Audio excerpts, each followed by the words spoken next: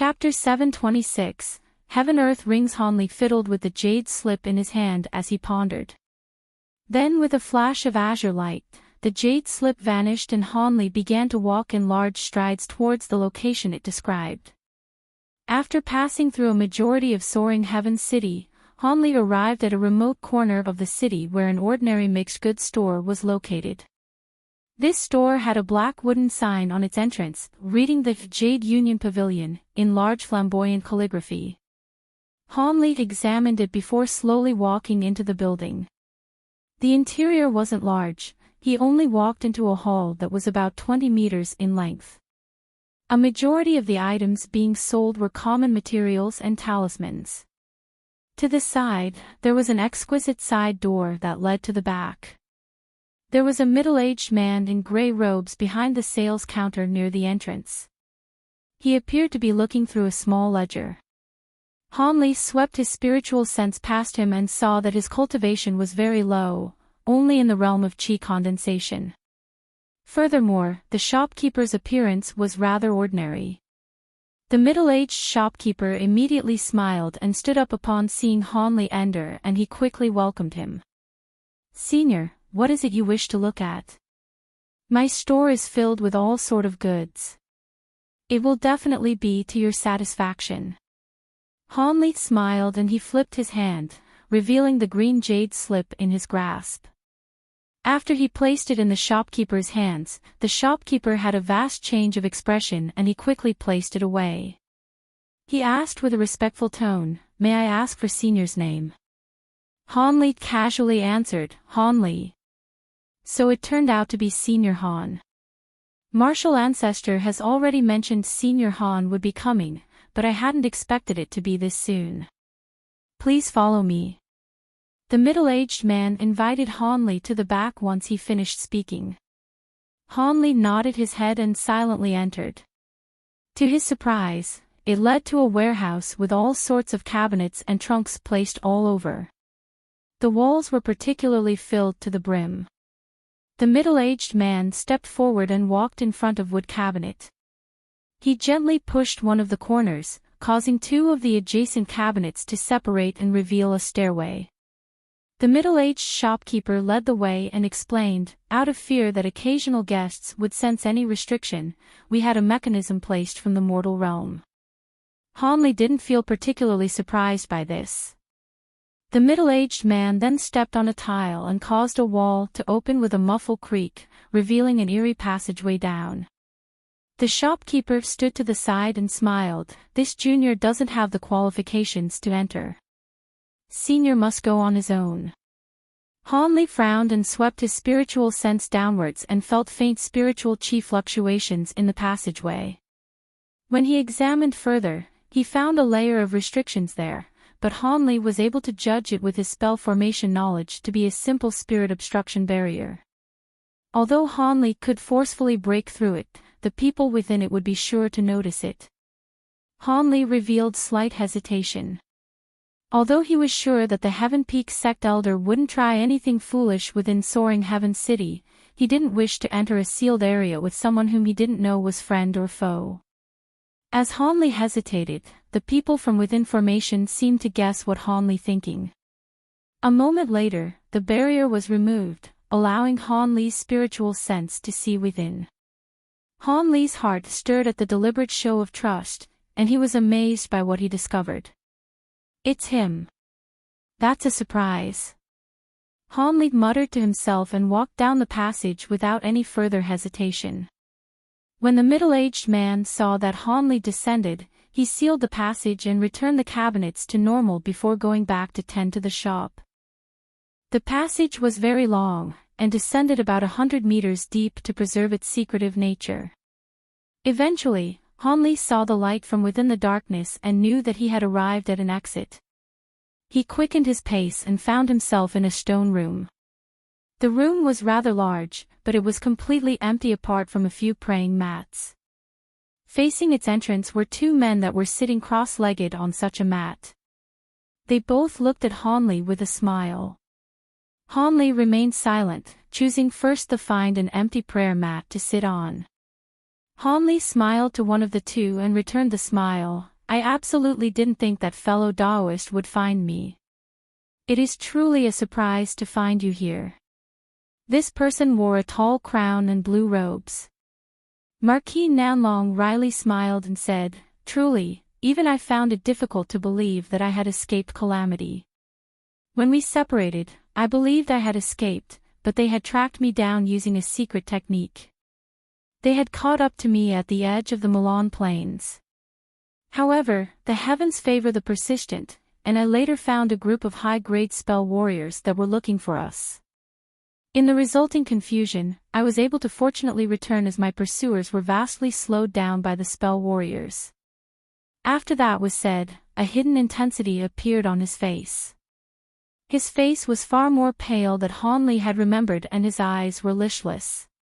He must have suffered much damage to his vitality. Of course, the person by his side was the old white-robed Heaven Peak sect elder he had met earlier. "Fellow Daoist Nanlong has earned my appreciation from being able to escape under those circumstances. But shouldn't Brother Nanlong be resting in his cave residence rather than urgently finding me?" There was no hesitation either to send a disciple to bother my concubine. "I am at somewhat of a loss." Hanli's smile faded away and there was faint annoyance in his tone. "Hee. Fellow Daoist misunderstands. I only did it because I had no choice. Fellow Daoist should know there are now people pursuing us. This secret plan was to escape their notice. This is fellow Daoist Jade Pearl of the Heaven Peak sect, a friend I would trust my life with. He was originally to come with us on the last treasure hunt, but it was a pity that he was occupied with sect matters at the time." Marquis Nanlong's attitude towards Hanli had entirely changed from when he first saw him. It was no much more respectful.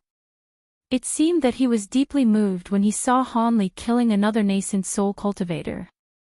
At that moment, the white-robed old man chuckled and saluted Hanli. He spoke with a regretful tone, "If my methods have offended you, I hope fellow Daoist Han won't take it to heart. It was the only way." Hanli waved his hand and said, "It's fine. Since there was a reason, I'll let it go. However, did fellow Daoist Nanlong seek me out because or something from the jade box?" Marquis Nanlong solemnly said, "Fellow Daoist guessed right. According to my sources, the Ghost Spirit sect paid a heavy price to bribe our previous party members. They are determined to acquire Master Tsang Kuan's map and method to enter Devil Fall Valley. Fellow Daoist Han just happened to acquire one of the items needed to enter Devil Fall Valley.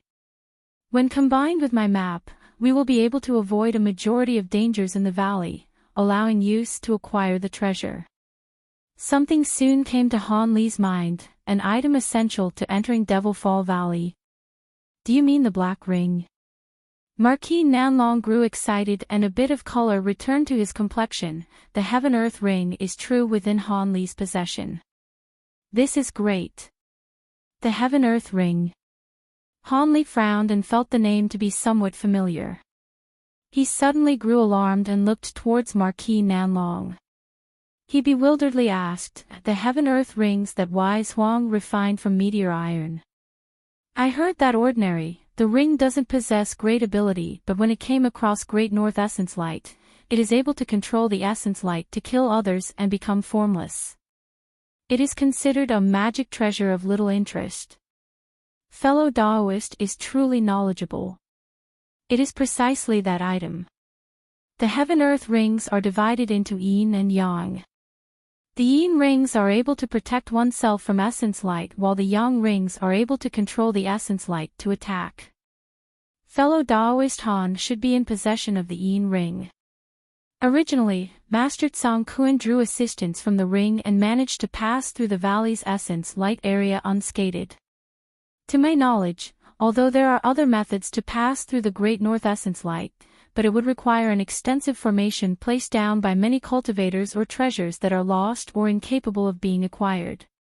Fellow Daoist means. Hanli glanced at the two and began to ponder about the dangers and what there was to be gained. Chapter 727, Ancient Flame Toad. Marquis Nanlong blinked and calmly said, "It's very simple.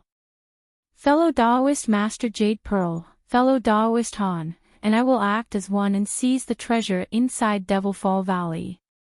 Once we find the treasures, our strength will greatly increase, and there will be no need to fear from anyone." Han Li didn't immediately respond. Rather, he narrowed his eyes as he stared the two. Having heard that the Black Ring were one of the Heaven-Earth rings from legend, he immediately recalled the other ring that he had acquired from Nangong Wan's senior martial sister. If his guess was correct, that should be the Yang Ring of the Heaven-Earth rings. He truly didn't think that the two rings would be related to each other in this way. Han Li felt that the world was truly mysterious for such a coincidence to occur and couldn't help but laugh in his mind. He sighed and wore a hesitant expression. "From what you've said, fellow Daoist Nanlong seems to already have a means to enter Devil Fall Valley. With the assistance of the Heaven-Earth Ring, what are the chances of leaving alive and with treasure? Devil Fall Valley is known to be the most dangerous place in the Heavenly South.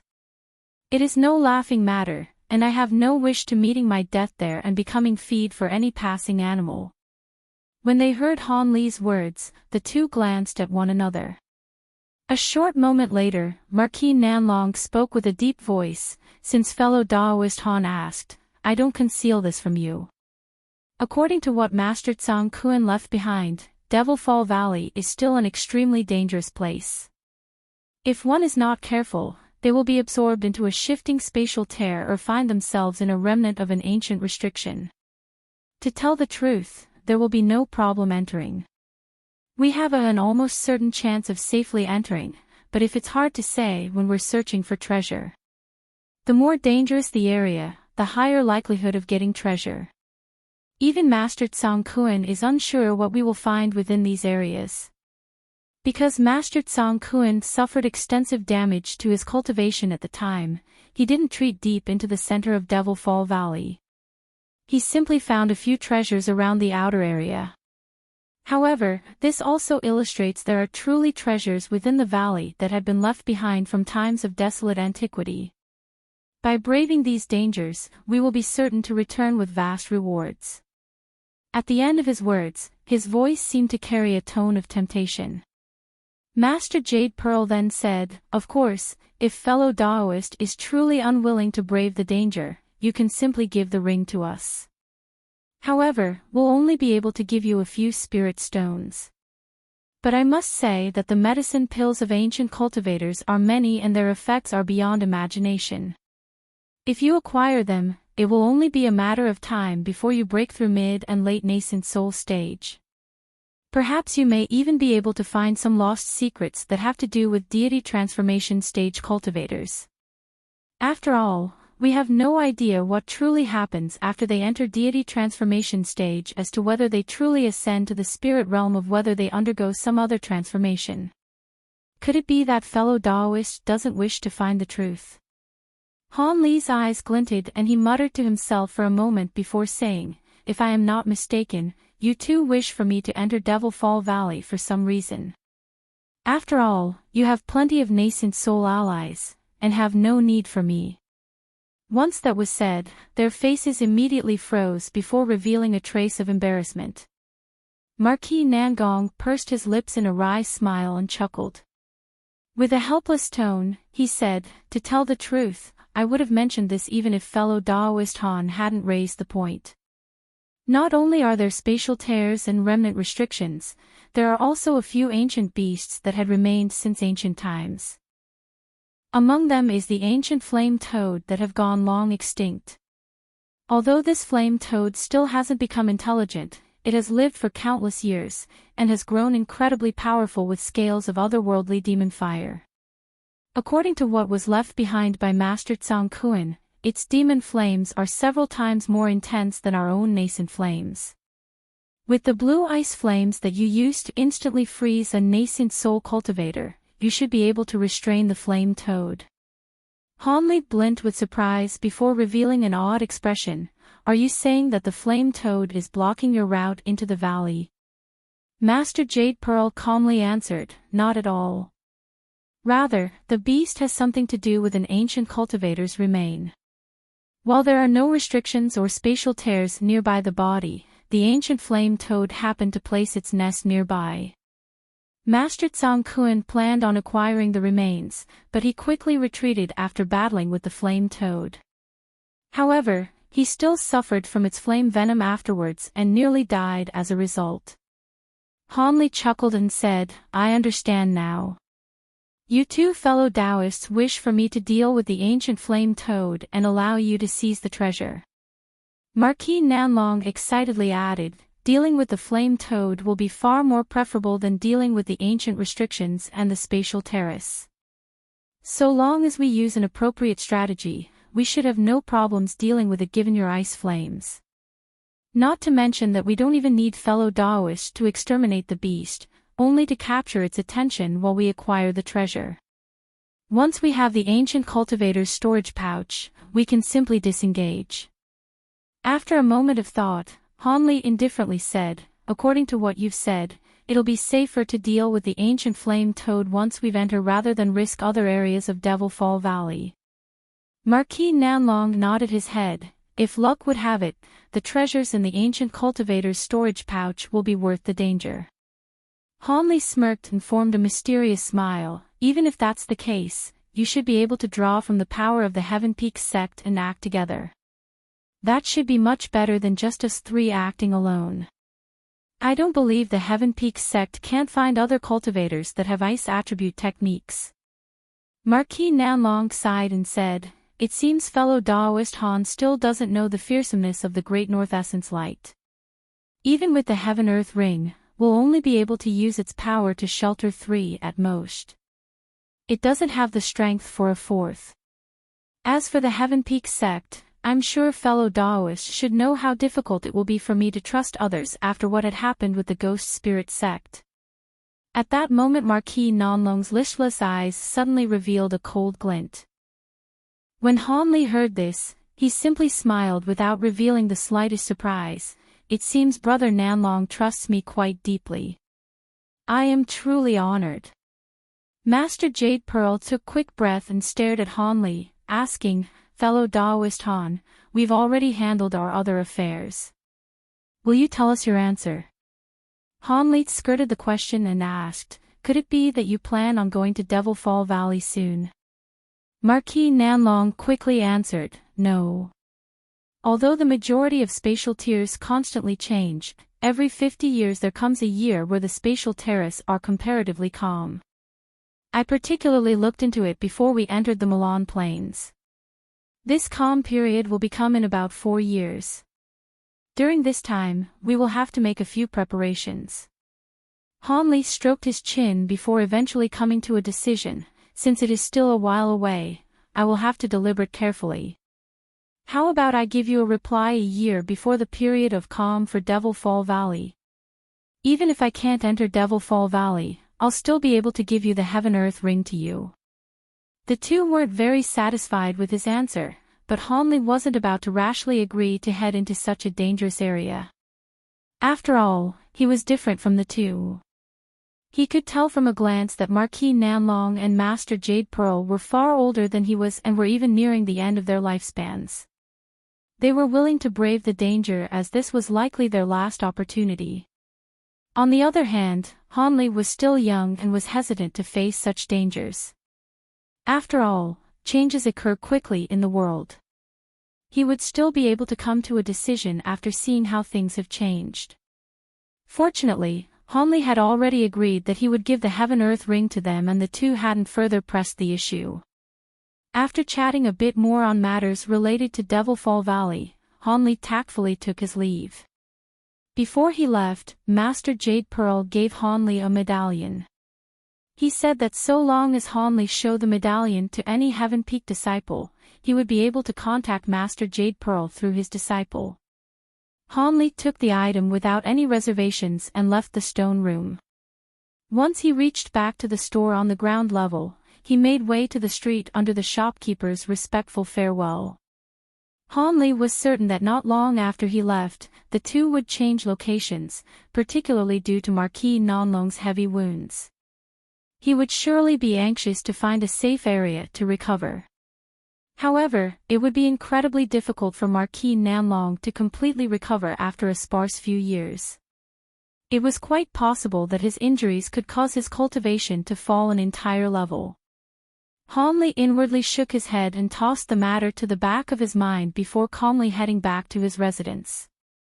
The matter of Devil Fall Valley was still quite a distance away, but the invasion of the Milan spell warriors was happening now. It wasn't something that he'd be able to avoid. Han Li began to consider this matter as he slowly disappeared from view.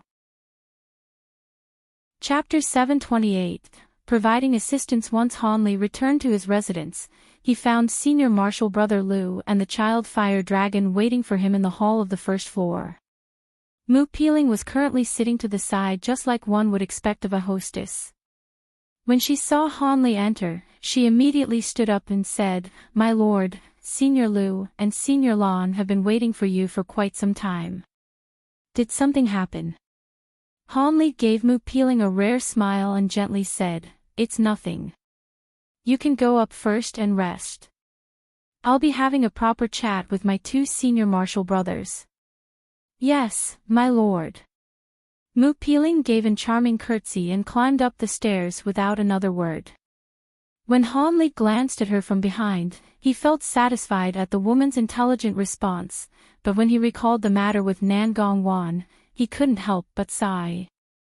When Lu Luo saw that Han Li had returned in such an excited mood, he teased, "What? Does Junior Marshal Brother Han finally have desire for children?" Han Li smiled and sat down beside the two.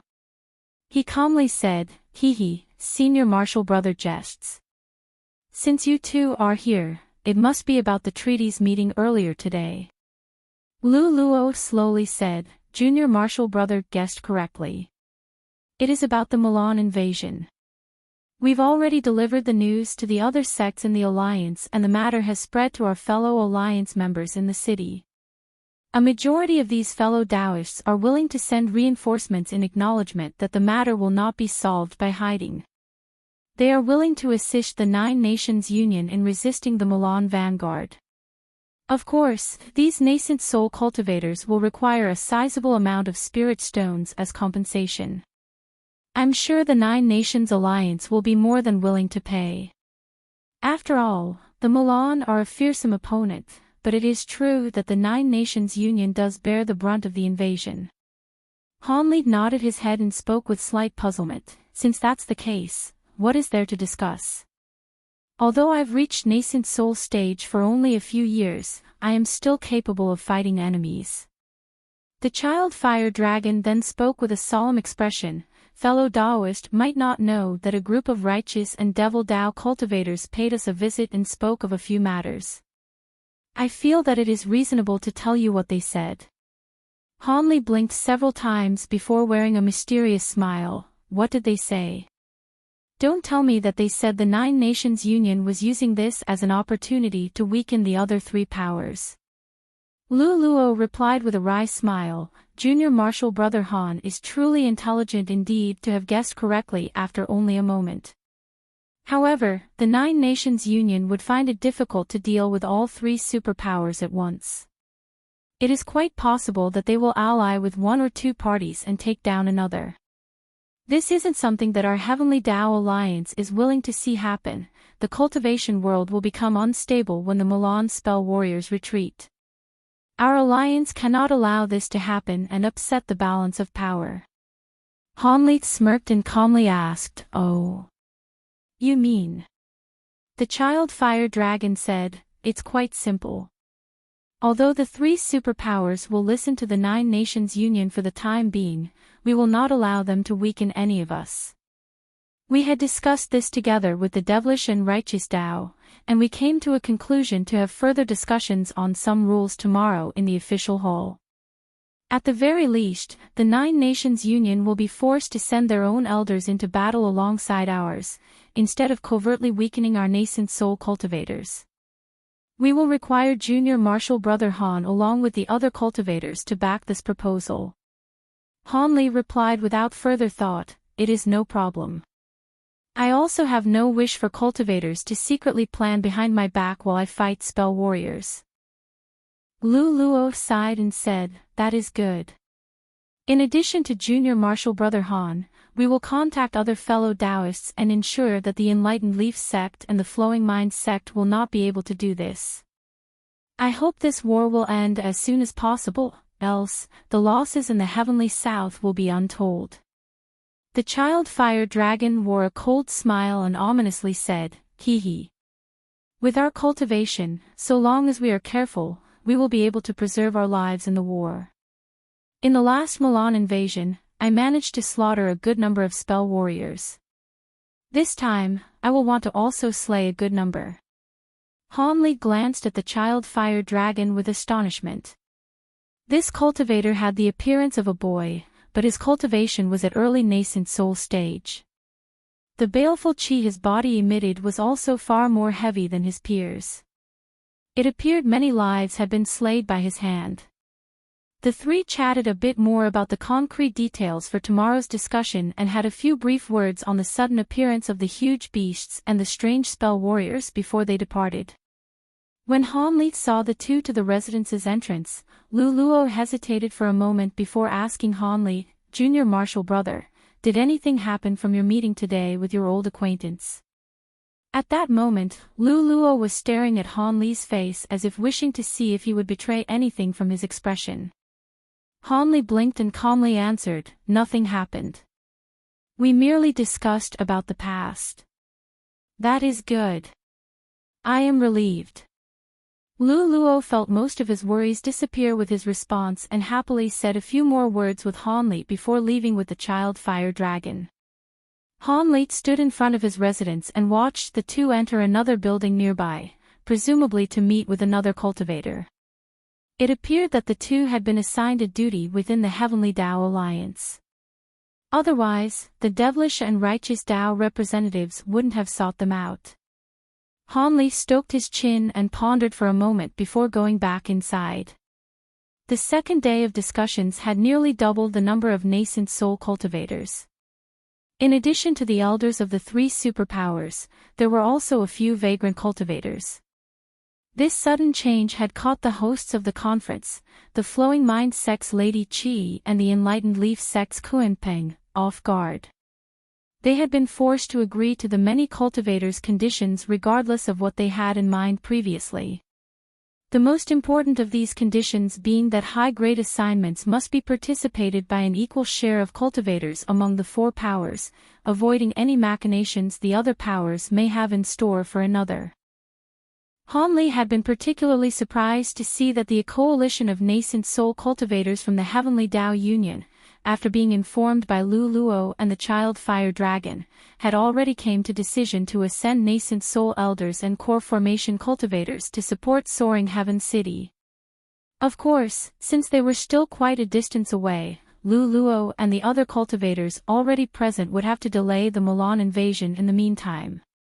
And for the purposes of being fair, those that acquired vast merits in battle would be allowed to return to their sects once reinforcements arrived, and will not be required to participate in any later battles as the incoming cultivators would take their place.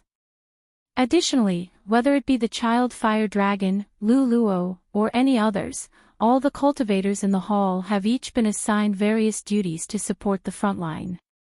Han Li and the other two nascent soul cultivators were leading a party of 8 core formation cultivators to provide support to a strategic location on the border of the state of Yu. It was one of the tensome vital points along the border that would be a target of the Milan invasion. If these points remained uncaptured, the Milan wouldn't be able to truly hold any land going forward for fear of attack. As for the 9 Nations Union, their current strength wasn't enough to launch a decisive battle against the Milan. They could only rely on favorable conditions and meticulously placed grand formations to gradually delay the spell warriors' main army. Else, given the speed of the high-grade spell warriors, they would have been able to reach soaring Heaven City in only a month. The main army of the spell warriors had yet to reach the strategic location that Han Li was protecting. However, there was only one 9 Nations Union nascent soul cultivator amongst the high-grade cultivators that were guarding it. It appeared that in the past invasions, a single nascent soul cultivator was enough to contend against a number of spell warriors with the support of the restrictions and spell formations.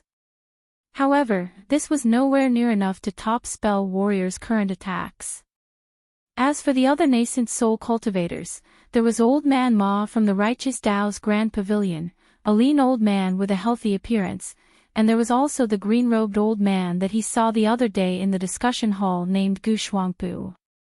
Although he only had a single spirit beast pouch at its waist, Hanli felt uncomfortable from the qi that it faintly emitted.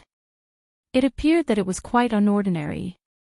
The two of them possessed similar cultivation to Hanli, at early nascent soul stage. Because it was likely that the main army of the spell warriors would soon attack this location, the three nascent soul cultivators quickly decided to leave behind their core formation cultivators and hurry to reach the spell formation first, and have their core formation juniors lag behind. On the way, Old Man Ma had proven quite entertaining and spoke of humorous matters as if they were on a scenic journey rather than on their way to fight spell warriors. As for the controlling spirit sex Gu Shuangpu, he kept silent for most of the journey and wore a sullen expression. It was unknown what he was thinking. As for Hanli, he wore a smile on his face and spoke with Old Man Ma, giving the two a refined impression. The two both knew that Hanli was a newly ascended nascent soul cultivator and they didn't hold Hanli's strength in much esteem. Chapter 729, Yellow Dragon Mountain. Nearly half a month later, in the Yellow Dragon Mountains of the state of Yuzli Prefecture, there was a large bald middle-aged man that stood inside a jade hall on top of the Yellow Dragon Mountains. He continuously walked in a circle with an apprehensive expression. A short moment later, the large man sat down on a straw chair and took a sip of tea from the cup on the table, calming his roiling heart for a time. But then a red streak of light suddenly flew inside and began to circle around the hole. The large man's expression changed upon seeing this and he beckoned to the red light, having it fall into his hand. The light burst into raging flames upon touching his hand and the large man sunk his spiritual sense within them. His expression immediately turned unsightly. Silence filled the hall for a time and his expression grew ashen. Then, he silently took out a small azure bell from his storage pouch and struck it with his finger. A melodious ring filled the entire hall, with unceasing echoes returning from a distance. Soon, the ring spread to the entirety of the Yellow Dragon Mountains, and the jade buildings on top of the other peaks began to flourish with lights of every color. Then cultivators wearing various clothing hurriedly flew out from these buildings as if practiced. Not long after, a dense green mist began to spread throughout the entire Yellow Dragon Mountain, turning an area of tens of kilometers into a sea of strange dark green mist. Soon after, 4 cultivators appeared before the large bald man from within the hall, 3 men and 1 woman, all possessing core formation cultivation. There were 2 men that appeared 30 years of age, appearing similar enough to be siblings. The other man was wearing Daoist robes, wielded a horsetail whisk, and despite his gallant appearance he was middle-aged. As for the sole female cultivator, her figure was dainty and her face was exceptionally beautiful. The 4 were each standing next to one another in the hall with grave expressions. With an expression of disbelief, the female cultivator hesitantly asked, "Senior Liu, 1, is it true that a spell warrior army has arrived so quickly? From what we heard last time, wasn't it only supposed to be a squadron of spell warriors? And what happened to Senior Bu? Could it be that in a mere week the Heaven Wind Storm formation was destroyed even under the guard of Senior Bu? Is this not a misunderstanding? 1. This Liu is different from the past 2 Lius, Master Jade Pearl, Liu Weiying, Liu Luo, that have been encountered. They're homophones." The bald man coldly smiled and grimly said, "Misunderstanding. I would think that also were it not for the fact that Hunchback Bu had personally sent me the message. He even mentioned that he sustained heavy injuries and was about to soon arrive at our Yellow Dragon Mountains along with a few of his defeated garrison. This is by no means a misunderstanding. We will have to face the enemy alone without any reinforcements. When the four-core formation cultivators heard this, they could only glance at one another with a bitter smile and acknowledge him. Following that, the large man gave each of the four their orders in preparation for the oncoming battle, but suddenly yet another streak of red light flew into the building. The cultivators in the room were stunned by the sudden appearance. The large man grew still and reached for the sound transmission talisman without any hesitation. As a result, the talisman bursted into flame and clearly transmitted its message to him, causing him to wear an odd expression. The female cultivator couldn't help but ask, "Senior Liu, what's the matter?" "Spell warriors have already arrived." When the other three core formation cultivators heard this, their expressions all grew tense. The large man grinned. Suppressing the excitement in his heart, he slowly said, "No, our reinforcements have arrived. 3 nascent soul fellow Taoists have arrived outside the Grand Formation. Quickly, head out to welcome them and invite them inside." Immediately, the 4 core formation cultivators revealed delight and promptly accepted the large man's orders with a salute. 3 silhouettes were floating outside above the green mist and were examining the restrictions of the Grand Formation down below. The 3, of course, were Hanli and the other 2 nascent soul cultivator that had hurried on their way. Because the 3 would soon be relying on the Grand Formation to resist a siege from the Milan armies, they each examined the sea of mist surrounding the mountains as they waited for the cultivators inside to respond, wishing to see the mysteries that it hid. Let alone whatever the true power of the spell formation may be, the green sea it produced seemed nearly limitless at a glance and emitted an unordinary pressure. With his hands behind his back, a blue light suddenly appeared in Han Li's eyes as he glanced at the formation, resulting in a pensive expression on his face. Not long after, a series of white flashes appeared from the green mist, and the mist rolled away to create a passage through. Old Man Ma and Gu Shuangpu seemed to pay this change no notice. One of them was looking at the sky in silence while the other was staring at another portion of the green mist as if he found something odd about it. Han Li was the only one that calmly glanced at the passageway with a faint smile on his face. A short moment later, 4 streaks of light shot out from the passageway, revealing themselves to be the 4 core formation cultivators from before. The gallant middle-aged cultivator in Daoist robes respectfully saluted the 3 juniors. "Pay their respects to these seniors. May we know of your venerable names?" When Han Li saw that the 2 had no intention of speaking, Han Li smiled and took the initiative to introduce themselves. "I am the Drifting Clouds sect elder Han Li. These 2 are fellow Daoist Ma of the Grand Pavilion and fellow Daoist Gu of the Controlling Spirit sect.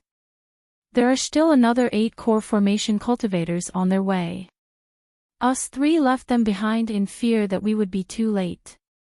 And since the Grand Formation is currently activated, the Milan must soon be arriving." The gallant middle-aged cultivator then gave an introduction to the 3 cultivators standing behind them, so it turned out to be Senior Han. "I am the Clear Void sect's Chong Shuzi. These 2 are Yellow Maple Valley's Murong brothers and this is the Saber Transformation Doc's Lady Li." The Murong brothers. Han Li's gaze flickered across the brothers and he wore a mysterious smile on his face. "Is fellow Daoist Nya still doing well?" The Murong brothers revealed delight upon hearing this. "Senior recognizes Senior Martial Sister Nya. We haven't seen her for several years because we've been stationed at this Grand Formation." Han Li glanced at the 2 brothers and pursed his lips into a beaming smile. "Of course I do. I saw your Senior Martial Sister not too long ago. But it seems you 2 don't recognize me. This comes as no surprise as I was but a passing face to you 2. The 2 were greatly alarmed upon hearing Han Li and immediately stiffened. This senior seemed to be an old acquaintance, but why was it they had no impression of him? They took another careful look of Han Li before eventually finding him to feel somewhat familiar. The 2 then bewilderedly glanced at each other. Hee. Since you fellow Taoists don't recognize me, I'll leave the matter for later." Han Li then glanced at Old Man Ma and Gu Shuangpu from a side and indifferently said, "Can we now go inside?" Chong Shuzi felt somewhat baffled by the previous scene, but he roused upon hearing Han Li and hastily agreed, of course. Seniors, please follow me. Senior Liu is eagerly waiting for you in the main hall. Afterwards, the 4 core formation cultivators led the way as they flew through the green mist. Not long after, the passageway within the roiling green mist quickly closed once more. A short moment later, Han Li and the others appeared within the hall before the large bald man.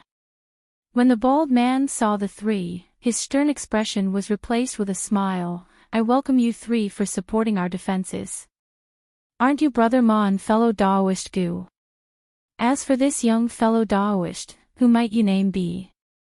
Upon seeing Han Li, the large man felt him to unfamiliar and he curiously examined him.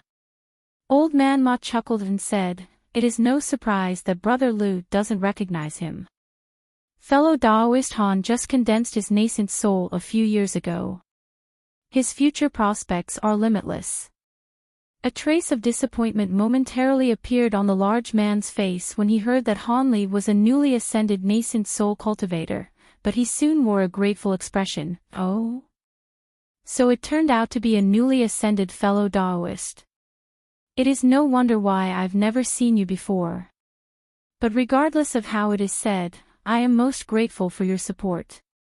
I fear that we would have fallen in merely days had you not arrived.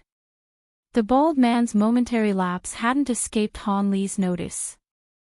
However, he simply smiled in silence and didn't betray the slightest discontent. The bald man then spoke of a few past matters before moving on to the difficult situation that was currently facing them.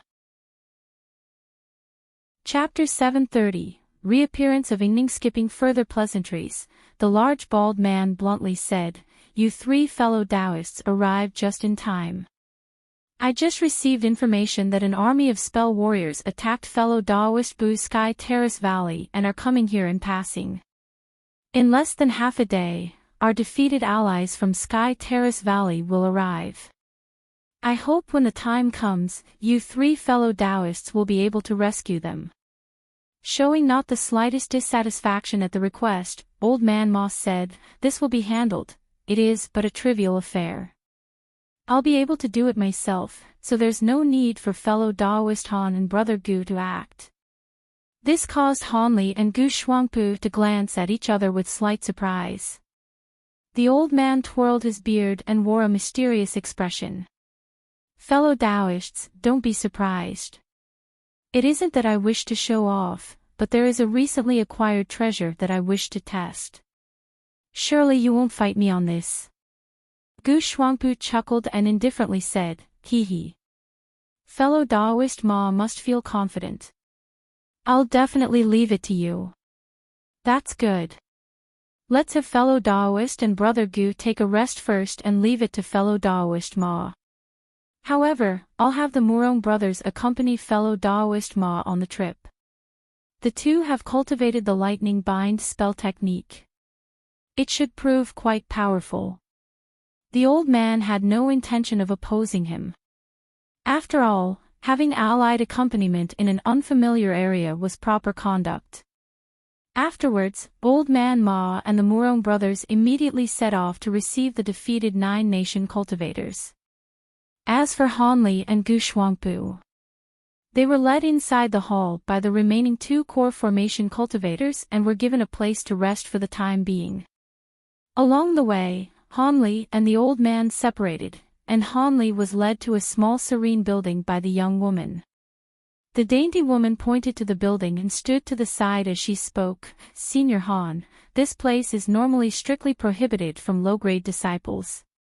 It should be an optimal place to meditate. Senior may rest here. It is quite good.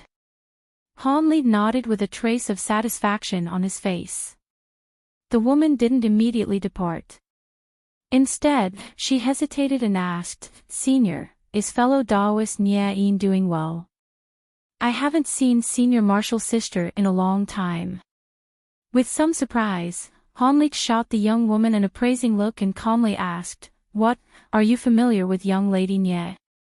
At that moment, Hanli discovered that although the woman felt somewhat familiar despite being the first time he had ever seen her, he unconsciously developed a good impression of her. As Hanli gazed at the woman, she began to feel slightly apprehensive and upset, and her complexion turned scarlet. I was able to enter the Saber transformation dock in much thanks to Senior Marshal Sister Nie's recommendation, the dainty woman explained with a lowered her head. How could I not be close with her? Ingning. Li Ingning. When Hanli heard this, he couldn't help but reveal an astonished expression. Li Ingning unconsciously raised her head and astonishedly asked, "Has Senior heard my name before?" Hanli didn't answer the woman and simply took a deep breath before asking, "What was your mother's name? What country did she come from?" The woman hesitated for a long while, debating inwardly whether or not the information should be hidden. Something then came to her mind and replied, "My mother's name was Mo Yuzhu. She came from the state of Yu." Why does Senior ask this? After a moment of silence, he said, "Do you still have the passing spirit jade pendant?" "I do have it. I've kept it close at hand ever since I was small." After she replied, she blushed underneath his stare and turned around. She fumbled within her robes for a moment and turned around with a white jade pendant in her hand. Hanli beckoned to it as soon as he saw it and had the jade pendant fly into his hand. Once he rubbed the smooth surface of the jade pendant, Hanli let out a long sigh and wore a listless expression. "You should realize who I am now," he said after a long while. "What did your mother say of me?" He examined the woman once more and eventually found a trace of Mo Yuzhu's resemblance after knowing what to search for. Although her beauty was somewhat less than her mother in her prime, he could still find a similar trace of country-shaking beauty. With a wavering expression, Li Yingzhu muttered, "In the past, Mother didn't speak much of you. I only heard that she had a close friend who gave me a congratulations present at the time, a cultivator. After I entered the cultivation world, I attempted to find the gifter of this jade pendant several times, but I found no information. I didn't expect that Senior gave it to her. After all, Senior is a drifting cloud sect cultivator." Hanli stroked his nose and wryly smiled. "I only recently entered the drifting cloud sect several years ago. In the past, I was no longer able to remain in the state of Yu, so it is no surprise that you've heard nothing of me. How was it you were able to enter the Saber transformation dock? It is reasonable to say that it would come to no surprise if you joined the controlling spirit sect." Li Yingzhu blinked in astonishment and asked, "Why would that come as no surprise if I were a disciple of the controlling spirit sect?" With a tone of surprise, Hanli asked in turn, "You didn't know about your father's affairs?" The woman's expression grew dim and she forced a smile. "I know little of my father. From my earliest memory, my grandfather and my father died from unknown causes, and I lived alone with my mother. She brought me away from the state of Yu and we wandered for a long time before finally arriving within the territories of the Nine Nations Union." Hanli nodded his head as if he had suddenly realized something. "So it was like that. It seems that your father and mother were caught in the crossfire of the Devil Dao's inner struggle. After all, the Ghost Spirit sect were the ones who had ended up controlling the state of Yu, not the controlling spirit sect. An internal struggle amongst the Devil Dao." The woman seemed confused by what Hanli had said. Hanli didn't further elaborate upon seeing this and instead returned the jade pendant to the woman and smiled. "This passing spirit jade has followed you throughout many years, so naturally I won't be taking it from you. Before I entered the world of immortal cultivation, I was your mother's senior martial brother of sorts. You may call me Marshal Senior Han in the future." Still puzzled, the woman blinked several times with large eyes, but she still softly shouted, "Marshal Senior Han." Although she felt slightly embarrassed, she was more than willing to accept having another nascent soul senior. She was even secretly delighted over it. Hanli wore a friendly smile on his face and he summoned 2 jade bottles with a flip of his hand. "Since you've called me Marshal Senior, I can't ignore it. Here are 2 medicine bottles.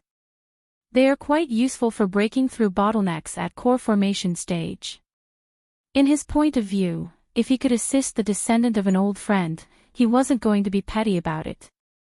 Many thanks, Marshall Sr. The woman accepted the medicine pill and revealed an expression of pleasant surprise. Her voice sounded both crisp and sincere. What sort of magic treasure do you use? Hanli asked after a moment of thought. Could it be the flying saber that you were flying on? Li Yingning paused for a moment and replied with a puzzled tone, that's right, it's that magic treasure. The flying saber was refined from intense flame iron and profound blossom crystal. Its power is quite good. Hanli shook his head and said, were this ordinary times, the flying saber would be sufficient. But now that you must contend against spell warriors, I fear it would be quite dangerous to rely on that magic treasure alone. Li Yingning helplessly said, however, if Marshall Sr. were to give me another magic treasure now, I wouldn't have the time to refine it. When Hanli heard this, he muttered to himself with a pensive expression. A short moment later, he slapped the spirit beast pouch at his waist and a large swarm of black-tainted gold devouring beetles flocked around him, forming a 3-meter-wide insect cloud above him. A bright glint flickered in Han Li's eyes and he pointed to the insect swarm. A small portion of the insect swarm separated off and were struck by an azure spell seal. The cloud of gold devouring beetles then gathered together in a flash of azure light and instantly transformed in a sparkling, fist-sized ball of black, silver, and gold. Once the ball slowly fell into Han Li's hand, Han Li tossed the ball to the woman and he solemnly said, place this item well. I meticulously transformed these insects. When you encounter an enemy that is difficult to deal with, throw the ball. It will save your life. Li Yingzhu was stunned by the sight and was awakened by Han Li's words. She immediately accepted the ball and uttered her thanks, many thanks for Marshall Sr. Han's deep kindness. The last doubts regarding Han Li in this woman's heart had finally disappeared. At this moment, she completely trusted Han Li. Why else would he give her such valuable gifts without having a previous relation? All right, you may leave now. I wish to rest. After that was said, Han Li took back the remaining insect cloud and waved his hand. The hurried rush to this strategic location had drained much of his magic power and he needed to restore it. Using a faintly intimate tone, Li Yingning said, Marshal Senior Han, have a proper rest. If the spell warrior army arrives, I will come and inform you. Chapter 731, Purple Apex Flames. Han Li sat cross-legged in the meditation room on the building's second floor. His eyes were tightly shut and azure light flowed from his body. With hands forming a strange incantation gesture, an egg-sized ball of purple flame floated from his palm, gently wavering without end. This devil flame was something that Han Li created from the celestial ice flames and the 6-winged frost centipede's glacial chi. This flame's power was an entire stage higher than that of the celestial ice flames, causing it to become Han Li's greatest killing move at the moment. This purple devil flame was something that Han Li gradually created after he refined a sliver of the celestial ice flames. And in order to differentiate it from the sacred Azura flames, he named it the Purple Apex Flames. He was convinced that if this flame caught onto the body of even a late nascent soul cultivator, they definitely wouldn't be able to resist it. As for whether or not it could actually kill them, there was no way of guessing. However, it was pity that although the flame's true might was inconceivable, it was limited on the quantity of celestial ice flames he could refine. If he somewhat managed to gather together several times his current amount, he may find himself capable of openly contending against late nascent soul cultivators. Han Li heard Silvermoon click her tongue in astonishment from the back of his mind. Congratulations, Master. I seem to have underestimated the Purple Apex Flames. They appear quite a bit more powerful, and there will be even greater potential in the future. He silently smiled in response and simply took a breath, turning the purple apex flames into a strand of flame and breathing it inside him. He then released the incantation gesture he was holding and ceased his casting. Hanli opened his eyes and slowly said, "Although the purple apex flames were potent, the quantity is just far too little to be reliably used. What I am hoping for the most is that I will be able to open the Heaven Void Cauldron. If what you said about it being a divine spirit treasure was true, I'll be able to sweep across the entire heavenly south with it in hand, and reach a realm of power where I will have no worries." Silvermoon sweetly chuckled and confidently said, "Please don't worry, Master. The Heaven Void Cauldron is as powerful or even greater than what I've said." Hanli nodded his head and thought to say something else when a streak of white light suddenly flew inside his room. Ingning's clear voice suddenly echoed through the air, "Marshal Senior Han, quickly hurry to the main hall. Senior Ma has returned and the Milan are about to arrive." Once that was said, the streak of white light flew back outside. With a sullen expression on his face, a cold glint shined through his eyes as he flew out. When Hanli arrived inside the main hall, Gu Shuangpu, or Old Man Ma, and the large bald man were already present, along with a hunchbacked embroidered-robed cultivator with a pale complexion. He was currently walking with the others. As for the core formation cultivators, there were two unfamiliar additions to the four from before. They were currently standing by at the side with solemn expressions. But when Ingning saw Hanli enter, she sweetly smiled at him. The large bald man forced a smile and spoke with feigned ease, "Fellow Daoist Han has arrived. Let me give introductions. This is fellow Daoist Bu Yunhe, the one who was in charge of Sky Terrace Valley. Fellow Daoist Bu, this is fellow Daoist Han of the Drifting Clouds sect." When Hanli saw this, his mood sank. It seemed the situation was worse than he had imagined. Wearing a kind expression, Hanli politely said, "I have long heard of fellow Daoist Bu's grand reputation from Brother Liu. I admire you for being able to safely escape." Already informed of Hanli by the others, the cultivator surnamed Bu didn't reveal any surprise by his appearance. Rather, Bu Yunhe bitterly smiled and said, "I've made a sorry display of myself and have earned fellow Daoist Han's mockery. It was only thanks to fellow Daoist Ma's assistance that I was able to escape danger." He then turned towards Old Man Ma with a grateful expression. The old man chuckled, it was nothing but a slight effort. However, those pursuers took the initiative to retreat before I even had the chance to test my ancient treasure. It was quite disappointing.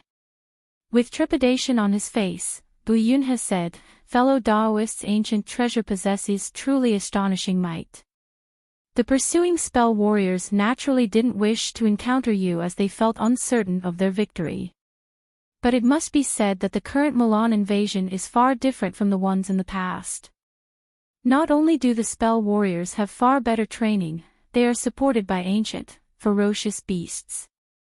These beasts are incredibly huge, with dense rough flesh clad in battle armor. There are also many strange restrictions that are placed on their bodies. When these creatures charge into any grand formations, the grand formation's destruction will only be a matter of time." A strange expression appeared on Hanli's face. "Don't tell me that several nascent soul cultivators wouldn't be able to slay this beast together." Although he already knew the spell warrior armies brought along huge beasts, he had no idea they would be as unfathomably formidable as this. After a moment of thought, Bu Yunhe's expression relaxed. "With the full might of a strike from my magic treasure, I was able to wound a beast. However, I was jointly attacked by two high-grade spell warriors, and was too occupied to slay the beast before it destroyed the grand formation. Fellow Daoist Liu should be able to easily hold this formation with reinforcements from fellow Daoist Ma and the others. It shouldn't fall as easily as Sky Terrace Valley." Gu Shuangpu gloomily said, "Fellow Daoist Bu, how many sage-level spell warriors are there in this army? If there are few, our force of 5 nascent soul warriors should be able to catch them unprepared."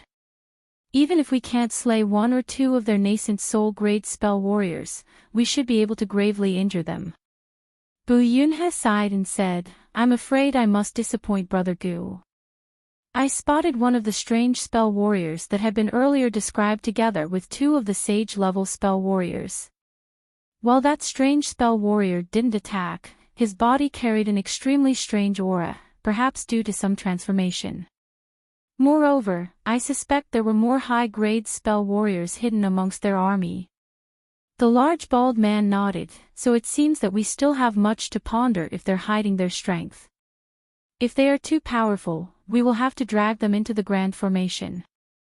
In any case, our main objective is only to stall for time. Gu Shuangpu frowned, appearing dissatisfied with this decision, but he didn't press the issue. Han Li gently smiled at the old man in response. With both amazement and doubt in mind, he turned his gaze back to Ku Yao and his expression sank. Old man Ma's gaze flickered several times and he sullenly said, that fire python of yours isn't an ordinary spirit beast. Ku Yao paused for a moment before sneering, oh. So you have some judgment after all.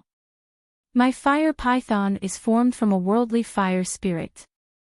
It isn't comparable to a spirit beast in the slightest. His body trembled for a moment and the fire python on his body brightly shined with red light before taking to the skies. A horn suddenly emerged from the python's head and fierce claws grew from its body, revealing its form to be a fire flood dragon with sparkling red scales. It roiled in a fierce display as it flew above Ku Yao's head. Transformed fire spirit. The bald man couldn't help but shout from his alarm. As for Gu Shuangpu, his expression grew unsightly. Old man Ma felt his heart drop. His opponent's flame techniques had reached a stage where he could refine and transform fire spirits. This wasn't something an ordinary nascent soul stage spell warrior was capable of. There was going to be a fierce battle ahead of him. With that thought, Old Man Ma erased his original plan of only using 70% of his strength to fight the enemy. He took a deep breath and widely swept his sleeve, summoning an item that was wrapped in a rainbow glow. It circled once around his head and stopped a meter above it. At that moment, the cultivators below and the spell warriors in the distance both watched with curiosity. A treasure that was able to flicker with rainbow light was likely something of exceptional quality. Han Li also glanced at this item. The item was round and slim, a meter-long faintly yellow scroll. The scroll faced Ku Yao and slowly unrolled itself as Old Man Ma began to gravely chant an incantation. As a result, the scroll revealed a drawing of an ordinary 8-trigram diagram. Old Man Ma then struck the scroll with a seemingly basic spell seal and had the scroll shine brightly, suddenly releasing astonishing fluctuations from the diagram. When Ku Yao saw these fluctuations, he knew things were far from good and immediately pointed at the old man. The fire flood dragon floating above his head suddenly opened its mouth and spouted an unending stream of scarlet flames, instantly engulfing Old Man Ma and the 8-trigram diagram in a sea of flames. Chapter 733, Supreme 8-trigrams diagram. The bald man and the others wore an anxious expression when they saw the Old Man Ma envelop the flames. However, they all secretly knew that Old Man Ma had taken out the scroll for a reason. Sure enough, Old Man Ma was standing safely within the sea of flames. His hands were formed in an incantation gesture and the scroll was rolled out in front of him. Then in pulsing white light and roaring gales, a pillar of white wind emerged from the scroll, surging around an area over 30 meters around him. The sea of flames surrounding him had been mostly swept away with ease. Then with a furious howl from Old Man Ma, a streak of silver light shot out from the pillar of wind, directly striking at Ku Yao without any concern for the flood dragon floating above him. It seemed that Old Man Ma clearly understood that so long as he could injure Ku Yao, the spirit-connected fire flood dragon would greatly decrease in might. Curling the corner of his mouth, Ku Yao waved his arm, releasing a translucent flying saber that shined with brilliant, scarlet light from his palm. The saber instantly moved to block the silver streak and collided with it in midair, resulting in an unequal clash as red and silver light intertwined. When Ku Yao saw this, a cold glint appeared in his eye. With a flip of his hands, he summoned 2 red-inch-large flags into his grasp before tossing them into the air. In a burst of wind, they instantly grew to 3 meters tall. Following a cryptic incantation from Ku Yao, red light suddenly glowed from the flags and 2 thick columns of flame erupted, converging onto the fire flood dragon's horn, giving rise to a large cloud of weak flames nearby. Go!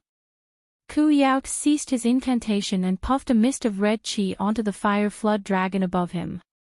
With roused spirits, the flood dragon roared with delight before charging into the fire cloud, turning it crimson and causing it to roil. But soon, it began to rapidly shrink. Down below, Hanli narrowed his eyes at the sight of this with pupils glowing blue. Through the bright sight spirit eyes, he was able to astonishingly discover that the fire dragon hiding inside the cloud was breathing in the fire cloud with reckless abandon. In the blink of an eye, the fire cloud was cleanly devoured and the flood dragon rapidly increased in size, raising to over 30 meters in height. With its head the size of a small building and its bared fangs, it appeared truly malevolent. At that moment, the surging white pillar of wind had entirely blown away the sea of flames, revealing only Old Man Ma who stood inside it. As he held the 8-trigram scroll in his hands, he coldly watched the tremendous flood dragon for only a moment before wordlessly flinging the scroll into the air. The scroll then shot into the sky in a streak of rainbow light and promptly disappeared into the skies above, as if attempting to reach its farthest reaches. Ku Yao blinked in astonishment. In his hesitation, he suddenly sensed a series of odd spiritual chi fluctuations from above him. Slivers of rainbow light then began to shine down from the sky, revealing a 100-meter-wide 8-trigram formation enveloped entirely in rainbow light. It directly shot down from the sky without any resistance. Ku Yao's expression vastly changed and instantly pointed at the fire flood dragon without any further thought.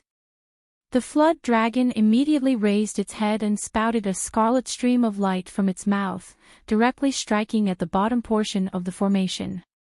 The formation faintly trembled for a moment, but it continued falling as if unaffected. With a paled complexion, Ku Yao rubbed his hands together before suddenly raising them, shooting a dense barrage of countless fist-sized fireballs into the sky. Han Li's heart stirred at the sight of this. This wasn't something that was a result of many fireball talismans, but something that had been instantly produced by one's own cultivation. Spell warrior spirit techniques were vastly beyond what ordinary elemental Daoist techniques were capable, and were far more useful in battle as a result. As Han Li's mind wandered, the many fireballs struck the underside of the huge formation like shower of meteors. However, this strike also proved to be of little effect. The diagram continued falling down with immense speed as it enveloped Ku Yao and his flood dragon. At that moment, the cultivators and spell warriors watching the battle were no longer able to see Ku Yao. They only saw the huge 8-trigram formation slowly revolve as they surrounded it. Old Man Ma didn't reveal the slightest delight from having his attack succeed.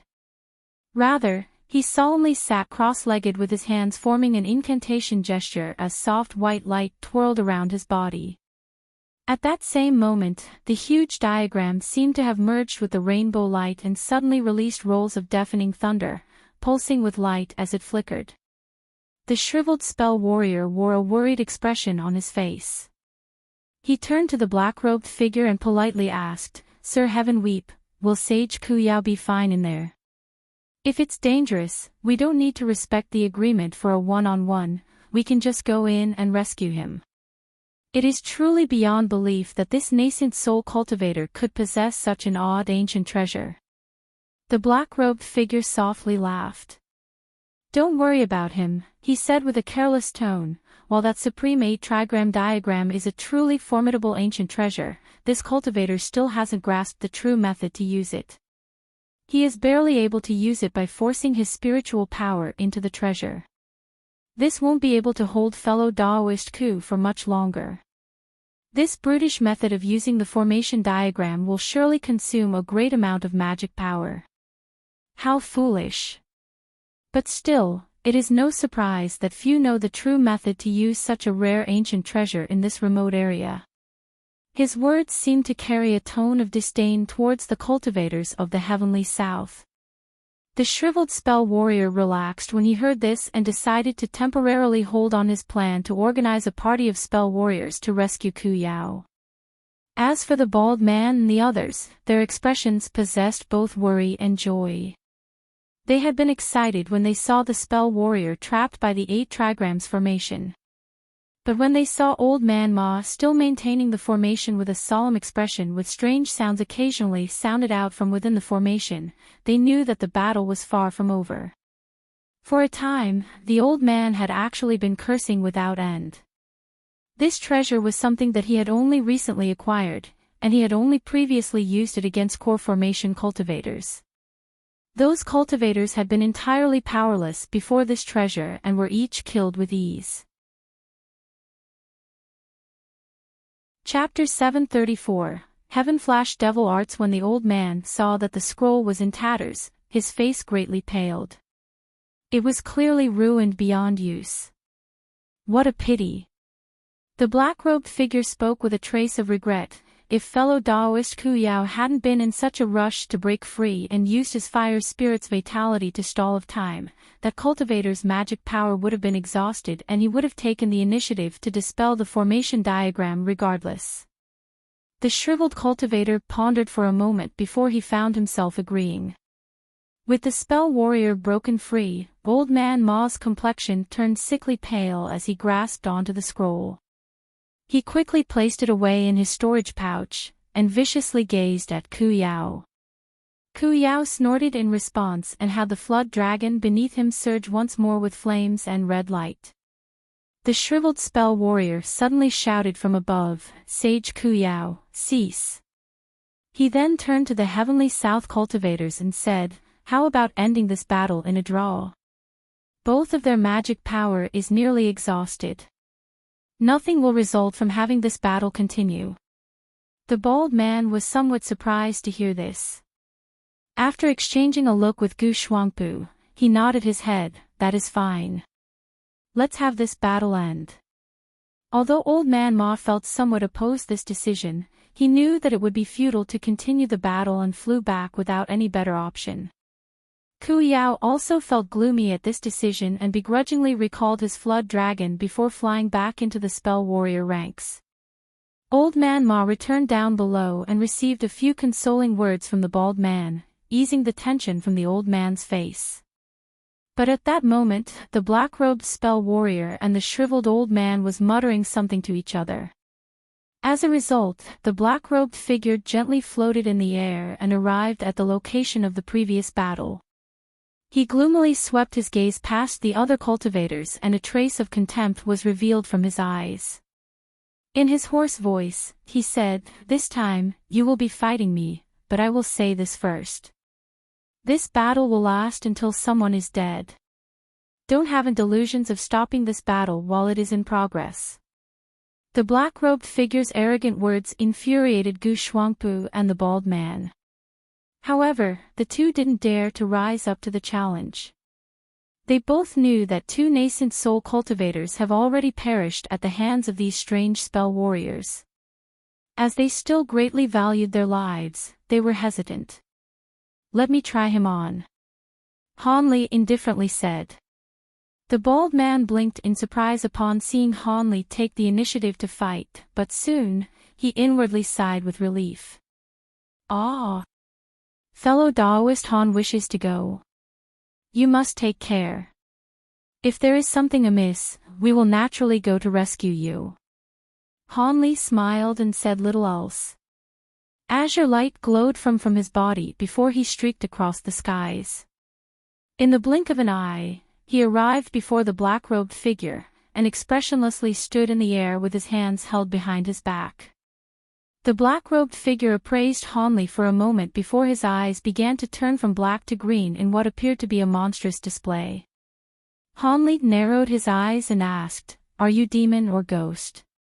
You don't think this old man is human?" The black figure coldly chuckled. At that same moment, inky threads of black chi began to wrap around his body. Ghostly wails soon began to howl, followed by gusts of wind.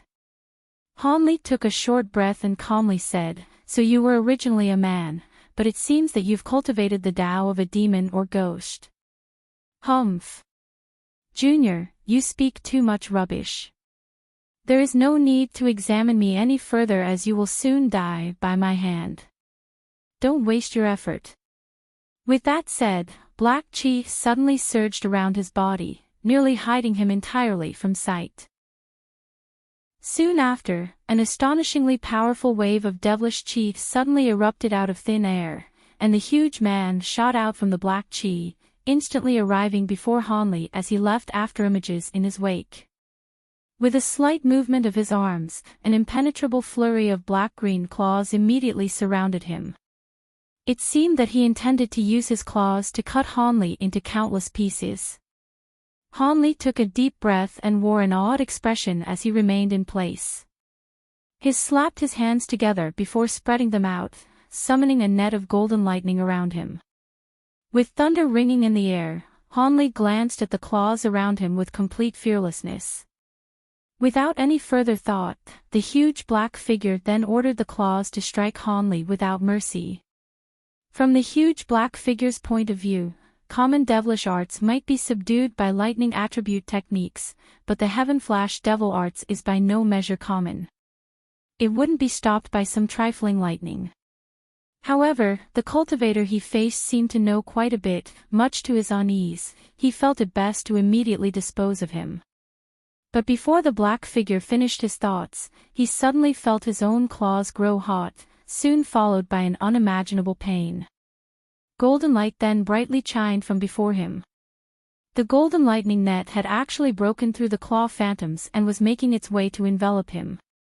Unable to protect himself from behind, trapped by the net of golden lightning, a legend he once heard suddenly appeared in his mind. In the past, when he was learning of this devilish art, his master had repeatedly warned him of the greatest nemesis of the Heaven Flash devil arts. But because he had never encountered any equal opponents after cultivating this devilish art, he had forgotten about this matter. Golden lightning? It can't be. It's so similar. Don't tell me, the black figure's expression grew completely tense and he felt his heart drop. Unwilling to remain idle in the oncoming danger, he immediately howled and had his tall stature suddenly shrink in size, becoming a dwarf that was only a meter tall, buying him more time before the golden net struck him. In that time that he bought, his shrunken body suddenly fluctuated in size before hastily erupting into countless threads of black light, scattering in every direction. 1. Hanli fought the disciple of Arch-Saint Six Paths in Chapter 573. Chapter 735. Two-tailed serpent. A cold glint shined from Hanli's eyes, and he suddenly shook his hands, shooting a bolt of lightning towards the golden net. Countless arcs of lightning began to spark from the net upon impact, causing it to instantly constrict. Then, each of the black threads collided against the golden lightning. With a huge flash, the golden lightning turned the black threads of chi into ash, each burned thread accompanied by a wretched and tragic scream. Soon, the remaining black threads returned towards the center of the golden net, condensing into a glossy black demon nascent. Its face was filled to the brim with fear. It opened its mouth and spat out clouds and clouds pitch-black chi. They quickly wrapped around it in layers in an attempt to prevent the divine devil-bane lightning from approaching any closer to its body. Hanli's face was expressionless apart from the sneer that momentarily appeared. From his hand, he shot a bolt of lightning, so dazzling and bright it was difficult to see, and enveloped the demon nascent. Yet another miserable shriek soon followed and the rolls of thunder quieted down, leaving only silence for a short while. When Hanli saw this, he inwardly sighed with relief before retracting his remaining lightning and taking a pitch-black storage pouch into his hand. He then raised his head and expressionlessly swept his gaze past the spell warriors up above. Then with azure light shining from his body, he flew back down towards the heavenly south cultivators. After an exchange of a few brief words, Hanli exterminated his opponent with divine devil-bane lightning with unbelievable speed.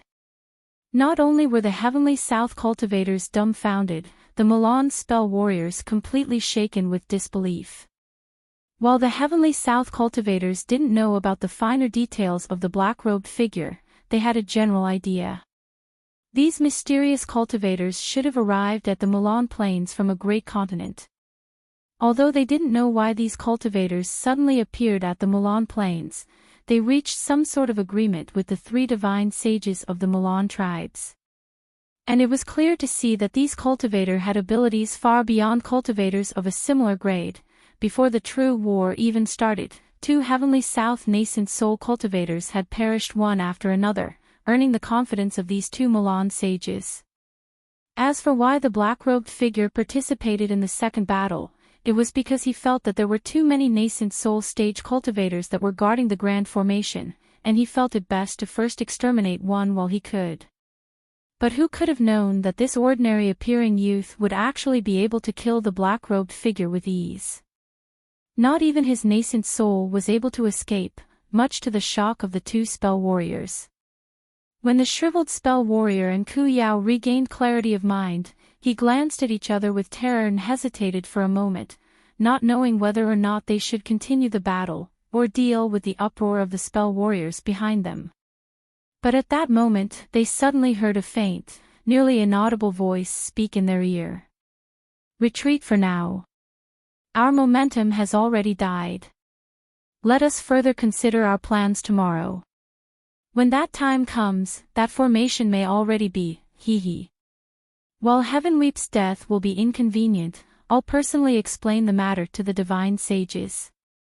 The voice sounded neutral in tone, but the words carried an unmistakable air of command. The shriveled man the Ku Yao were stunned for a moment upon hearing the voice, but they soon complied with their orders and began to give commands to the spell warriors under their command. With some disturbance, the army made an about-face and slowly retreated. The 2 sages naturally brought up the rear, gloomily watching the cultivators as they retreated. They glared at in particularly Hanli before flying off. Gu Shuangpu watched the spell warrior army retreat and doubtfully asked, "Should we pursue them?" "Leave them be."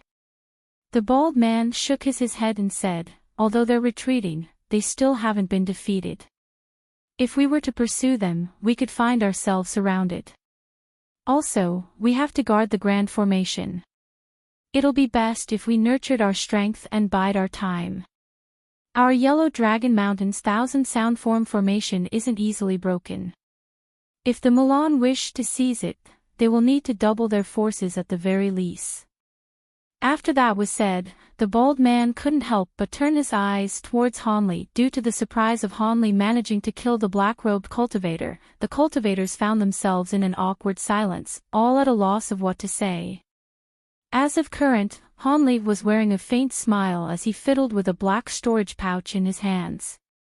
Originally, Hanli's faint smiles hardly inspired any feelings in these cultivators.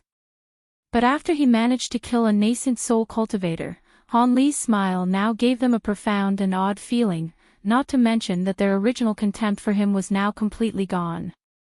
The bald man smiled and said, "Fellow Daoist Han, congratulations on slaying a high-grade spell warrior. I will be certain to inform the 9 Nations Alliance of your achievement. They will most definitely reward you greatly." Old Man Ma and Gu Shuangpu also congratulated him with a smile. However, Hanli's expression still remained as subtle as before, despite the faint admiration and respect their tones held. As if ignoring this, Hanli simply exchanged a few courteous pleasantries with them as his gaze unconsciously wandered to one of them in particular.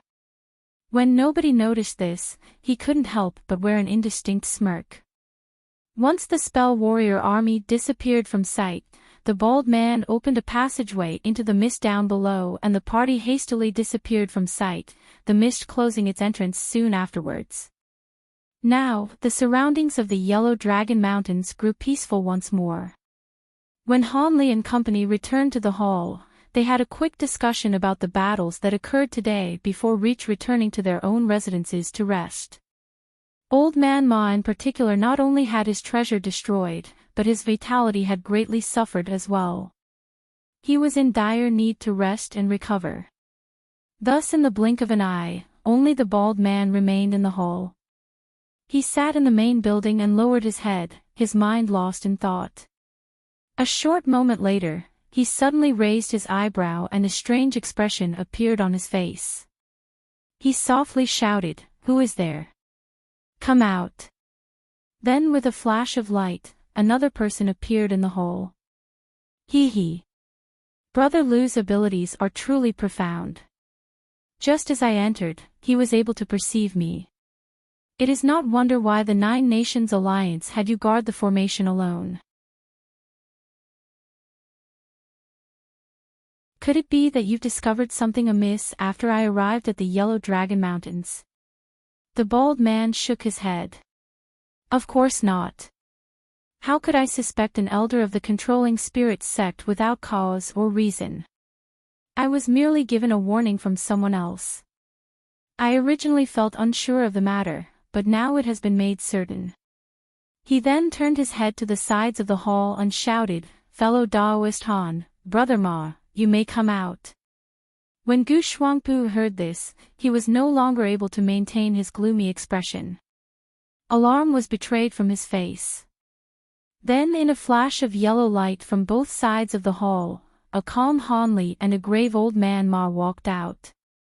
With a pained expression, the old man sorrowfully said, "I didn't expect that fellow Daoist Gu would actually do this.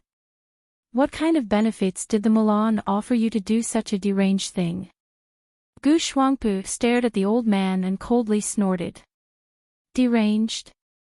I was originally from the Milan tribes. How could my decision possibly be deranged? You're a person from the Milan. The party of cultivators couldn't help but reveal surprise. Of course. A maddened expression appeared on Gu Shuangpu's face. Did you believe that benefits were enough to rope in a nascent soul cultivator like me? You Heavenly South cultivators should realize how sparse cultivation resources are in the Milan Plains. There are countless talented low-grade spell warriors that never progress in their cultivation due to a lack of spirit stones and medicine pills, and they turn to a pile of bones after only 100 years because they lack the optimal circumstances for cultivation. Why is that you Heavenly South cultivators were able to take such a good area, and us spell warriors must make do with a sparse few spirit stones to use? So long as the Milan acquire the cultivation resources of the Heavenly South, in less than 100 years the number of spell warriors will double. With such vast strength, we'll be able to defeat the soaring tribe's immortals, and rule over the entirety of the Milan Plains. When Gu Shuangpu said that, the others couldn't help but glance at each other in dismay. Hanli expressionly asked, "Defeat the soaring tribe's immortals?" It seems the Milan had suffered a decisive defeat by these immortals, and now a majority of the Milan Plains are being held by these towards immortal masters. Is that why you've staked it all in order to invade the Heavenly South? How? How do you know of this? Gu Shuangpu was stunned for a moment before suddenly something came to his mind and he viciously glared at Hanli. "You eavesdropped on my sound transmissions with Sage Lo." Hanli expressionlessly said, "It seems Brother Gu had realized it quite quickly, but don't blame me. Who was it that told you to so brazenly sound transmissions in front of me? With my slightly superior spiritual sense, I was just able to listen to your voice transmissions, and informed fellow Daoist Lu of the matter." With a pale complexion, Gu Shuangpu rigidly stared at Hanli and resentfully said, "Good, very good. All of my secrets are leaked. I've been concealed in the Heavenly South for so long, yet it can't be anything but unjust to fall to such a careless mistake. But to say that your spiritual sense is only slightly superior. Humph. Your esteemed self is far too modest. How could our secret voice transmission technique compare to common sound transmissions?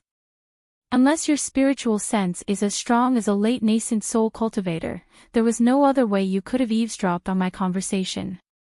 Old Man Ma shouted in alarm, late nascent soul stage. The bald man was also alarmed and glanced at Hanli with amazement. Hanli frowned. He didn't think that this matter would unintentionally reveal the strength of his spiritual sense. But soon, he eased his brow and instead wore a relaxed expression, leaving the bald man and Old Man Ma feeling skeptical of Gu Shuangpu's words. After all, it was a bit too outrageous for an early nascent soul cultivator to have a spiritual sense on the level of a late nascent soul cultivator. The bald man reluctantly turned his gaze away from Hanli and icily gazed at Gu Shuangpu inside the light barrier. Since we now know you are a spy, don't blame us for being ruthless. Although I wish to spare your life and hand you over to the enforcers of the Union, there is a great battle ahead of us. We do not have the option to keep you alive. Soon after, he flipped his hand and summoned a command medallion that flickered with silver light. He raised the command medallion into the air, shooting a beam of light at the barrier. The barrier cleanly absorbed the beam and began to flicker, suddenly shining with countless silver flowers, each vastly beautiful. Gu Shuangpu saw the silver flowers just like a poisonous insect and his expression grew unsightly. Without further thought, he quickly slapped several places around his body, placing several layers of various colored light around his body. At that same time, he pointed to the blue trident in front of it. It began to spin above his head and formed a barrier of blue light around him. Once the silver flowers began to rupture and fill the light barrier, the bald man turned around with disinterest and solemnly spoke to Hanli and Old Man Ma. Let's go, there's nothing good to see. Although his cultivation is high, he won't be able to endure the restrictions for long, and will soon have his soul destroyed. We still have to deal with the aftermath. Although this person was a Milan spy, he was still a controlling spirit sect elder. We will have much explaining to do to the Union. Chapter 737, Spirit-fused serpent monster. Seeing that the large man possessed such confidence in the hall's restrictions, Hanli blinked but said nothing else. Old Man Ma also felt somewhat doubtful of the bald man's words and frowned. Hanli smiled and suddenly said, to tell the truth, although this matter is somewhat troublesome, there is no need to worry too much over it. Not daring to ignore Hanli given his previous accomplishments, the bald man hesitantly asked, what does Brother Han mean? Old Man Ma also looked at Hanli with astonishment. Hanli rubbed his chin and said, our alliance leaders should surely know something of the Milan spies infiltrating into the heavenly south. They must have caught some in the past. So as long as this high-grade cultivator was a spy, the controlling spirit sect won't be able to do much about it. Since we all come from different alliances, most cultivators won't think that we had deliberately framed the controlling spirit sect elder. As such, we only have to explain ourselves and deliver the information we acquired from the Milan. Once they've verified this information, no trouble should come of this. I believe the controlling spirit sect should have had their own misgivings about Elder Gu by now. Surely fellow Daoist Gu wasn't able to perfectly conceal everything after so many years. And even if they don't, they should be able to find something suspicious from his past movements. The bald man unfurled his brow and suddenly revealed a white jade slip in his hand. He wore an odd expression and said, Brother Han's words are reasonable. I had also used a secret technique to record his previous words in a jade slip as well. We'll be able to use it as evidence when the time comes. After hearing Han Li's explanation and seeing the bald man's jade slip, Old Man Ma breathed a sigh of relief. That will do. It is a pity that fellow Daoist Bu wasn't able to come out and stand witness as his injuries were so severe that he had to conceal himself, but it won't pose a problem. Once that was said, the three had a more detailed discussion about the matter when hisses suddenly sounded out from the silver light barrier. The three were greatly surprised by this and they glanced at each other with bewilderment. Just as the bald man thought to take action, a huge explosion of flames ruptured from within the barrier. A green claw flew out and struck the light barrier like a bolt of lightning, causing it to fiercely tremble. What's this? He still has the strength to shock the restriction. The bald man was greatly alarmed and shouted with disbelief. He then formed an incantation gesture and struck the barrier with a white spell seal, causing the numerous flowers of light to cease, revealing the scene inside. The bald man and old man Ma felt their breaths turn cold. Han Li's expression was also sullen. Gu Shuangpu had disappeared, only to be replaced with a half-man, half-demon serpent monster.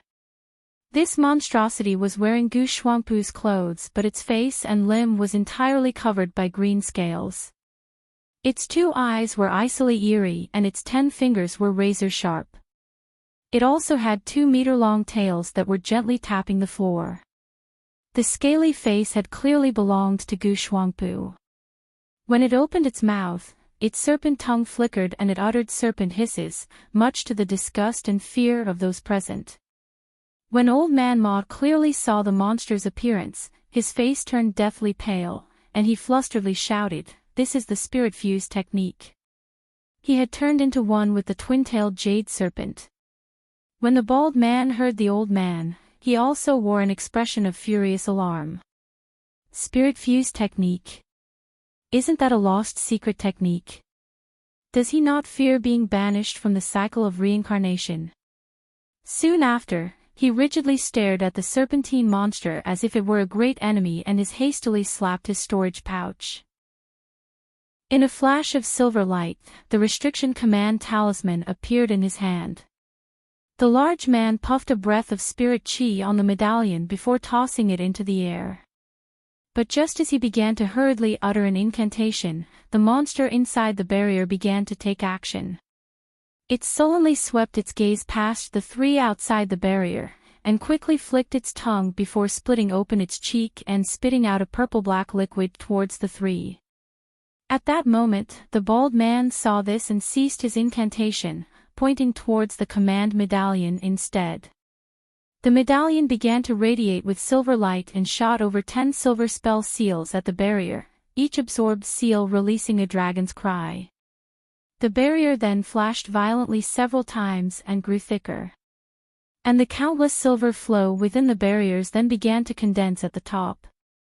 When the black-purple liquid struck the barrier, a small portion of the light barrier instantly turned black, and soon the color spread to nearly an area of 3 meters. A malicious expression appeared on the serpent monster's face. At that same moment, its 2 tails struck at the floor, launching it forward in a streak of green light and fiercely striking at the barrier with its claws. With a bang, a large hole was torn through the hardy barrier as if it were paper. The monster was delighted by the sight of this and its body blurred as it attempted to escape. When the bald man saw this, he wore an expression of horror and spat out a white rod from his mouth, forming a curtain of light around his body. Old Man Ma had also done the same. With a nervous expression, he spat out his ruler magic treasure and covered his body in a layer of light. The two clearly understood how fearsome was an early nascent soul cultivator that used the spirit fuse technique. Let alone its techniques, its cultivation should be on par with a mid-nascent soul cultivator. When the two saw the monster was about to escape, they naturally planned to fight it through a battle of attrition. They wouldn't take the initiative to strike until it struck first. But at that moment, Han Li sighed with a helpless tone and decided to take action. With a faint blur, he closed the short distance and appeared in front of the tear in the barrier. When the serpentine monster was just about to escape and saw Han Li blocking its way, a malicious gaze flickered from its eyes. Without a single trace or warning, it opened its mouth and spat out purple-black venom. Be careful. Fellow Daoist Han, quickly dodge. The bald man and old man Ma both shouted in alarm. It wasn't because of any concern from familiarity, but that they needed all the strength they could muster to fight against this monster, not to mention the looming threat of the Spell Warrior's army. Seemingly ignoring the two's shouts of alarm, Hanli stared at the oncoming purple-black liquid and an odd expression flickered from his eyes. With a deliberate raise of his arm, he bent his fingers, covering them in a layer of flickering blue flames, and stretched his hand forward to grab the poison. The two other nascent soul cultivators felt their heart drop at the sight of this. As for the serpentine monster, it spat out another blob of poison without any hesitation. A nearly indistinct sneer appeared on Hanli's face and blue light shined from his eyes. An eruption of light suddenly appeared between Hanli and the monster. The brilliant light wildly flickered several times before quickly dimming. The bald man and old man Ma hastily blinked and glanced over. What they saw left them in shock. They simply saw the serpentine monster wear an expression of rapt delight just as it was about to escape the light barrier, but its body was now covered in sparkling crystal, turning into a blue ice sculpture. As for the venom, it had turned into a slim thread of ice that emerged from its mouth, spanning about a meter long. At an unknown time, Hanli had appeared behind the monster and had placed his blue flaming hand on the back of the monster's neck. Hanli took his hand off of its neck and stared at the ice sculpture. As expected, this is the first time the spirit-fused monster has come to life. Although it was quite intelligent, its experience was far too shallow. There was nothing to be afraid of. He then raised his other hand, and a dense arc of golden lightning shot out from his palm and struck the ice sculpture, swapping a slim net of golden lightning around it. The blue radiance and the golden light fused together before promptly exploding, turning the ice sculpture into inch-sized chunks. With blue specks of light filling the air, a fist-sized black-purple object had shot out, but it was caught by the golden net. Inhuman wails soon began to scream from it. A stern expression flickered from Hanli's face. Hanli closed the hand that emitted the lightning and caused the net to constrict, rupturing it into golden brilliance and causing it to disappear from view. Just a moment ago, he had used the purple apex flames together with the celestial ice flames in order to freeze the monster in an instant. Then when he recalled the purple apex flames, he felt it become somewhat unstable.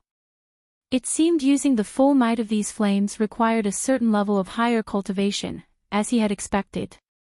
With a feeling of self-mockery, Hanli slowly walked towards his residence. When Old Man Ma saw Hanli leave, he wryly smiled and said, "Brother Liu, it seems we've made a misjudgment. Fellow Daoist Han's abilities are miraculously profound. His strength is far beyond ours." A trace of admiration appeared on the bald man's face. "That's right. Although his cultivation is at early nascent soul stage, with that golden lightning and blue flames, he could beat back even mid-nascent soul stage cultivators." Old Man Ma smiled and said, "However, this matter turned out for the better for us. With such a powerful ally, we will have nothing to fear from the invading spell warriors." "That makes sense." The bald man nodded, but soon he frowned and said, "However, while I haven't heard of this blue flame before, I've faintly heard of golden lightning before, but I can't recall what it is. Does Brother Ma have an idea?" The old man pondered for a moment and felt a faint chill. "None.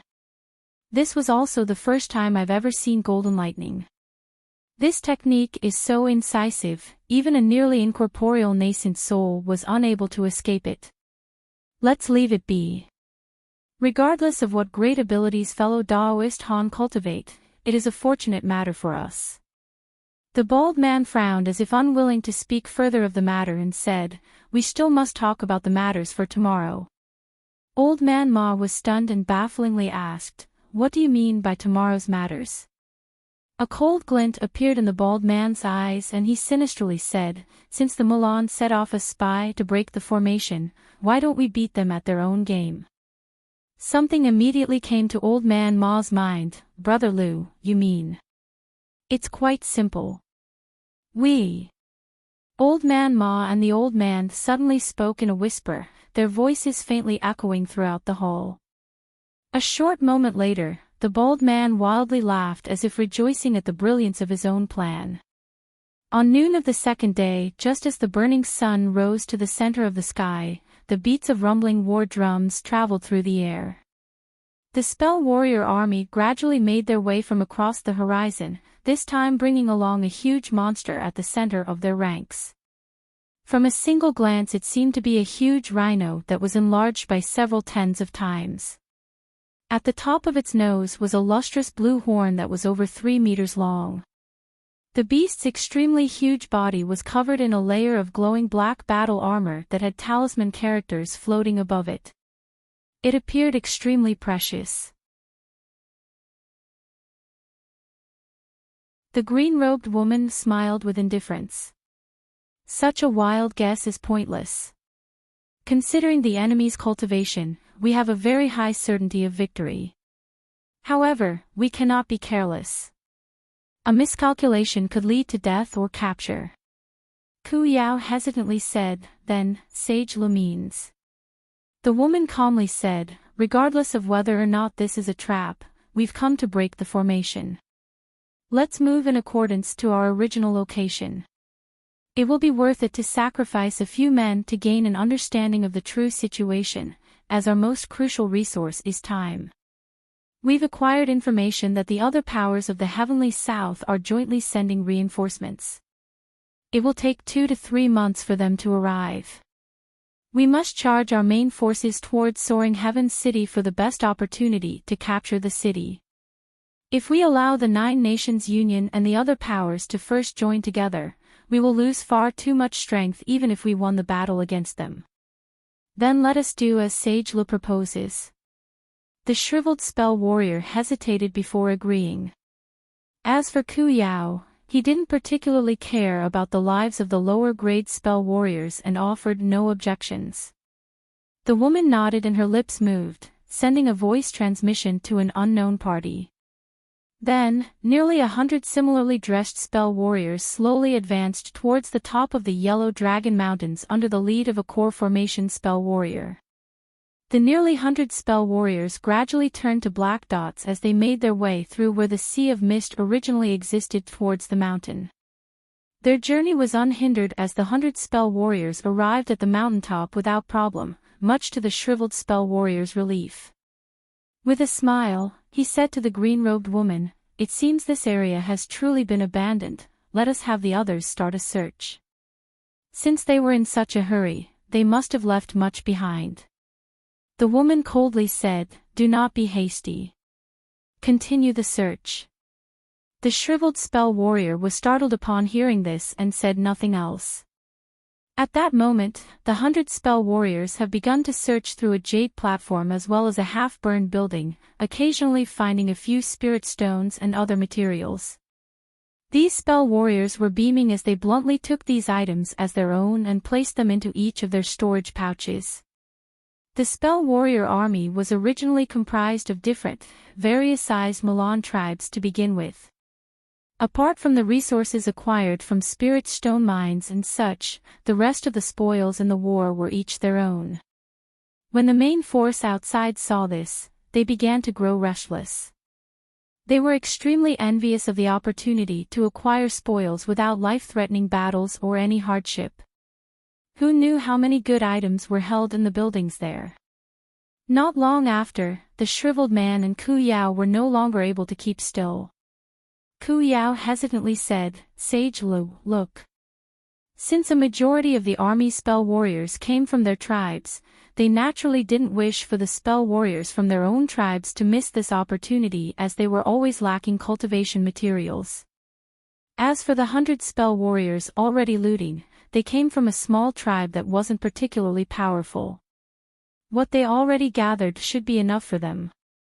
The green-robed woman remained indifferent as if she hadn't heard them. Instead, she unconsciously narrowed her eyes as if puzzled about something. When Ku Yao and the shriveled spell warrior saw this, they hesitantly glanced at each other and ceased talking.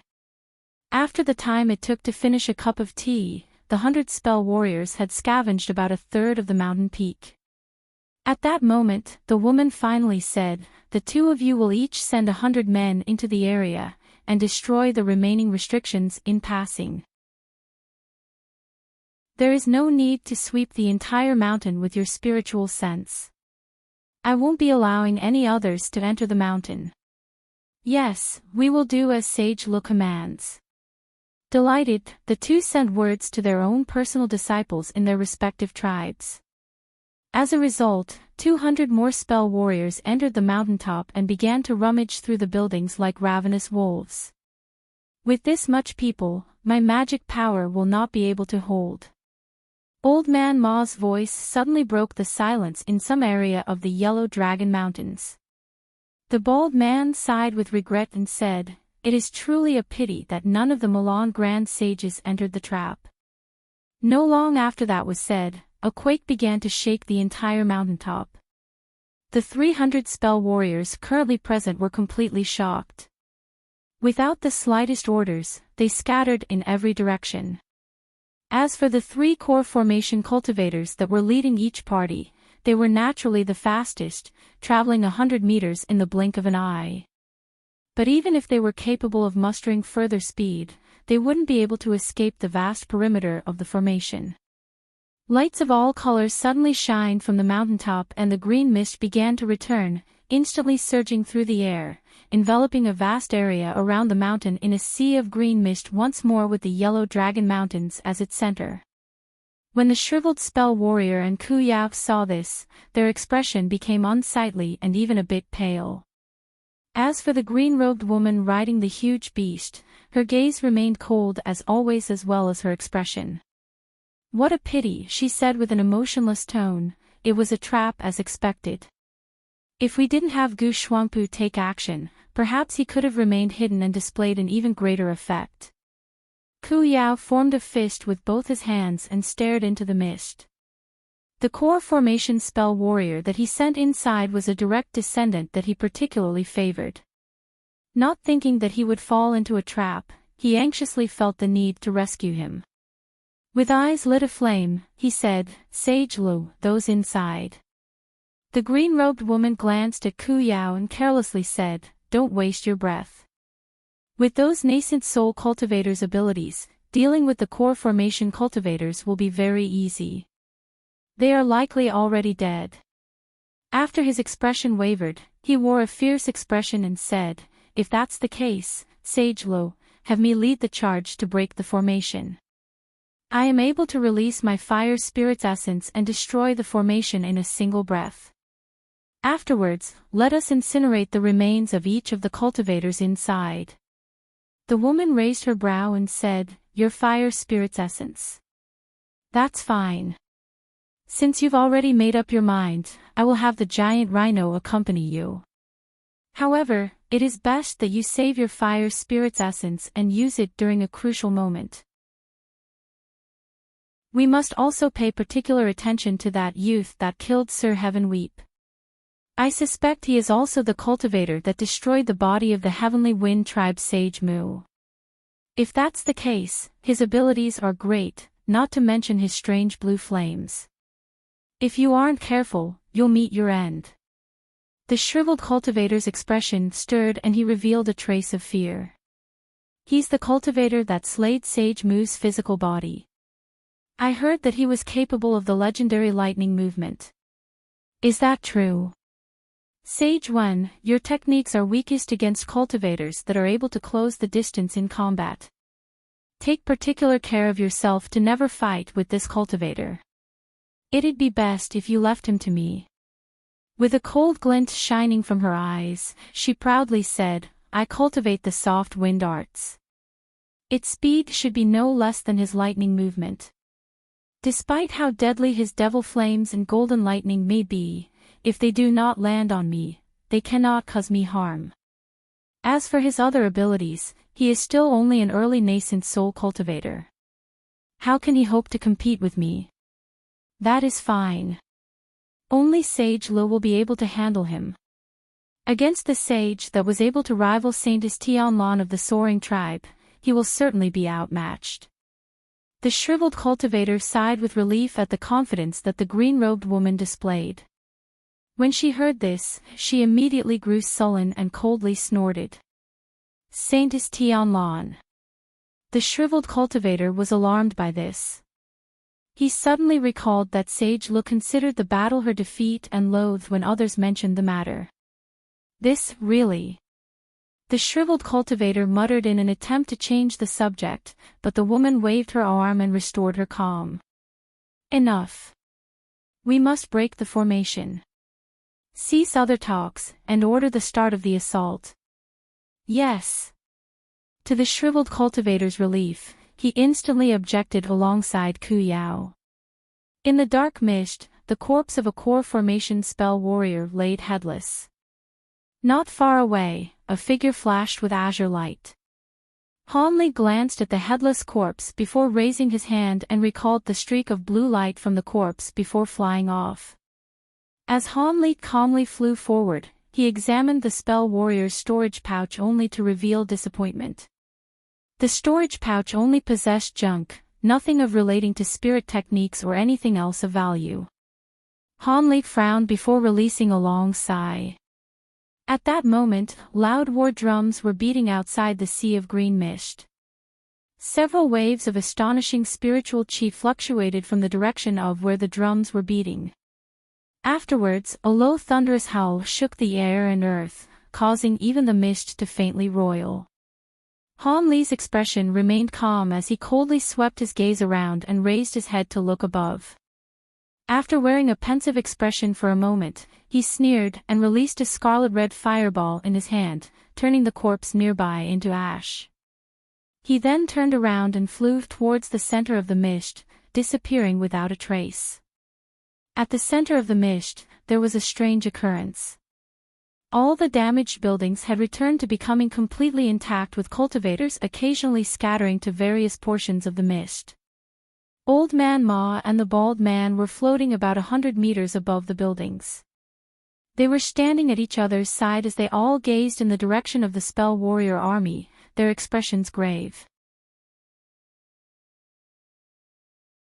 The bald man sighed. I didn't think the Milan would be so careful. Although we killed a few of their spell warriors, we didn't do much to harm their strength. We now can only use force against force. Brother Ma, how is your magic power holding up? You used the concealing heaven flags to cover half of the mountaintop.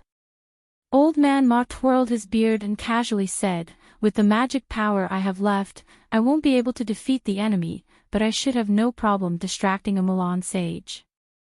The bald man solemnly said, that's fine. Leave the rest of the enemies for me and fellow Daoist Han to deal with. Fellow Daoist Bu has also restored a bit of his strength. I've already instructed his subordinates to call for him if the situation turns dire. Old Man Ma used his spiritual sense to view the tremendous beast outside of the formation and wore a worried expression. That is also fine. However, I fear that huge beast will be troublesome to deal with. We cannot afford to be distracted, and I suspect our core formation cultivators will not be able to deal with it. The bald man sighed. There is nothing we can do about the matter. We are truly lacking people. But with the Murong brothers watching over the formation, they will be able to provide further assistance. As core formation cultivators that cultivate lightning techniques, they're considerably hard to kill and should prove somewhat effective even against the beast's rough hide. His tone lacked confidence, having heard of the beast's fearsomeness from a few of the defeated cultivators. Old Man Ma nodded with a worried appearance. That is all we'll be able to do in advance. At that moment, azure light flashed from the green mist and flew around the two. The light faded away to reveal Han Li. He smiled at the two and asked, fellow Taoists, it seems the Milan are about to attack. Do you have any good plans to withstand them? The bald man smiled. It is good that Brother Han has come. We were just discussing this. Preparations. He repeated his previous plan to Han Li. Han Li frowned for a moment before relaxing his brow. That gigantic beast will be troublesome. This strange breed should have only existed during ancient times. Just how did the Milan acquire them? Anyhow, let us do as fellow Daoist Lu says. The bald man chuckled and respectfully said, "For this coming battle, we will be relying much on Brother Han's abilities." Hanli stroked his nose and calmly said, "Since this matter concerns the safety of the entire heavenly south, I naturally must strive my hardest. However, the enemy forces are truly powerful. My spirit may be willing, but my body might be too weak." Old Man Ma smiled and respectfully said, "If even Brother Han cannot match them, let alone us, the same could be said about the others in the alliance." Hanli glanced at Old Man Ma and mysteriously smiled. "Brother Ma truly overestimates me. My abilities aren't nearly as great as you two think they are. Please don't set your expectations too highly." Wishing also to deepen his friendship, the bald man chuckled and said, "Regardless of how it is said, Brother Han is by no means a common early nascent soul cultivator. Your abilities are far beyond ours. For this coming battle, the Milan have begun their assault." He quickly turned his gaze towards the instant. Hanli and Old Man Ma quickly glanced around in alarm. Red lights suddenly glowed in the direction of the spell warriors' army. A cloud of red flame suddenly filled the sky with several tens of scorching miniature suns gathering within it. Being the first time he had seen such a thing, Old Man Ma shouted in alarm, "What's this?" The bald man sullenly explained, "This is a spell warrior spirit technique formation. With a large number of spell warriors taking the place of formation flags and plates, they are able to quickly form a spell formation spirit technique. However, a high-grade spell warrior is needed to oversee the formation. From the huge fireballs, it is likely being controlled by the fire attribute spell warrior from yesterday. Spirit technique formation." Old Man Ma muttered to himself in astonishment. Although he wished to further ask about the details, he knew now was not the appropriate time and kept silent. Hanli withdrew his gaze and calmly said, "Let us all enter the formation and act with discretion. Before we fight with the nascent soul stage spell warriors, let us kill as many low-grade spell warriors as possible." "Good." Neither of the two offered any objections. The bald man called for several of the other core formation cultivators and gave them each their instructions, all of them entering the green mist one after another, with Yingning among them. Of course, Hanli gave her a few words of warning via voice transmission before promptly disappearing from the mist. At that moment, a portion of the spell warriors were organized into groups of several tens, each of them arranged in a profound and wondrous spell formation. They all raised a sparkling fire-red magic tool over their heads as they gathered around the fire chi and conducted the formation. Several tens of huge fireballs floated hundreds of meters above them, as they surged with broiling heat. The spell warriors underneath were roasting, each of their mouths parched, their vision blurry, their bodies trembling as they bitterly supported the spirit technique formation. At the very center of the formation of tens of fireballs, Ku Yao was sitting cross-legged with disheveled hair as 6 huge red banners slowly revolved around him. He remained completely motionless while his hands formed a strange incantation gesture. As for the 3-meter-long fire python, it spiraled around his head while its body shined with brilliant red light, stirring clouds of fire around it. Not far away, the green-robed woman had dismounted from the huge beast and was coldly staring at Ku Yao's actions. As for the shriveled spell warrior, he was further behind them and was glancing at them with concern. Ku Yao suddenly opened his eyes and shouted, "Go!" The 6 banners around him simultaneously erupted into pillars of scarlet light.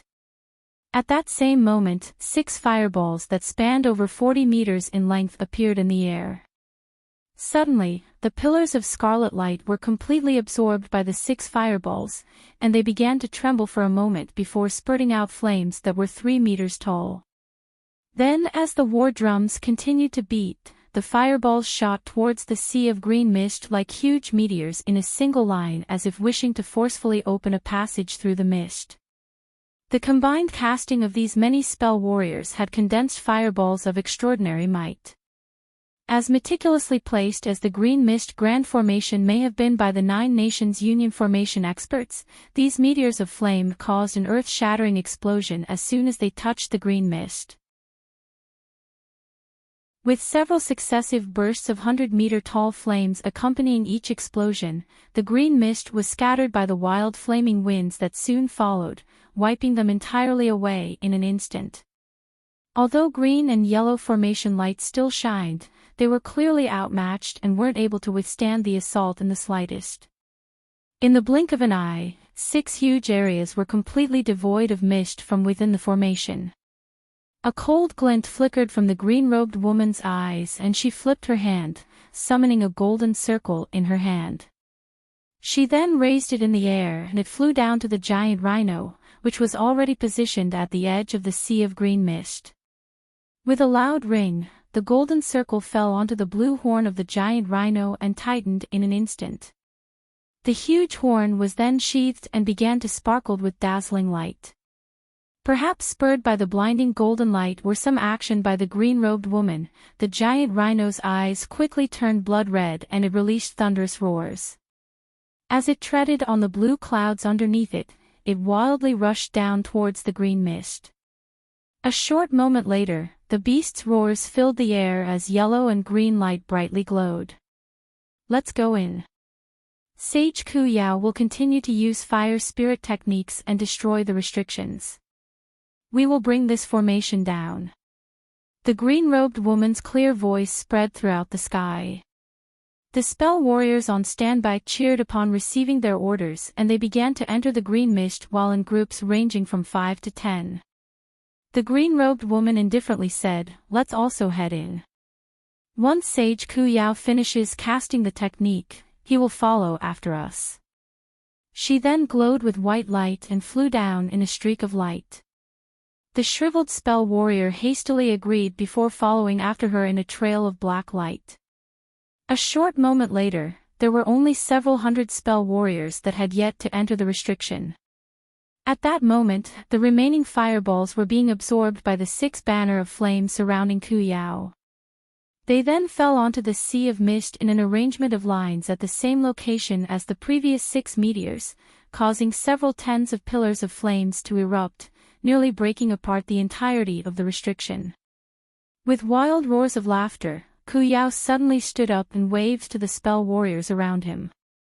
Then he wordlessly flew down towards the mist of sea in a ball of scorching flame. When the other spell warriors in the formation saw this, they flocked after him. At that moment, there were over 1,000 spell warriors in total inside the formation, not to mention the several hundred hidden spell warriors that were controlling the formation's restrictions from within. Han Li floated motionlessly inside the mist with his eyes closed. His body was already enveloped in armor composed of the black-tainted gold devouring beetles, and he was standing on a huge azure sword. Above him floated silent, 3-meter-long swarms of sparkling golden beetles. They each appeared extremely malicious and bloodthirsty as if just waiting for their first opportunity to kill. Han Li blinked several times and he slowly opened his eyes, his face wearing a trace of astonishment. As expected, there was a mid-nascent soul stage sage amongst them, but to think that it'd be a female spell warrior. Han Li muttered to himself. After a moment more of thought, he slapped his storage pouch and summoned a set of formation tools in his hands. Han Li's figure blurred as he quickly placed down the mightiest spell formation he could place on such short notice. Han Li swept his sleeve and commanded, "Silvermoon, come out." A small fox then flew out of his sleeve and landed in front of him. Han Li continued, "I will be giving you the purple cloud lace, and the flower basket as well." The opponent this time seems to be even more troublesome than Warner's senior martial sister. Be careful. If her abilities are truly too fearsome, we won't need to strain ourselves. Let's lure her here and use the green mist restrictions as well as my spell formation to even the odds. If that won't do, then we will simply escape. There is no need for us to stake it all. He then summoned the purple cloud lace and the flower basket into his hand before tossing it to the small white fox.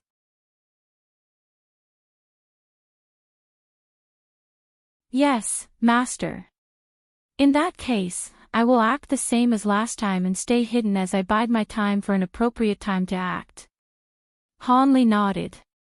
That will do. Last time you acted at a very decisive moment, to much effect. Many thanks for master's praise. This servant shall strive her hardest. After placing away the two treasures, she smiled and disappeared from sight in a flash of silver light. Hanli then turned to look at the distance, a stern expression appearing on his face. In a burst of azure light, he flew deep into the mist. Not long after the spell warriors entered the mist, the remnant restrictions within it began to stir, repeatedly endangering them. Fortunately for a majority of the spell warriors, the giant rhino was clearing a path, brushing aside the restrictions without care. Regardless whether they be fireballs, lightning, ice spikes, or boulders of earth, they didn't harm the huge beast in the slightest. Its jet-black armor easily brushed off any of the attacks.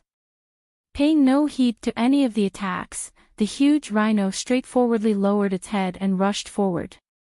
Any restrictions or obstructions that barred its path were struck through as if the beast's body carried the momentum of a shooting star. Its destructive force cleared the mist of an area of over 100 meters around it. As for the many spell warriors following after it, not a single one of them were harmed.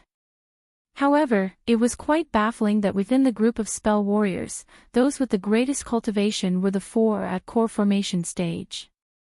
There wasn't a single nascent soul stage sage amongst them. It was unknown where the three nascent soul sages went after they entered the green mist, nor what strange plot they had in store. When these spell warriors saw that the area was clear of the mist, they sighed with relief. The core formation stage spell warriors even gathered together to discuss their next course of action. But at that moment, two sparkling silver halberds suddenly shot out of the mist, leaving thunder in their wake as they arced with lightning. Shocked with alarm, two of the core formation stage spell warriors acted first. They immediately raised their hands and released a blue and red streak of light directly towards the halberds in an attempt to block them. But who could have thought that instead of directly confronting the spell warriors' magic treasures, they changed direction and quickly shot towards the giant rhino's head. Although this had greatly surprised the core formation spell warriors, they soon grew relieved. The giant rhino's defenses weren't something that could be penetrated with ordinary magic treasures. But soon, an astonishing scene had occurred before them. The two silver halberds didn't directly strike at the giant rhino, but instead, they flew above the beast and began to strike each other without warning. Then a huge roll of thunder sounded out as a dense bolt of lightning shot from the two halberds towards the head of the huge beast. A blue light barrier shined from the beast's body, but it was completely scattered by the bolt of silver lightning and directly struck the jet-black armor. With a loud rumble and a flash of lightning, the giant rhino stood in place unscathed. However, the beast was enraged by the attack and loudly roared to the skies before opening its mouth and shooting out a 3-meter-long spike of ice towards the silver halberds above it. Making no attempt to stand their ground, the halberds dodged away from the ice spike before releasing another silver bolt of lightning and flying back into the mist. When the huge beast saw this, its eyes grew crimson and it chased them down without a further thought. The core formation spell warriors were alarmed and hastily called out to the other spell warriors behind them, each of them intending to give chase to the huge rhino. But before they took action, various colored lights appeared from the mist, revealing over 100 cultivators that had emerged from concealment. Then, they launched a massive assault against the Milan spell warriors as they released their magic tools into the air. In furious alarm, the Milan spell warriors also sent out their magic tools and unleashed their spirit techniques, sowing chaos amongst the cultivators. With that delay, the giant rhino had already disappeared into the mist. The core formation stage spell warriors were unable to deal with this as they were locked into battle against many cultivators at a similar cultivation. In their rage, they thought to call to the spell warriors behind them to assist them and completely wipe out the cultivations, but suddenly, the cultivators had recalled their magic tools and flew back into the mist. When the spell warriors saw this, they glanced at each other with dismay and hesitation, not knowing what they should do next. A late core formation stage old man, the leader of the bunch, pondered for a moment before calmly commanding, "We will split our vast numbers and take action separately." A majority of the restrictions nearby should have already been destroyed. So long as we are careful, it shouldn't pose much of a problem. Since they're using guerrilla tactics, they shouldn't be able to withstand a full-fledged pursuit and will be smoothly exterminated. As for the giant rhino, the core formation cultivators shouldn't be able to harm it. We will find the beast after we kill them. Then taking the lead, the old man flew into the mist pursuing a core formation cultivator that had fled in that direction. Soon, the other spell warriors obeyed and chaotically scattered into the mist in their own groups. The thick mist roiled for a moment before soon growing calm, with not a single person in sight. But a short moment later, a silhouette walked out of the green mist with a calm expression and with his hands held behind his back. He was Old Man Ma. Though his complexion was somewhat pale, his eyes shined spiritedly as if he were in peak condition. He walked out to the center of the empty area and he glanced around before suddenly revealing an odd expression. He then stared at an empty location and calmly said, "Since I've already come out, there is no need for fellow Daoists to continue hiding. Your techniques won't be able to hide you from me." With a cold snort, the black light flashed to reveal the tall shriveled spell warrior. "I didn't expect that your spiritual sense would still be so strong. I originally planned on giving you a pleasant surprise, but it seems things don't always go as planned."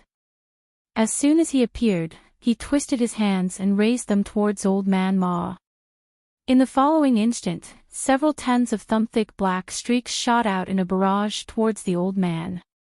About a kilometer away from Old Man Ma and the shriveled spell warrior, the bald man was expressionlessly staring at a man across from him, Ku Yao, who was enveloped in a ball of roasting flame.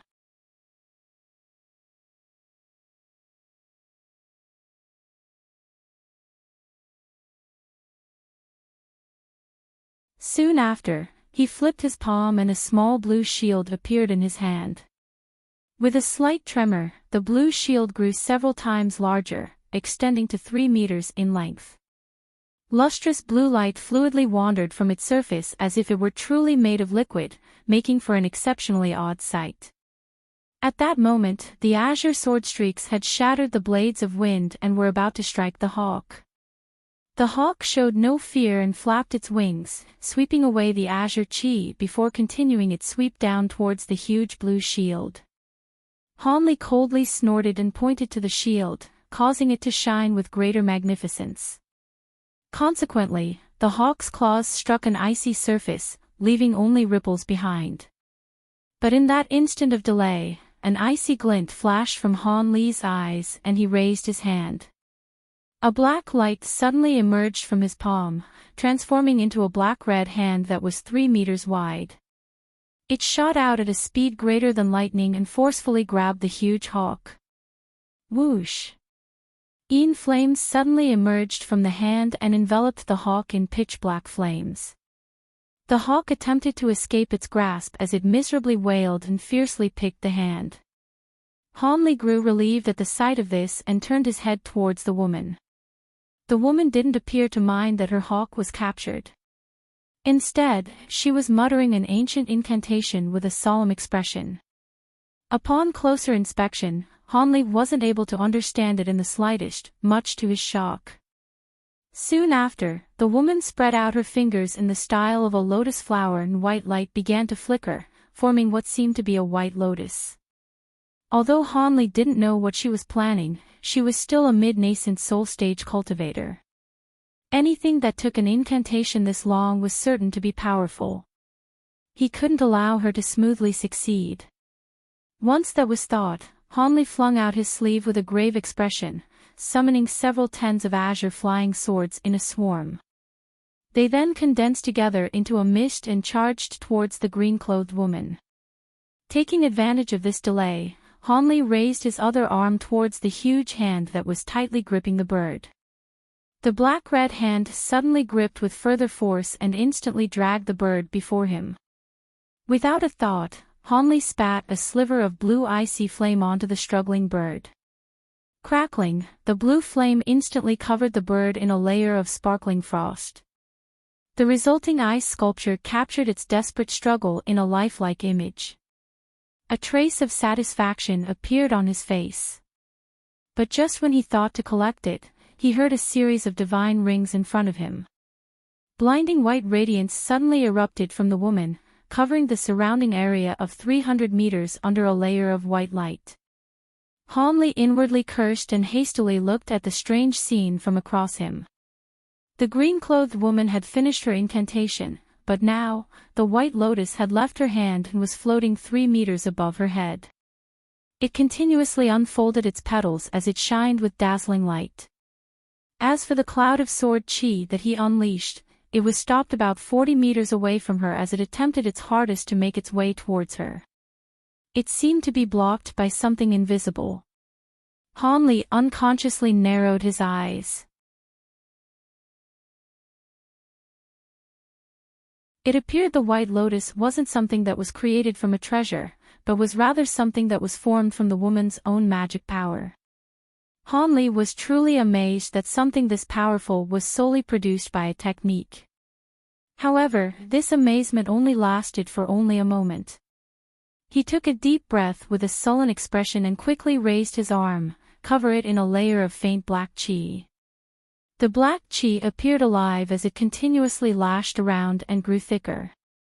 By the time it became pitch black, Hanli's expression grew stern. His arm quickly swelled, becoming 3 times as thick in the blink of an eye. Soon, a layer of dazzling crimson light began to cover the black chi in an incredibly bizarre display. At that moment, Hanli glanced coldly at the green-robed woman, and just as it so happened, the woman also raised her head to look at him. Their eyes met. Then when her eyes saw Hanli's monstrous arm, a cold glint shined from them. "Go!" Hanli roared and dropped his arm, releasing a semicircular mass of black-red light. Once it left his arm, it grew to the length of 10 meters.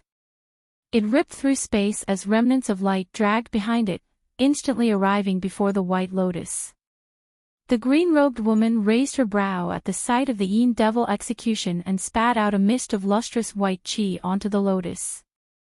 In an instant, a huge lotus mirage suddenly emerged from the white lotus, enveloping both itself and the woman. In a flash of light, the Yin devil execution rammed into the lotus mirage and easily cleaved into it. But after traveling 10 meters deep into the mirage, it slowed down before coming to a stop. A trace of pride appeared on the woman's face, but soon, her expression vastly changed. At that moment, she saw Hanli fling a black object at her.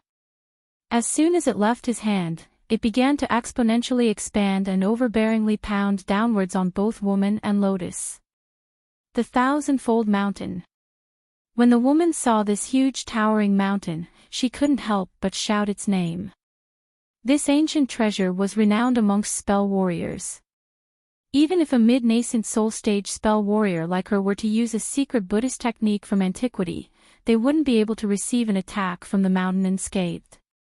The green-robed woman formed a hand incantation without a further thought, immersing the white lotus above her, the small yellow cauldron, and herself in a fusion of white light. In an instant, the air surrounding the lotus became completely still before suddenly erupting with azure radiance. The woman came into view once more. Despite no longer being sustained by the woman's magic power, the lotus mirage grew dim and didn't immediately fade away. It managed to last for a short moment before being completely scattered by the descending mountain. Revealing not the slightest joy from his face, Hanli muttered, "Wind movement technique." He then began to inwardly curse. He didn't expect that this woman would be capable of a strange movement technique on par with his lightning movement. In this case, he wouldn't be able to harm her unless he somehow trapped her. He had managed to come up with a plan, but he felt unsure of it. She was as skilled with her wind movement technique as he was with his thunderstorm wings. So long as he managed to keep up with her, he was confident that he would be able to easily wound her with the fearsomeness of the celestial ice flames. With that thought, Hanli raised his hands and pointed to the black-red light and the tens of bamboo clouds' warm swords that had finally escaped their restraints. Quickly, they fiercely shot towards where the green-robed woman had appeared. Thunder then roared from behind Hanli and silver wings appeared from his back. As for his blue light shield, he waved both his arms and it quickly shrunk before flying back into Hanli's sleeve. At that same moment, the huge black-red hand relaxed its grip on the white ribbon hawk, and it streaked towards the woman in a ball of black light. But that was not the end of his preparations. He raised his arms once more, but this time, a blue flame emerged from his palm. It crackled with a wavering blue brilliance. Finally, Hanli took it upon himself to personally close in on her, having done what he could to restrict her movements. In a flash of silver lightning, he disappeared, leaving only rolls of thunder in his wake. When the woman saw Hanli release so many treasures in a single display, she felt her head suddenly ache. She originally believed that this measly early nascent soul cultivator's power only extended to a few strange abilities. So long as these abilities were restrained, she should be able to smoothly deal with him. But she didn't expect that in a single move, he would unleash several powerful treasures in succession. In comparison, the only treasure she released had been restrained by her opponent. As someone who was used to being revered amongst the spell warriors, this embarrassment had given rise to fury. However, the woman clearly understood that since he possessed so many treasures, it would be difficult to injure him with ordinary techniques and treasures, let alone kill him. When she saw Hanli flap his wings and disappear in a flash of lightning, she snorted and eventually came to a decision to exhaust a bit of her strength and finish Hanli off with one of her killing moves. Of course, she couldn't allow Hanli to easily approach her during this time. As she pondered this, the white lotus had dropped down onto her head and disappeared into her body. Just as this happened, Hanli's figure appeared about 10 meters away from the woman's body in a flash of lightning. With a blur of his body, he suddenly appeared 3 meters away from her and hastily extended his cackling blue palm against the yellow barrier that surrounded the woman's body. Hanli was confident that the wood attribute barrier placed by the cauldron would be broken by the celestial ice flames. And his attack smoothly succeeded.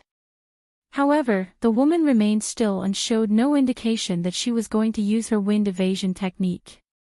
An unease filled his heart as a shiver spread across his back. At that moment, the woman suddenly shined with a soft white radiance as lotus petal mirages blossomed from her body. And against expectation, the faint yellow light barrier that Hanli just struck had actually managed to withstand his attack. Just as the white light and the blue flames made contact, Hanli felt his entire arm tremble. In the instant that the white brilliance shined, the lotus petals began to sweep towards him.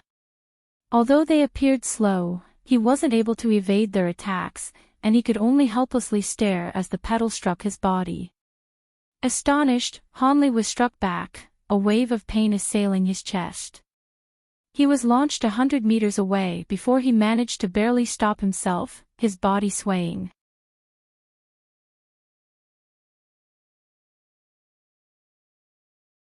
The ice-clad ribbon hawk shattered into pieces alongside the ice. But when the green-robed woman saw this while she was pursuing him, she coldly laughed and stamped down on the white lotus below her, causing it to scatter away the nearby mist with a wild gale. Hanli narrowed his eyes, staring at her malicious expression. He calmly asked, "Is fellow Taoist not heartbroken that her treasure was destroyed? Or do you believe my actions weren't enough to destroy the treasure?" With that said, he casually glanced at the cleared air, not paying any attention to the shards of ice that were floating in the air. "How about you tell me?" The green-robed woman pointed at Hanli, instantly causing the countless shards of ice at Han Li's side to shine with white light.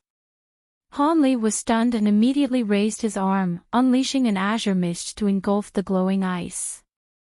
But in that moment, the ice shattered and specks of white light escaped from them, each of them flocking towards the woman. The azure mist was too late. Seeing that his attack failed, his face grew sullen, but he stayed his hand rather than waste his effort on attacks that might have no effect. He saw that white light was condensing in front of her, soon reaching the size of a head-sized ball. With a spell seal striking the ball, a hawk's cry immediately sounded out from the ball in a blinding flash of white light before taking shape of the snow-white hawk from before. When Han Li saw this, he frowned, but soon he took note of how its spirit was listless compared to before. He revealed a pensive expression at the sight. It seemed shattering the treasure did have some effect, the hawk wasn't truly immortal. He was sure that after killing the hawk several more times, it would definitely turn to ash and scatter. Despite seeing that the hawk had weakened, she wordlessly waved her arm and commanded it to take to the skies. It then twirled in the air before drifting back down as a white ribbon. Once it touched the woman's body, it disappeared. With one hand holding the lamp, she brushed her hair with the other. With a detached tone, she said, "Your sudden stop must have been to infuriate me by shattering my magic treasure. It seems that this place should be your contingency plan." Han Li grew silent for a moment before speaking with spirited eyes. "Since you already knew this and chased me, it seems you hold much confidence in the treasure in your hand.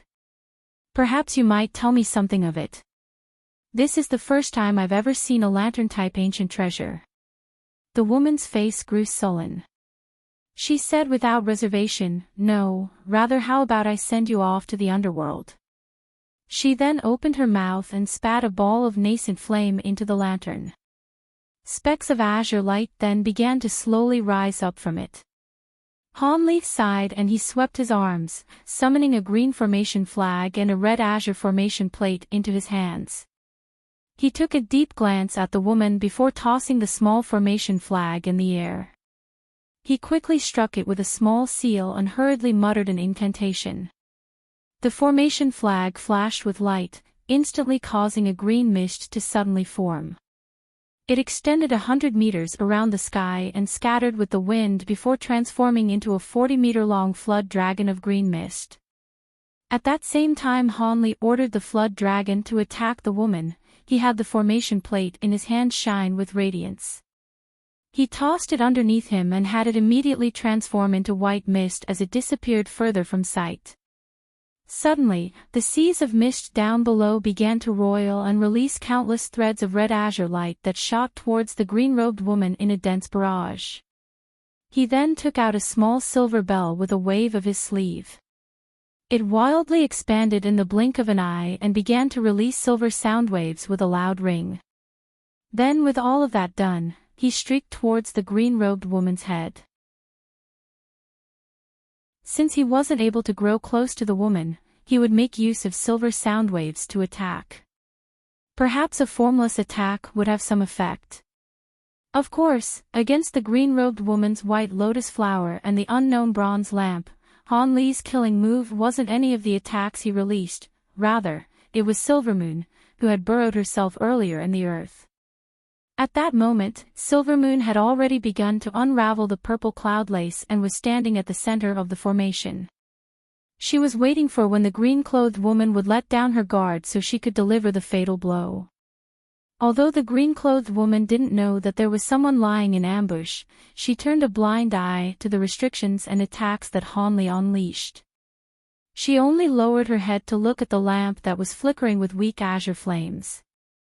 A sneer appeared on her face. She unhurriedly raised her arm and nimbly took out a possessed flame from the lantern with two of her fingers. At that moment, the flood dragon of mist, the threads of azure red light, and the silver sound waves were all about the striker. The woman didn't reveal any worry in the slightest and simply pointed to the white lotus down below her feet. White light flashed and it began to quickly revolve. Its petals contracted before instantly shrouding the woman in an impenetrable barrier. The flood dragon of mist was the first to strike the barrier. It opened its mouth and spouted out a surging breath of green mist. At that same moment, a white lotus petal from within the barrier lightly swept and scattered the attack. Then the red azure threads followed. They had also been scattered. Only the sound waves weren't blocked by the white lotus petals. They passed through the barrier, but it was unknown what effect they would have. When Hanli saw this, he formed an incantation gesture with his hands, and the red azure light threads ceased their attacks on the barrier. Instead, they formed a huge net and quickly layered upon themselves, blocking the white lotus from every side. As for the mist flood dragon, it surged and transformed into a large expanse of green mist, submerging the white lotus within it.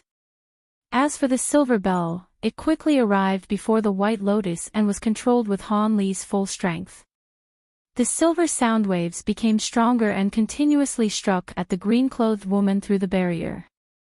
For a time, the green-clothed woman from within the white lotus seemed to be restrained. However, Han Li didn't appear happy about this in the slightest, rather, he furrowed his brow at the sight. As Han Li worried that the attacks actually made no difference, the contracted petals of the lotus immediately blossomed and spread out without the slightest warning. The petals were each razor-sharp. The surrounding mist and threads of light were completely scattered as soon as the flower unfolded. Han Li appeared particularly grim at the sight. The beautiful, green-robed woman was standing at the center of the white lotus with an expressionless face. She held the bronze lamp in one hand and clasped a seemingly ordinary blue flame in the other. She glanced at Han Li and then looked above him at the silver bell that was enveloping the woman in silver sound waves. A harsh expression flickered from her eyes. She suddenly raised her hand and sent an ember of flame into the bronze lantern.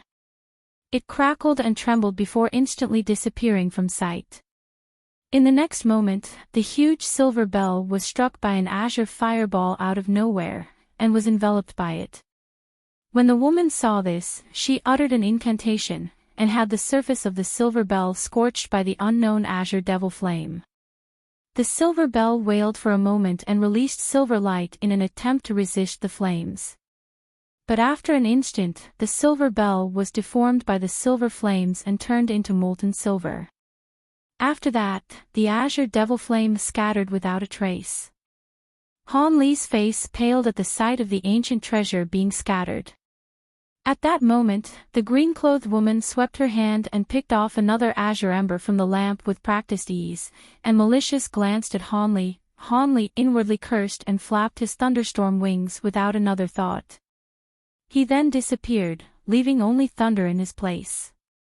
The woman didn't mind this in the slightest and dropped the azure ember into the lantern. Just as she was about to blow spiritual chi into it, purple light suddenly flashed beneath her and a 40-meter-wide purple net rushed towards her from below. As the green-clothed woman stood in place, she suddenly heard another woman's laughter before being instantly shrouded in a purple net. A beautiful woman suddenly emerged with a yellow flash of light soon after the purple net appeared. She chuckled and said, "Since you're fond of playing with fire, how about witnessing the might of my purple cloud-laced jade sun flames?" She raised her hand. The purple net flickered with flame, covering it with a layer of azure-white flame. There were even several azure-white flame serpents that suddenly emerged from the net and fiercely attacked the white lotus. Soon, the white lotus was entirely engulfed in blue-white flame. At that moment, Han Li appeared about 40 meters away from the green-robed woman with a smile on his face. He flung out his sleeve and summoned his 72 bamboo clouds-warm swords before him. Once they swarmed into the sky, he struck them with several spell seals in quick succession. The flying swords released a clear ring and condensed together into a 20-meter-long sword. Thunder roared from within it as dense arcs of lightning began to shoot off from the sword, transforming the sword into one of thunder and lightning.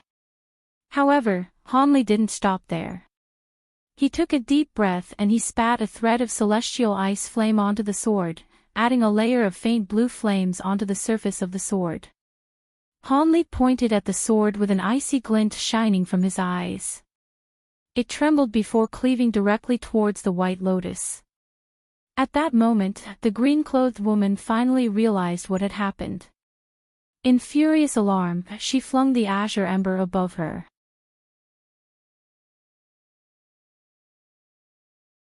As soon as the azure ember left the green-robed woman's hands, it shined with blinding azure light. Afterwards, it began to revolve around her head and give rise to an astonishing display. The azure-white flames that burned on the exterior of the White Lotus was overtaken by the lantern ember, and were quickly absorbed. Once the jade sun flames were cleanly absorbed, the flaming ember floating above her head had stopped, and were simply shining slightly brighter. The green-robed woman then pointed at the ember and had it flutter in the direction of Silvermoon. Silvermoon was greatly alarmed and pointed at the purple cloud lace without another thought. Suddenly, the purple net brightly shined with light and a portion of it moved in front of her. At that same moment, the ancient flower basket appeared in her hand. Then, the huge azure sword, roaring with thunder, arrived above the woman, immediately striking down at her under Han Li's command. Of course, Silvermoon conducted a joint attack at that moment. She had the flower basket envelop her body as white mist and clutched her hands in an incantation gesture, opening a large hole in the White Lotus barrier in a sudden flash of purple light. Having witnessed the astonishing pressure of the huge sword, the woman's expression changed in alarm, wearing a grave expression for the first time in this encounter. After a moment of hesitation, she ceased her attack on Silvermoon and completely concentrated her body's spiritual power into the White Lotus beneath her. In an instant, the White Lotus petals surrounding her increased several times in number and mirages of lotuses began to fold around her in a dense barrier. At that moment, she suddenly pointed at the lantern ember and had it return to flying above her head. Afterwards, the woman lifted the copper lantern in her head and waved it in front of her. A series of azure flame mirages appeared along with 2 flame embers. The 2 flame embers then flew towards the woman's head and condensed together with the original azure flame ember to form a first-sized azure fireball. At that moment, the huge sword arrived at the lotus petal barrier. Rolls of thunder and a huge rumbling explosion sounded out as white light, golden lightning, and blue flame entwined. While the tensome lotus petals were rather remarkable, the divine devil-bane lightning and the celestial ice flames were also a force to be reckoned with. While they alone might not be able to overcome the lotus mirages, when combined together into the huge sword, the combined might of 72 bamboo clouds' warm swords eventually shattered through the lotus mirages despite their greatest attempt to resist, and faded away into specks of starlight. Unimpeded, the huge sword continued its descent, only for the blue ball of flame to unhurriedly meet it. Han Li's expression turned solemn at the sight. Although he felt some fear towards this odd azure flame, he was quite interested in measuring the might of the celestial ice flame against the lantern's flame. The impact between the huge sword and the azure fireball was completely silent. Regardless of whether it be the golden lightning or the icy flames, they were both instantly consumed by the azure flame. It then began to engulf the huge sword. The bamboo cloud's warm swords were Han Li's bonded magic treasure, so it was natural for him to feel it quite closely. In the instant the azure flames completely enveloped the huge sword, he felt his mind tremble as unbearable pain and scorching heat assailed him. His body's temperature abruptly risen, he could almost feel his blood boil. In great alarm, Han Li instantly formed an incantation gesture and pointed to the huge sword. With that done, the sword wildly flickered, and transformed back into many small swords before scattering. He originally believed that this would rid him of the strange flame. But when he clearly saw what happened, his expression vastly changed. All of his flying swords were simultaneously covered in burning azure flame. Han Li's expression wavered as he felt his body's condition worsen, sweat began to profuse from his body. He gritted his teeth in astonishment and quickly cycled through several hand incantations, ordering the 10 strands of spiritual sense controlling the flying swords to fly to the sky. Then, in an attempt to escape the flames, they began to wildly revolve.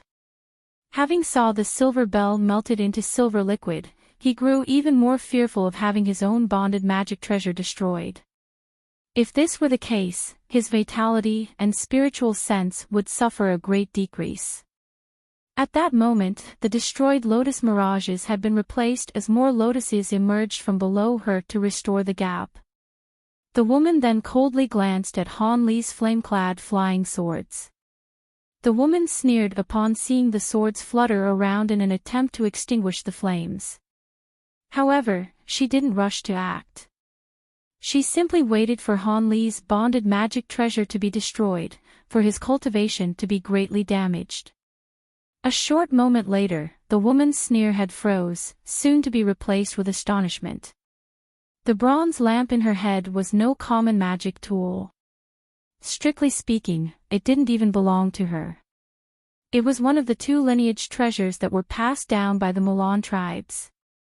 This sage Lu was able to acquire this treasure not only because of her profound cultivation, but also because she was the most powerful female spell warrior in the Mulan. Most importantly, she was the only woman who held a similar rank to the soaring tribe Saintess Tianlan, and received much esteem amongst other high-grade spell warriors. Even the Mulan's 3 divine sages had to treat her with respect. Ever since she acquired this ancient treasure, she had only used the lantern a few times due to its restrictions and peculiarities. When the treasure reached the maximum quantity of uses, it would immediately be revoked and be given to the next suitable master. The treasure was held with great importance amongst the Mulan. However, the most important use for the bronze lantern wasn't for battle. Rather, it had a specific and extremely important use.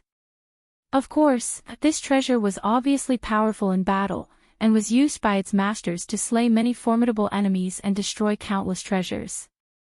Be they ancient or magic treasures, the flames were incapable of being extinguished once they were covered. Wood attribute treasures were particularly vulnerable to the flames and would be destroyed in an instant.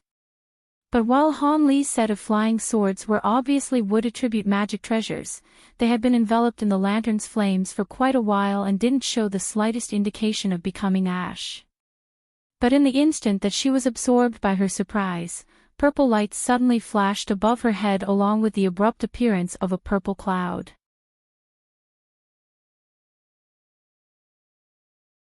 As the both of them were distracted, purple cloud formed from the purple cloud lace above the green-robed woman's head and suddenly parted and released an immensely fast streak of white that flew towards the lantern. Then in a flash of white light, the lantern was completely enveloped by the light and was fiercely dragged back towards the purple cloud.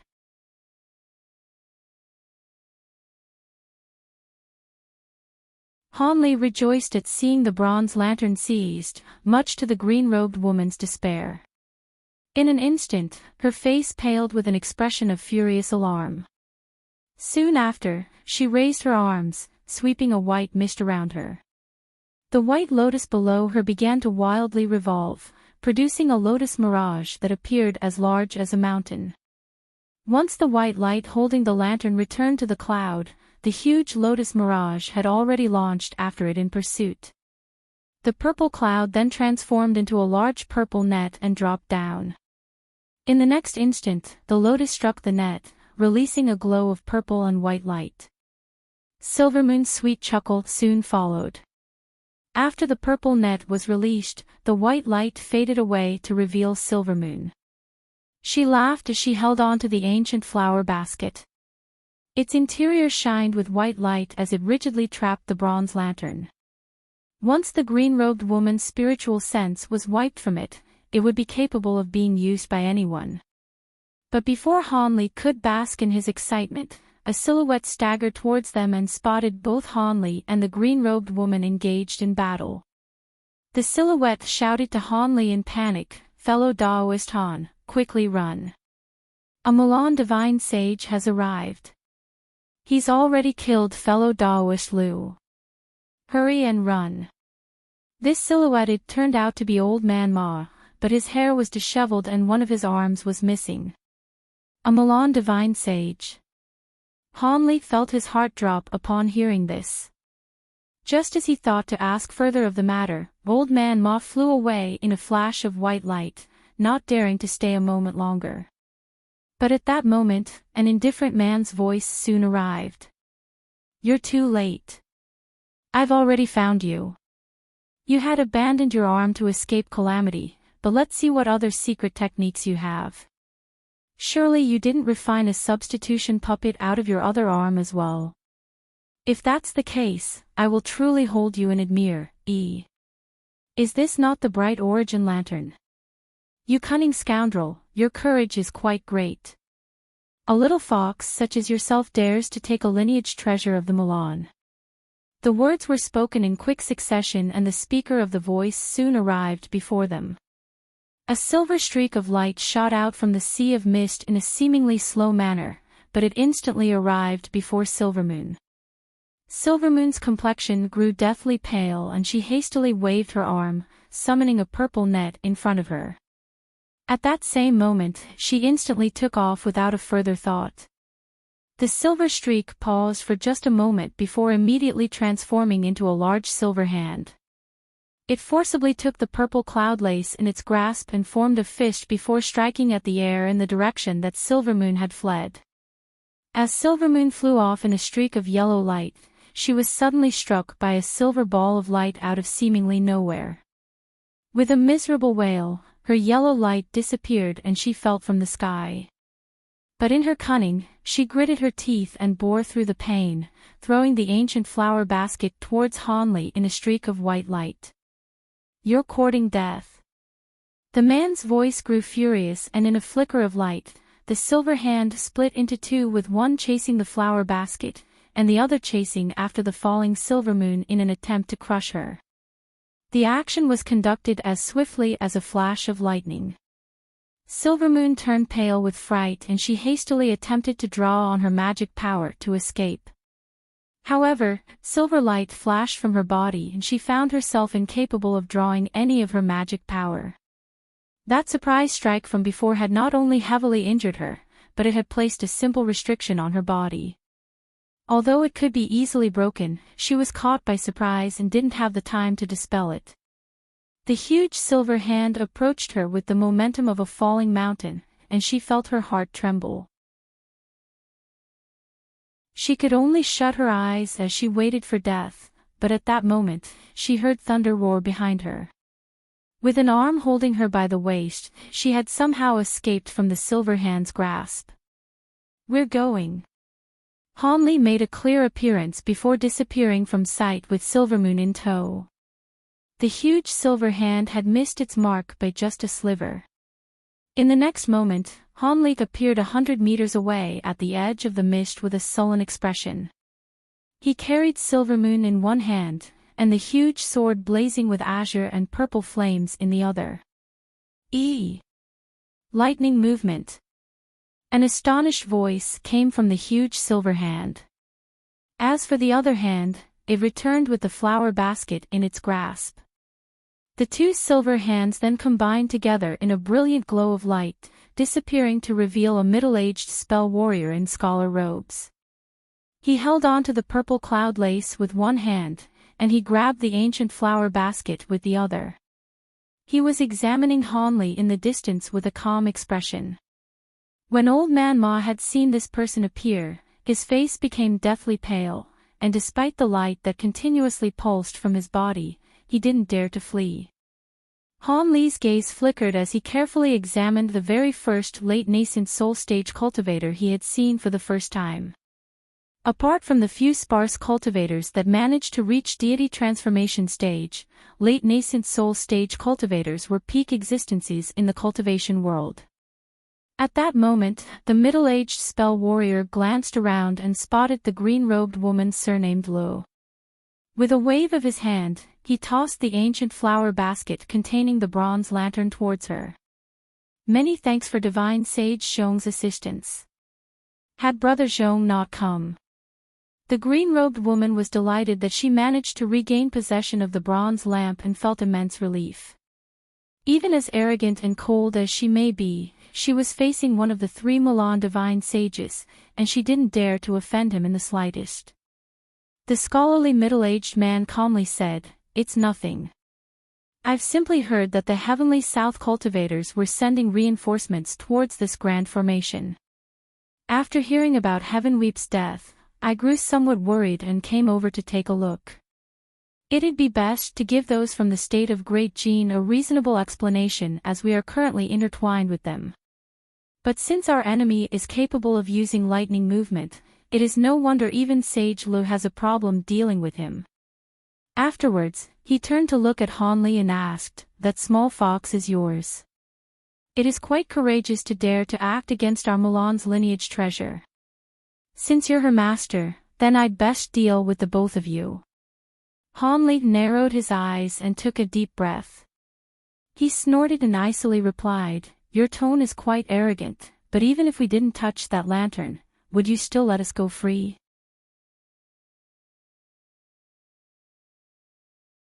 Although my own spiritual sense is beyond that of a mid-nascent soul stage cultivator, it is still quite lacking to a true late-nascent soul stage cultivator. After all, I didn't learn the great development technique to completion. I haven't been able to get my hands on the last layers of the technique. Once this chase ends, I'll immediately head to the far west and find the final layers of that chant with certainty.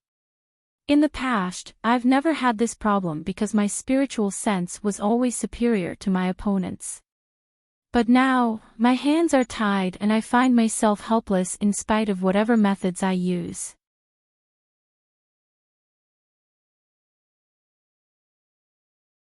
Chapter 747, Reputation Rising. Silvermoon worriedly muttered, "Then how about Master Yu's blood shadow evasion?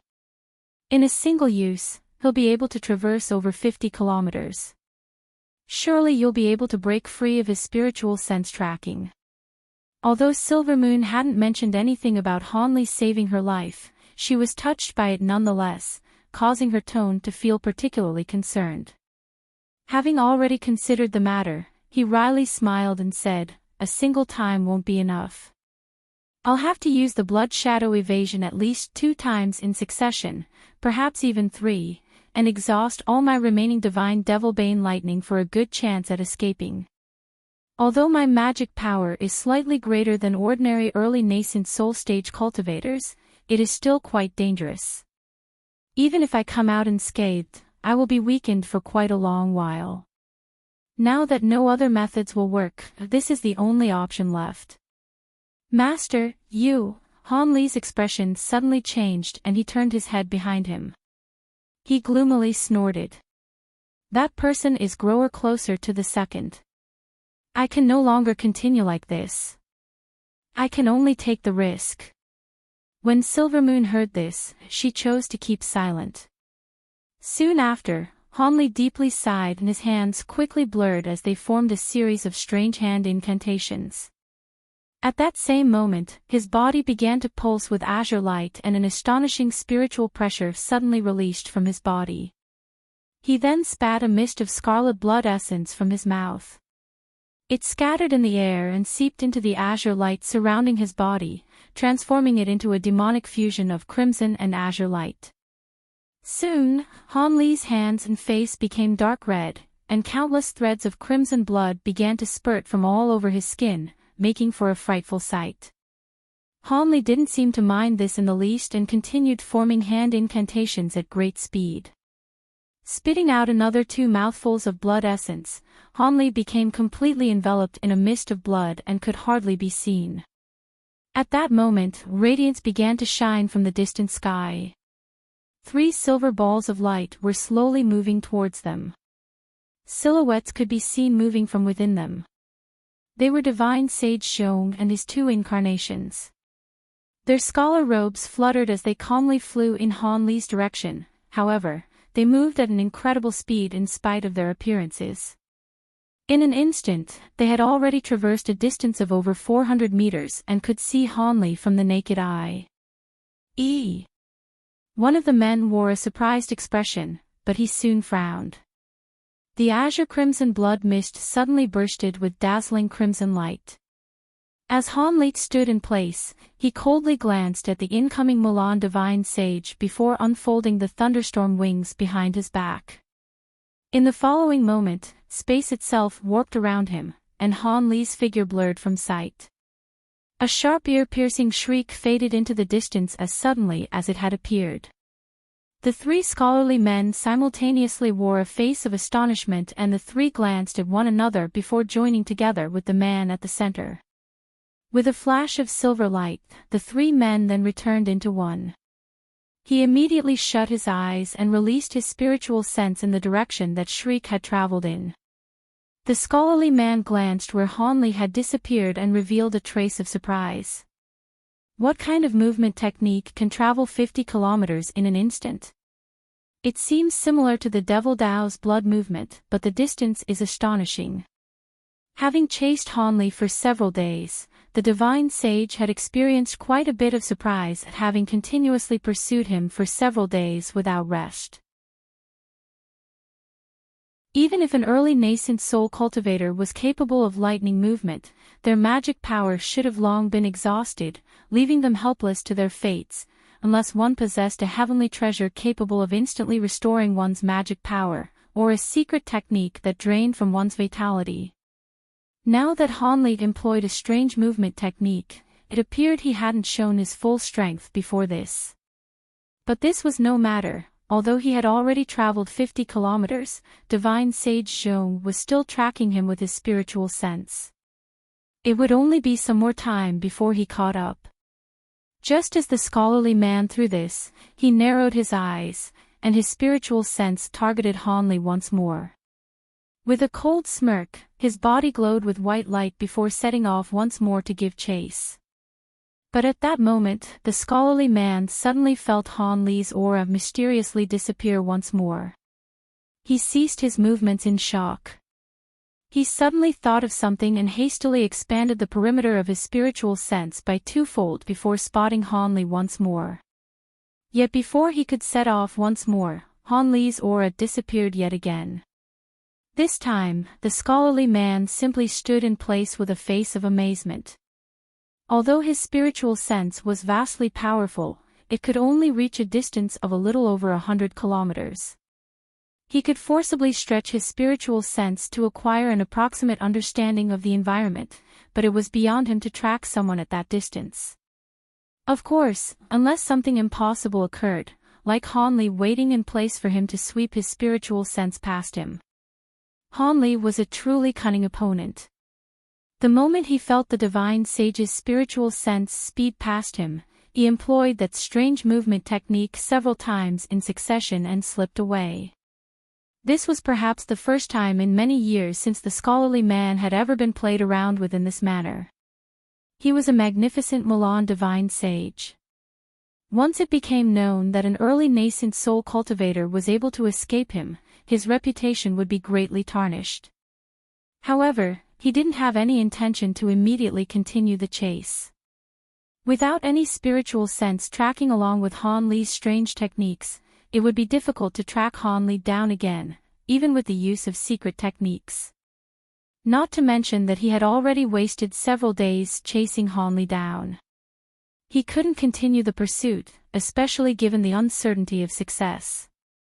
After all, since he, a divine sage, had made an appearance, the other late nascent soul stage cultivators in the heavenly south could no longer remain idle. He needed to return and join with the other Milan divine sages in preparation. If they were jointly attacked by enemy late nascent soul stage cultivators, it would be extremely dangerous. After pondering for a long while with a restless state of mind, his face grew sullen. He flew back in the direction from where he came. In the blink of silver light, he disappeared from sight. In an area 150 kilometers away, Han Li was flying through the sky in a streak of azure light in a different direction from before.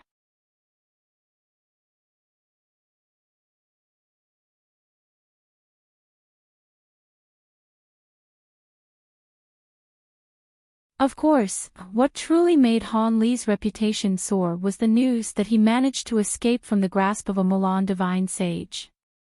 When divine sage Zhong had returned to the spell warrior army, his failure to kill Hanli had caused quite a commotion amongst the spell warriors. The scholarly man as a result had given Hanli a very high assessment in order to save face and avoid embarrassment, rating his abilities slightly beyond that of a mid-nascent soul stage cultivator. Naturally, none doubted the assessment of a divine sage. With the addition of the many abilities Hanli displayed in his battle with the green-robed woman surnamed Lo, and his earlier victory over the Heavenly Wind tribe sage Mu, resulting in the destruction of his physical body, his repute amongst the spell warrior armies were even greater than those of the Heavenly South cultivators. Of course, this information eventually made its way to the Heavenly South and had caused quite a ruckus as well. Needless to say, many other obscure nascent soul cultivators had also made a name for themselves in that way. After all, a cultivator's true abilities could only be truly measured in battle. Eventually, over half a year had passed, and Hanli had finally emerged from his seclusion in a valley in the state of Yu. Feng Tuo was a foundation establishment stage spell warrior from a small Milan tribe. Although he was worshipped as an immortal master amongst his people, he was now merely a common foot soldier in Soaring Heaven City. He was currently stationed on a fortress on the border of the state of Bailiang. He had to patrol an area of over 100 kilometers with a party of chi condensation spell warriors in between the fortress and the city to warn of any sudden attacks by the Heavenly South cultivators. After patrolling for about half a day, it was about time for him to be relieved by another spell warrior. Once he patrolled a few tens more kilometers, he would be able to return. Feng Tuo pondered for a moment, thinking about the tens of spirit stones he had received in the past 2 days. With those spirit stones, he felt confident he would be able to break through the bottleneck to mid-foundation establishment stage. He couldn't help but feel an impatience to return to cultivating and become stronger before the next battle. If he would be able to acquire a few merits in the upcoming battle, he would surely be rewarded with an appropriate number of spirit stones. This spell warrior was indulging in fantasy as he slowly flew on his magic tool, guiding a party of chi condensation stage spell warriors. At that moment, he happened to fly across an ordinary cliff that few ever visited. When he thought to brush through the area, he suddenly saw a flash of azure light emerge from the rock, revealing an azure-robed youth that appeared to be in his early 20s. The youth glanced at the party of spell warriors with a cold, emotionless expression. When Feng Tuo clearly saw this youth, he swept his spiritual sense past him and felt his breath turn cold. Heavenly South cultivator. He's at least core formation stage. I cannot see the depth of his cultivation. Quickly, withdraw. This person isn't someone we can handle. Feng Tuo acted rather keenly and hastily called for his 6 low-grade party members to retreat. He then tossed an exquisite spirit beast pouch through the air. At that same moment, a streak of red light shot out of the pouch and spun in the air before shooting in the direction of the fortress. At that moment, a beautiful white-clothed woman appeared in a flash of white light. Red light suddenly appeared near her and she chuckled before spitting out a fragrant pink mist and forming a barrier around the streak of red light. With a clear cry, the red light faded away to reveal a small red bird floating in the air. The young woman extended her hand and had the small bird fly into it. Having seen this, Feng Tuo felt his heart drop. Unable to look after the others, he quickly formed a hand incantation and had his body glow with yellow light and instantly shot several kilometers away by using a life-saving technique. But at that moment, the youth narrowed his eyes and snorted. The sound was ordinary as it could be, but when Feng Tuo heard this, he felt his ears ring and his mind grow dark as he felt the very earth twirl around him. The other chi condensation stage cultivators didn't fare any better either. In the instant the youth infused magic power with his snort, the spell warriors dropped to the ground in succession. As for Feng Tuo, the young woman arrived by his side in a blur and lifted him into the air by his neck. Once she landed in front of him, she sweetly smiled at the youth and said, "Master, this person is their leader." He should know a bit more. Needless to say, these two were Hanli and Silvermoon, who had discovered that the state of Yu had fallen during their time in seclusion. They already had a rough understanding of what had happened. He already had Silvermoon sneak into the nearby area and gather some information. Just as he was passing through this area, he discovered Feng Tuo's party patrolling nearby. Hanli felt his heart stir and decided to capture the party of spell warriors, questioning them about the surrounding affairs and saving him the hassle of treading into any areas that may be guarded by a divine sage. Combined with Silvermoon's bewitchment techniques, Hanli's Dream Tier technique allowed him to easily acquire what he wanted. Hanli greatly sighed with relief. The three divine sages took alternative turns guarding the border, but this span of the border was far from the fortress the divine sage was guarding and was being guarded by only a Mulan sage. With Hanli's cultivation, he should have no problem sneaking past him. Hanli then looked down at the captives with a frown. In order to acquire the information as quickly as possible, Hanli had used a forceful method to extract information, resulting in a near total annihilation of their minds. Even if they woke up, they would empty husks. With a light sigh, he turned each of the spell warriors into ash with a fireball. He then took to the skies in an azure streak of light and took Silvermoon in tow. On the border of the state of Bailiang, in a remote building in the newly constructed city of Skyfirst, Hanli's senior martial brother Lu was currently talking with a few other high-grade cultivators of the Heavenly South cultivators. However, he appeared absent-minded, as if he were worrying about something. Since he had already battled against the spell warrior vanguard, he could already return to the Drifting Clouds sect. However, the sect currently only had 2 nascent soul cultivators. He couldn't allow the silver-haired old man, his senior martial brother, to lead the Drifting Clouds sect disciples into battle, so he took the initiative to remain and look after his sect disciples. Of course, the other reason he was unwilling to depart was because of the recently famous Drifting Clouds sect's elder Han. His whereabouts were still unknown. He was worried that Hanli either met mishap or perhaps found himself incapable of returning. Nevertheless, Hanli had already proven himself capable of killing other nascent soul cultivators and even escaping the pursuit of a Mulan divine sage. Elder Lu could hardly believe Hanli was such a capable individual. After all, others might not know this, but he personally knew that Hanli had just condensed a nascent soul several years ago. How was it possible that he had developed such heaven-defying abilities in such a short amount of time? Even a Mulan divine sage had appraised him to be a level slightly above that of a mid-nascent soul cultivator. Could it be that the Drifting Clouds sect had truly collected a treasure? Was junior martial brother Han a cultivation genius that appeared once in 10,000 years? As of current, Lu Luo was sitting in the hall as he pondered about this matter, oblivious to what the others were saying.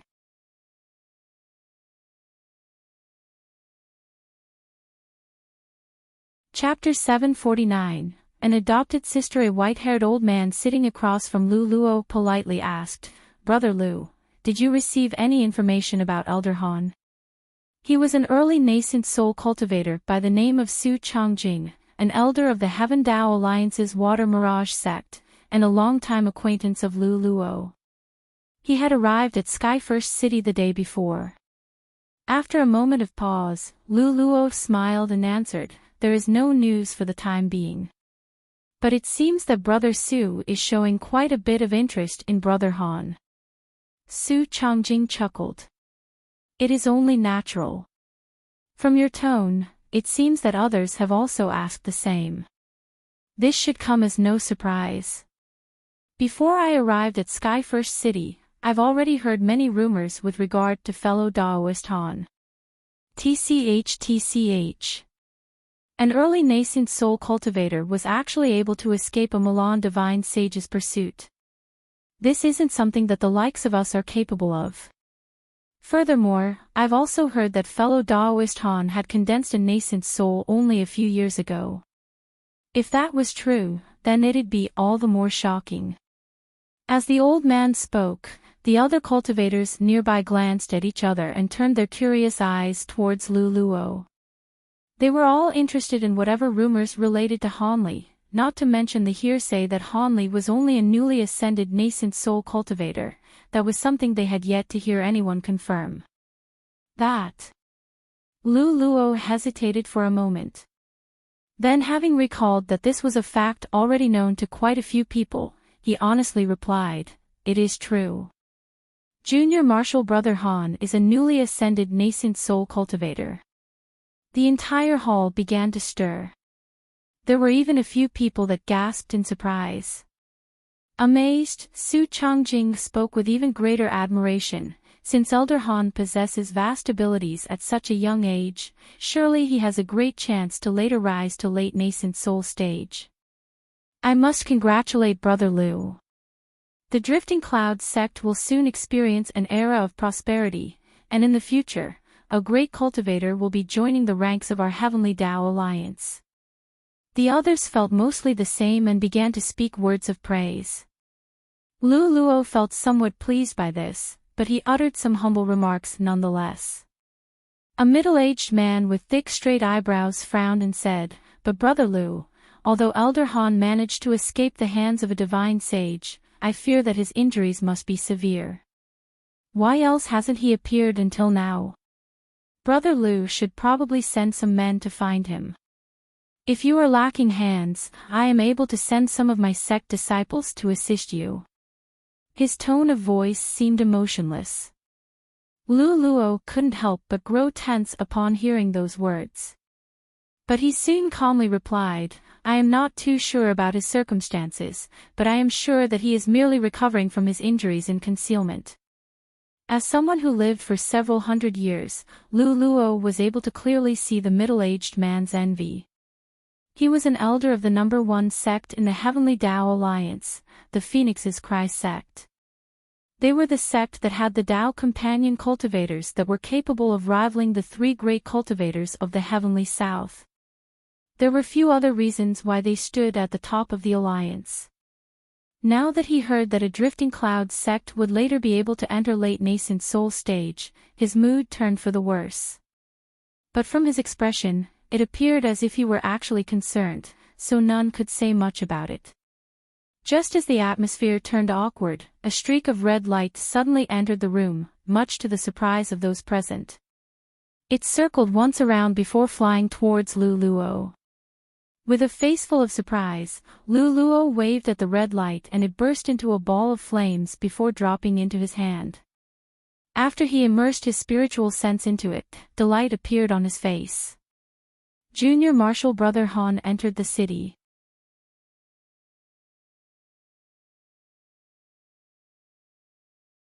It was only through immense effort that Senior Martial Brother Qing was able to hold her back. After all, there are Mei cultivators from the Flowing Mind sect and the Masked Moon sect here, and you've yet to officially become Tao companions. It'd be best if Fairy Nangong isn't recognized. As for Junior Martial Brother Han's concubine, I've had her escorted back to the sect, as it will be dangerous in the upcoming battle.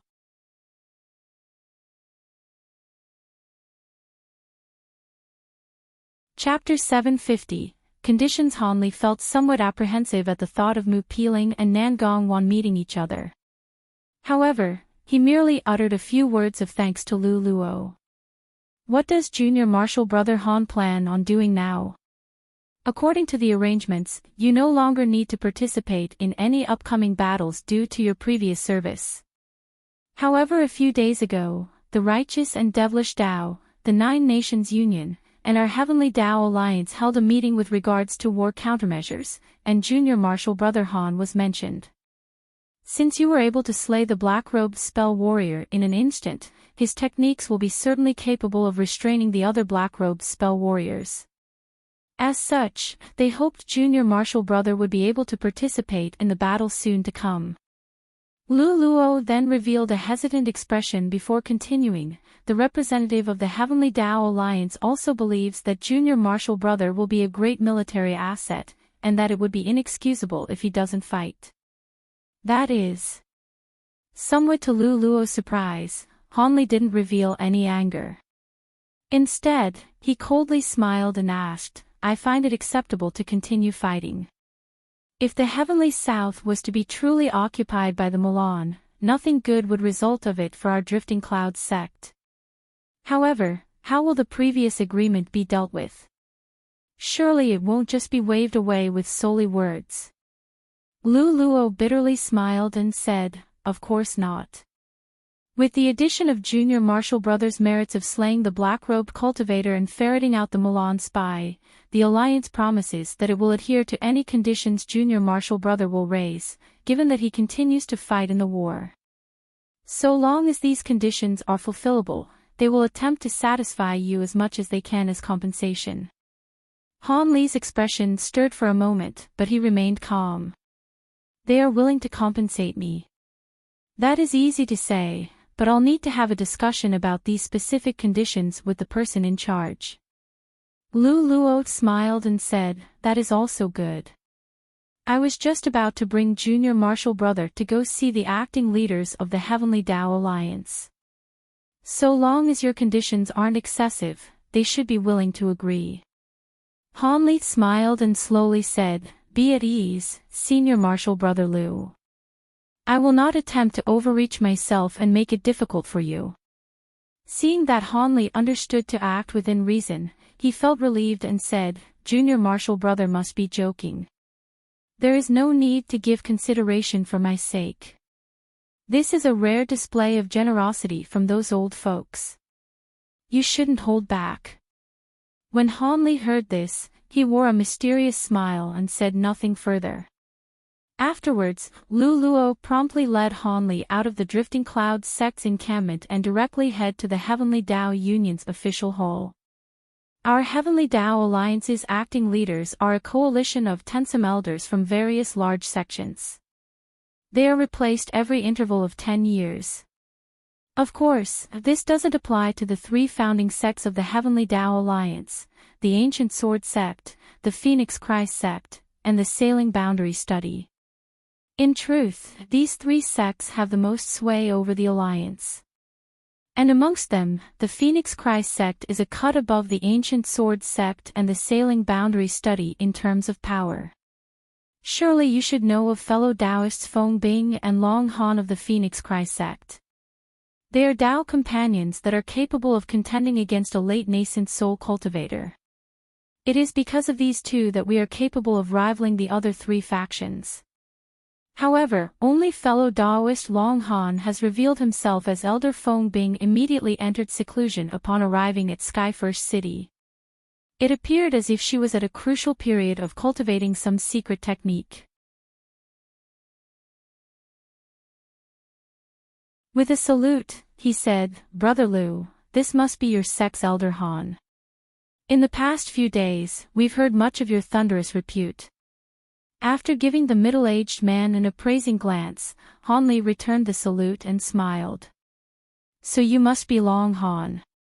I too have long heard of your famous name." Sitting at Long Han's side, an old man with pale complexion half-jokingly said, "If we're speaking of reputation, recently fellow Taoist Han is much more famous. You've given our Heavenly Tao Alliance much face. This fellow Taoist is quite humorous. May I know your name?" Han Li had already taken note of the old man as he was the only mid-nascent soul cultivator in the room apart from Long Han. He didn't dare to slight him. Before the old man could reply, Lu Luo rushed to introduce him. "Junior Marshall Brother Han, this is Brother Kwang of the Sailing Boundary Study. His heavenly earth arts have repeatedly shaken the continent for several hundreds of years." Astonished, Han Li said, "So it turned out to be Brother Kwang. I've also held you in much admiration for a long time." Han Li's words weren't lies. This old man was truly renowned, and was second in the Heavenly Tao Union only to Long Han and his Tao companion. Of course, the Drifting Clouds sect Elder Qing had repeatedly mentioned them in the past, but Han Li didn't think he would actually meet them. Afterwards, Lu Luo introduced the other cultivators to Han Li. They weren't particularly noteworthy apart from the Ancient Sword Sect Elder, an ugly man surnamed Tian, who Han Li particularly took notice of. With the introductions over, they all took a seat. Long Han smiled and calmly said, "Since fellow Daoist Han has come to visit the official hall, he should know of our wishes for him to continue fighting in the war. In truth, we did break our previous promise. But with war approaching, your abilities will prove to be of great strength for the cultivators of the heavenly south. We have no other choice. But as compensation, we will provide you with materials, medicine pills and such for your trouble. Fellow Daoist Han, if you are still unwilling, we can further discuss this. So long as it is possible for your alliance, we will not refuse you." Long Han deserved his title as the cultivator who ruled the Heavenly Tao Alliance. Before Han Li could even mention why he had come, he already took the initiative to apologize to Han Li. He would be put in a bad position if he were to reveal his objections. However, Han Li wasn't angry to begin with. Having escaped from the hands of the Milan divine sage, he had proved he should have more than enough strength to spare to preserve his life when a battle turned for the worse. Since he had no worries over his survival, he didn't have much to be unhappy about. Rather, he felt that this was a rare opportunity. As a result, Han Li pondered for a moment before bluntly speaking, "Since Brother Long said this, I will not object to continuing to fight. After all, I do understand this war is for the survival of the Heavenly South. However, there are some things that I will require from the Heavenly Tao Alliance. Therefore, I will bluntly take advantage of this opportunity." When Han Li said this, he appeared calm. He knew that these old eccentrics were extremely sharp, and felt that it would be easier to handle such matters directly. As expected, his honest words left a positive impression on most of the cultivators in the room. The cultivator surnamed Kwang was particularly happy, and he honestly replied, "Fellow Daoist Han's quick and direct words are very much to my liking. Please tell us of your conditions. I am quite curious." Long Han's expression wavered several times before he silently smiled. As for the others, they all glanced at Han Li, wondering what it was that he wanted. With an indifferent expression, Han Li calmly said, "It is quite simple. I hope to draw support from the Alliance to help me find a certain type of tool refinement material. I won't hide this from you, this item is extremely important to me. If you are able to gather together these items for me before the grand battle, I will have more confidence in dealing with those black-robed cultivators." Tool refinement material. Those in the room glanced at each other, none revealing surprise. They all knew of materials that were certainly precious and difficult to find. Why wouldn't Han Li want to use this opportunity to seek them out?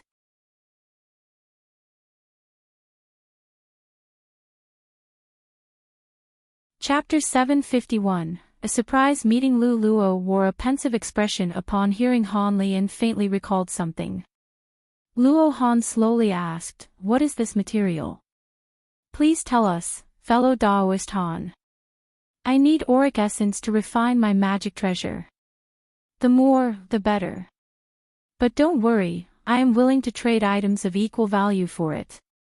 I will not take it for nothing. The Alliance only needs to use their resources to help me collect the auric essence, or perhaps find its whereabouts." Having been unable to acquire a large amount of auric essence and refine the aureate sword formation, Han Li felt extremely frustrated by the matter. Now that this opportunity presented himself, he wished to use it to its fullest extent. Auric essence. Those present all revealed unconcealable shock upon hearing Han Li. This illustrious treasure known as honed gold was about what they had expected, but they were stunned from hearing such a heaven-defying material, nonetheless. Old man Kwang frowned and wore a puzzled expression. "Fellow Daoist Han, the magic treasure you wish to temper requires such a vast amount of auric essence. Do you know how much a magic treasure's power increase after only infusing a small quantity of it? And if you add too much, it won't have any further effects." Han Li calmly said, "Don't worry. I already know this. I merely wish to ask whether your alliance would be able to gather together a certain quantity of this item. Long Han shook his head with a sigh. Since fellow Daoist Han is willing to evenly trade for it, we can certainly be on the lookout for any information to help you gather together the material if we can. However, when such items are acquired, they are normally consumed immediately. From your tone, it seems you require much of it. I fear this will be quite difficult to do. Even if information of auric essence exists, their masters may keep quiet on account of wishing to acquire it themselves. It will be difficult to find. That is why only such a small amount was found at the recent trade meet. When Han Li heard this, his heart sank. He had already considered the problem, but he had no methods of dealing with them. He was at a complete loss over the matter. If he truly couldn't acquire a large amount of auric essence in the heavenly south, he may have to travel to the rumored Jin Empire or other great continents in his search. Since the Jin Empire was about 10 times larger than the heavenly south, perhaps he would be able to find a large amount of auric essence there. Not to mention that he still had the bone case he received in the Umbra realm that contained the refinement method for the spirit subjugation talisman. If he returned to the Jin Empire, he would naturally want to return it to the heavenly talisman sect.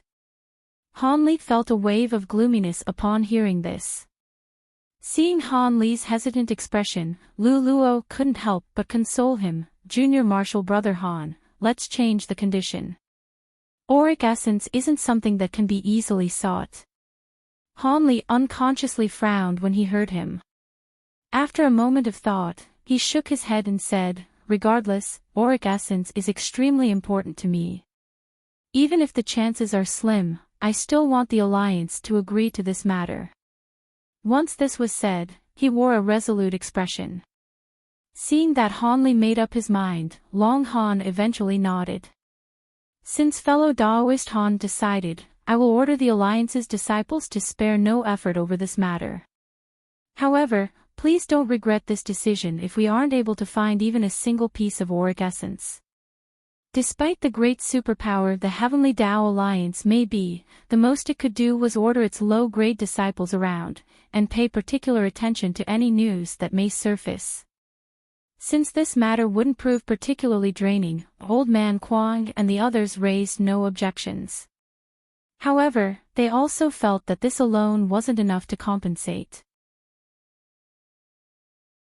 They promptly took out a bag of over 100 mid-grade spirit stones as well. Han Li took it with a smile. With this resolved, a friendly atmosphere appeared in the hall. The Heavenly Tao Alliance cultivators chatted for the time being. Eventually, detailed questions about the battle at the Yellow Dragon Mountains were being asked, particularly about the black-robed man and the Milan divine sage. With no intent to conceal this, Han Li answered their questions once through. Of course, he brushed past any mention of his techniques and treasures, and Long Han and the others didn't press him. However, they were doubtful when they heard that the black-robed man weren't heretical demon or ghost cultivators. Long Han was particularly surprised to hear that they were merely devil Dao cultivators. When a half-day had passed, Han Li and Lu Luo eventually took their leave. Shortly after they departed, a voice transmission talisman suddenly shot towards Lu Luo's hand. Lu Luo gave Han Li a helpless smile and said, I have urgent business to attend to. I'm afraid I can't continue to keep your company. Junior Marshal Brother Han should take a stroll around the city. Let us have a proper chat when night comes. Han Li kindly smiled in response. Senior Marshal Brother Lu, please don't mind me. I also wish to go take a look at the city alone. Feeling relieved, Lu Luo saluted Han Li and hastily flew off in a streak of light. The matter seemed truly important. As Han Li watched Lu Luo depart, he shook his head, but after some thought, he smiled instead. He pondered for a moment as he looked at the sky before heading towards the city's central district. But after taking a few steps, he stopped and slowly turned around to face Mountain Lord Song, who stood at the entrance of a nearby alley. She stood there with bit lips and a hesitant expression. Hanli blinked and waved at the woman. With a moment more of hesitation, she walked over with lithe steps. The beautiful woman respectfully shouted, "Junior pays her respects to Marshal Uncle Han." "How long have you been waiting here?" Hanli looked at the woman's face with hands behind his back. The woman lowered her head and softly replied, "It has been about an hour already." Hanli glanced around and calmly said, "It seems you have something you wish to say to me. However, this isn't a good place to talk. Follow me." Without waiting for her reply, he began walking. The woman's expression wavered for a moment before she closely followed after him. Once Hanli brought her to a secluded place, he turned around and said, "What is it that you wish to say?" The woman kept silent for a moment before taking out a jade slip from her robes and handing it over to Hanli. "Someone had this Marshal niece pass on a letter to Marshal Uncle. They wish to see you." "A letter?" Hanli wore a face of surprise and swept his spiritual sense past the item. However, he didn't immediately sink his spiritual sense into it. He stared at the woman and asked, "Who gave this to you? You must know." With the jade slip no longer in her hands, she managed to retain her calm. "It is a good friend of mine. She says that she knows you and wishes to pass something on to you." "She knows me." Hanli narrowed his eyes and his expression stirred. After pondering with a tilted head, he eventually pressed the jade slip against his head and looked into it. A short moment later, he was wearing an odd expression on his face. "Where is she? Bring me to her." The woman blinked and astonishedly said, "Marshal Uncle truly recognizes my friend." Hanli casually said, "That's right. There is some friendship between us. I didn't think that Marshal niece Song would know her." Spirits roused, she sweetly smiled and said, "I met her in only the last 2 years. I originally believed it to be a joke that she knew you. I didn't think that it would be true. I've arranged an empty place for her outside of the city. I'll bring you to her." Afterwards, Hanli and the woman walked towards the city gate one by one. After they left Sky First City, the woman took to the skies and led Hanli south. They traveled tens of kilometers before arriving at a small, uninhabited valley. The entrance of the valley was enveloped in a pure white mist, concealing its interior from sight. The woman surnamed Song silently waved her hand as she grabbed onto a command talisman. The streak of red light then shot into the mist and caused it to roll away and reveal a narrow green path. The woman respectfully stood to the side and said, "Marshal Uncle, please go first." With Han Li's current spiritual sense, he clearly saw everything within the valley. He wore a slight smile on his face and walked down the path. This exquisite valley wasn't large. It was only a mere 300 meters in an area with nothing aside from several small buildings at its center, making it appear only as a temporary residence. Yet, it was completely clean near the buildings with not a single weed to be found. However, someone in the room was alarmed by the formation being broken. In a blur, a gorgeous, yellow-robed woman emerged from the building.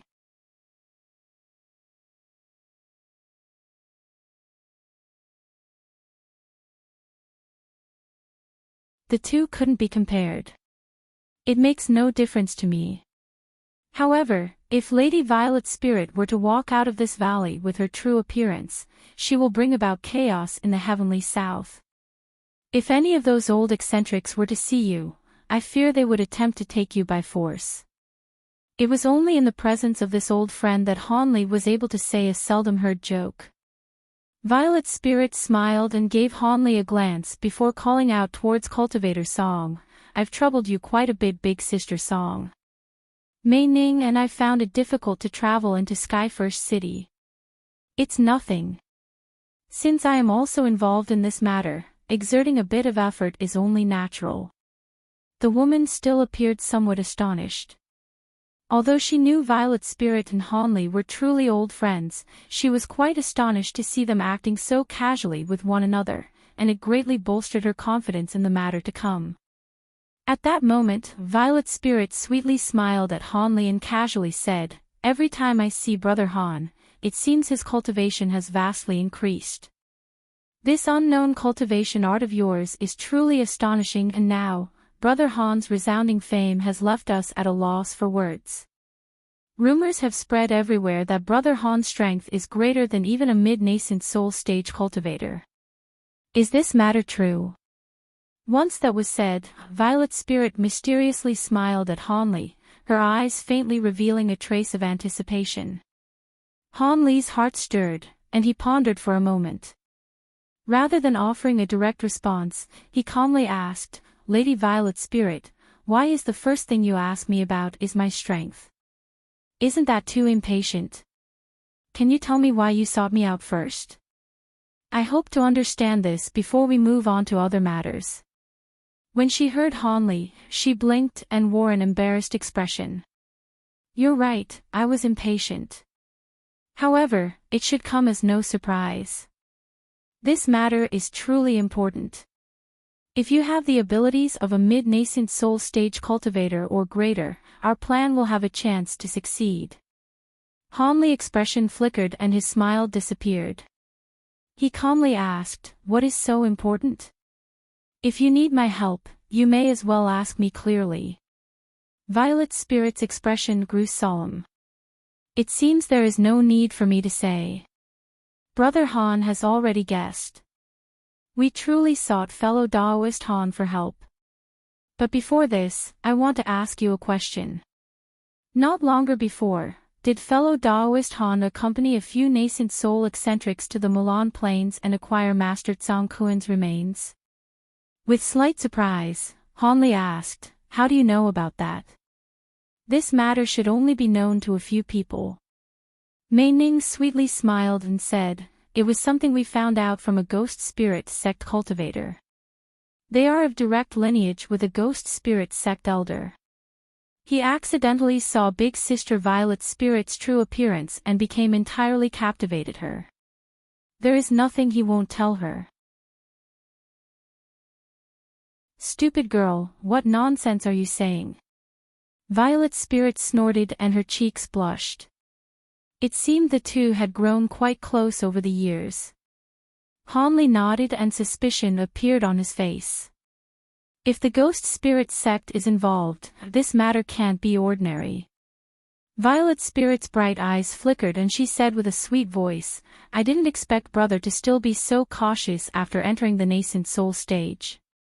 I've only recently entered nascent soul stage. If I don't want to die, I must be careful. Being careful is only natural. However, why does it matter that I headed to the Mulan Plains in search of treasures?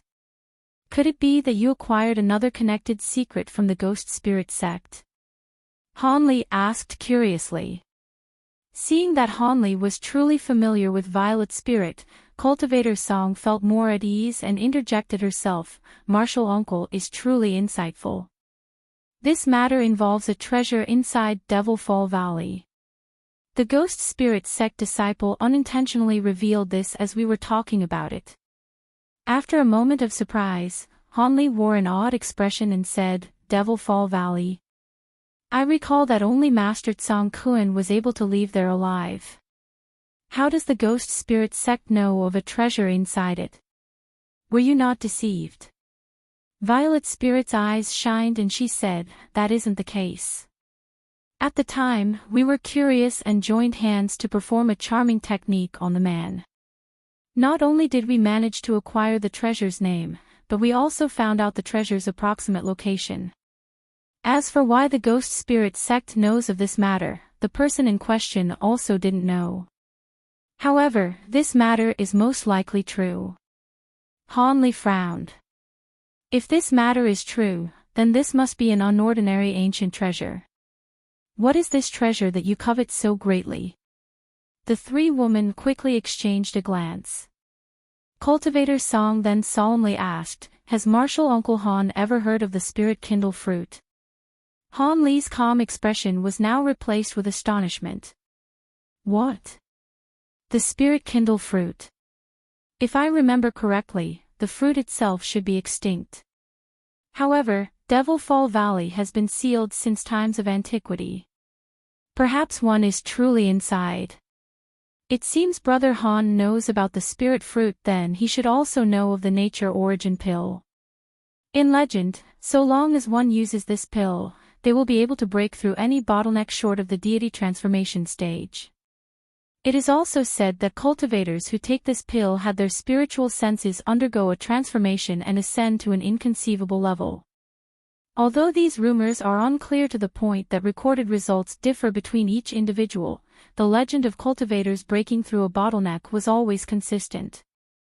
Despite the many records throughout the ages, they all mentioned the great name of this spirit pill. It is a pity that the main ingredient to refine it, the spirit kindle fruit, was extremely difficult to find even in the age of antiquity. Although the pill formula was preserved, it has remained unused for eras. Despite their former knowledge of this matter, Cultivator Song and Mei Ning couldn't help but reveal excitement upon hearing it once more. Mei Ning in particular was excited about the nature origin pill as it would vastly increase her chances of reaching the core formation stage. But at that moment, Han Li's excitement slowly faded as he pondered about the matter. After some careful consideration, Han Li calmly replied, "If the spirit fruit is in Devil Fall Valley, that explains why the Ghost Spirit sect went through such lengths to hire those treasure-seeking nascent soul cultivators and tried to kill Marquis Nanlong for Master Tsang Kuan's treasure. Still, there are a few things I don't understand that I need you to explain. I will not be braving this danger otherwise, despite how tempting the fruit may be."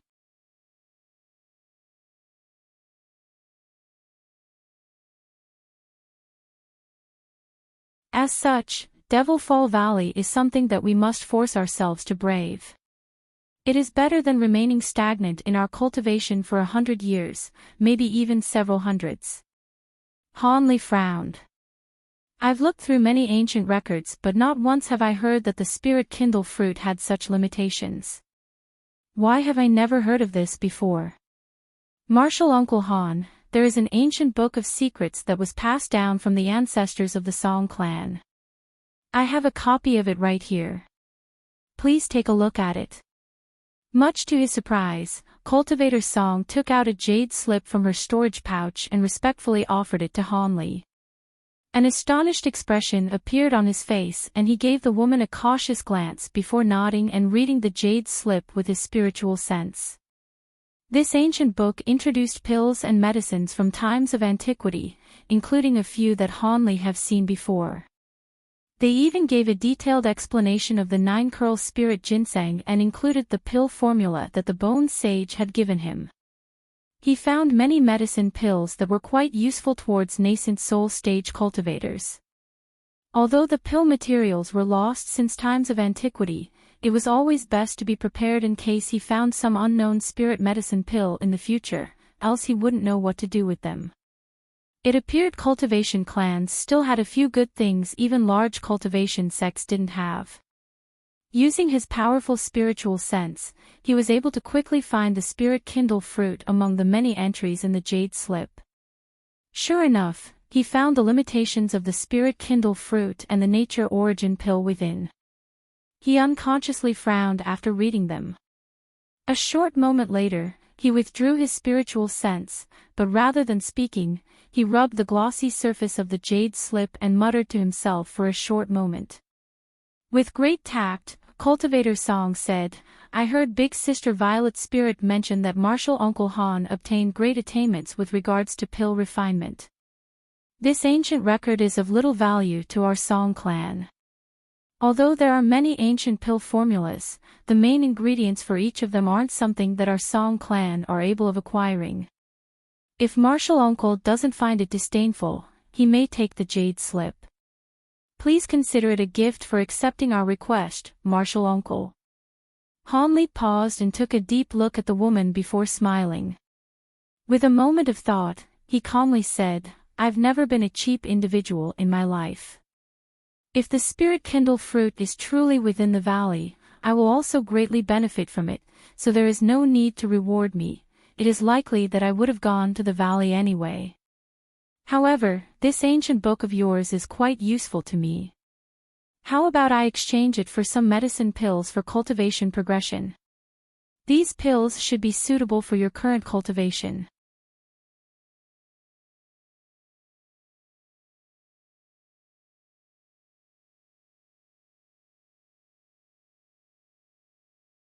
This will vastly increase her chances of reaching nascent soul stage.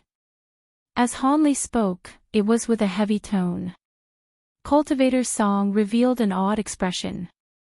Martial uncle means to say that Violet Spirit has already steeled her resolve to become a nascent soul cultivator? Is that why she is willing to brave the grave dangers of the valley? Hanli turned his head to glance at the fading red sky as if reminiscing in past memories, and he slowly said, "That's right. Violet Spirit's experiences are quite different from you and Mei Ning. She had been pressured by powerful cultivators several times, and even had her own mother's sect taken away from her. Although she hadn't mentioned this to anyone else after she had fled, I can faintly feel that her ambition has far surpassed that of an ordinary cultivator." Then under Cultivator Song's amazed gaze, Hanli paused for a moment as if deliberating what to say. If the spirit-kindled fruit is truly within the valley, I will most likely make an attempt for it. After all, it is incredibly difficult to progress one's cultivation in nascent soul stage. If I do not seize this opportunity, I may find myself forever stuck at early nascent soul stage.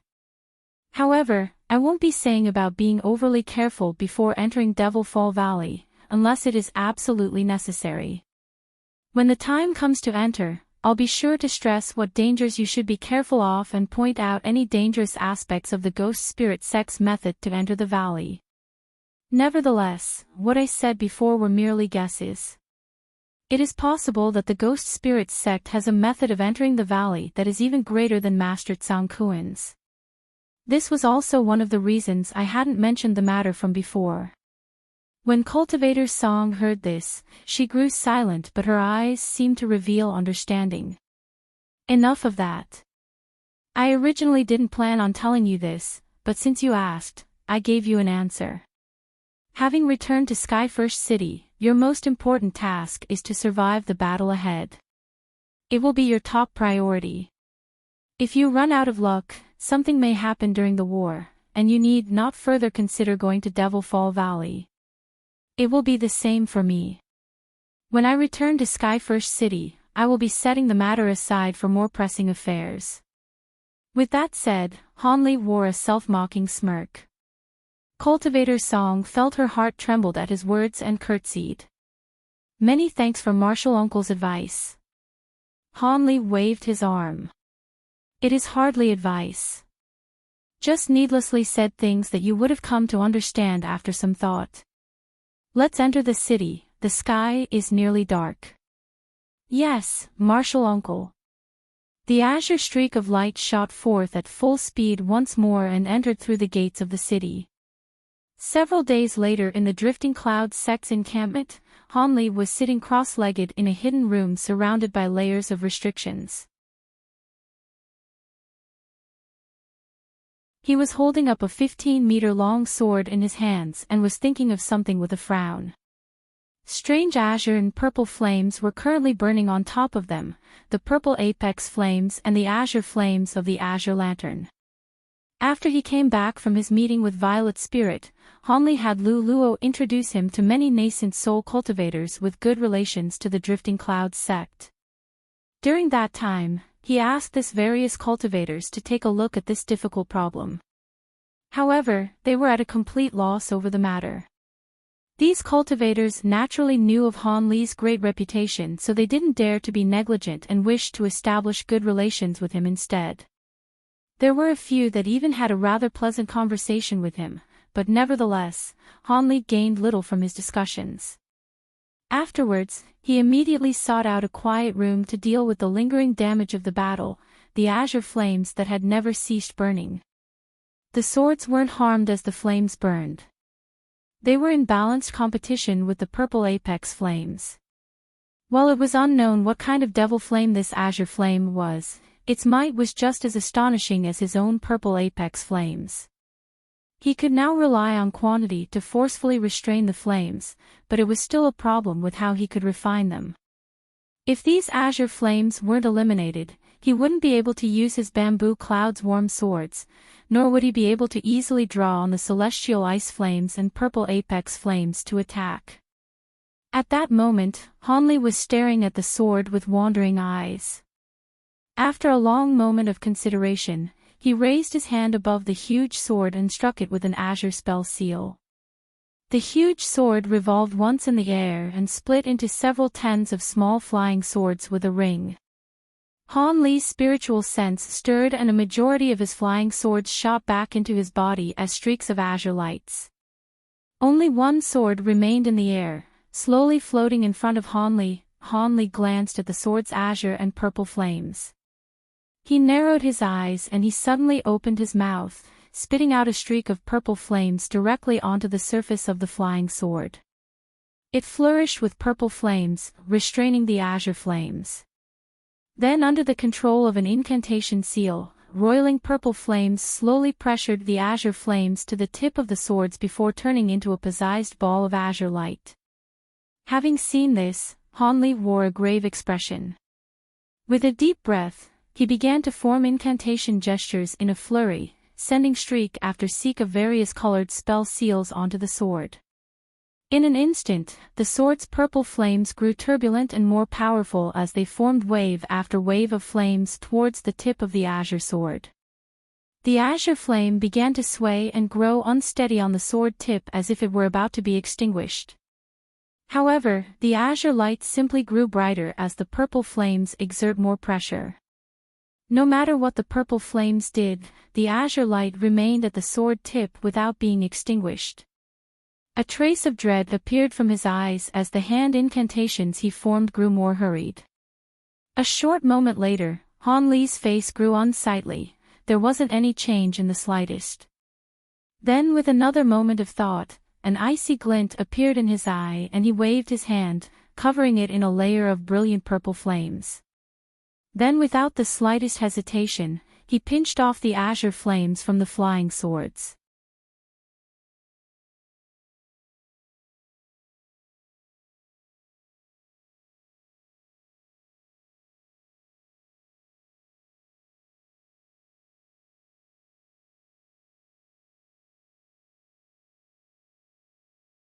As such, it was extremely crucial for enemy high-grade cultivators to be placed in check.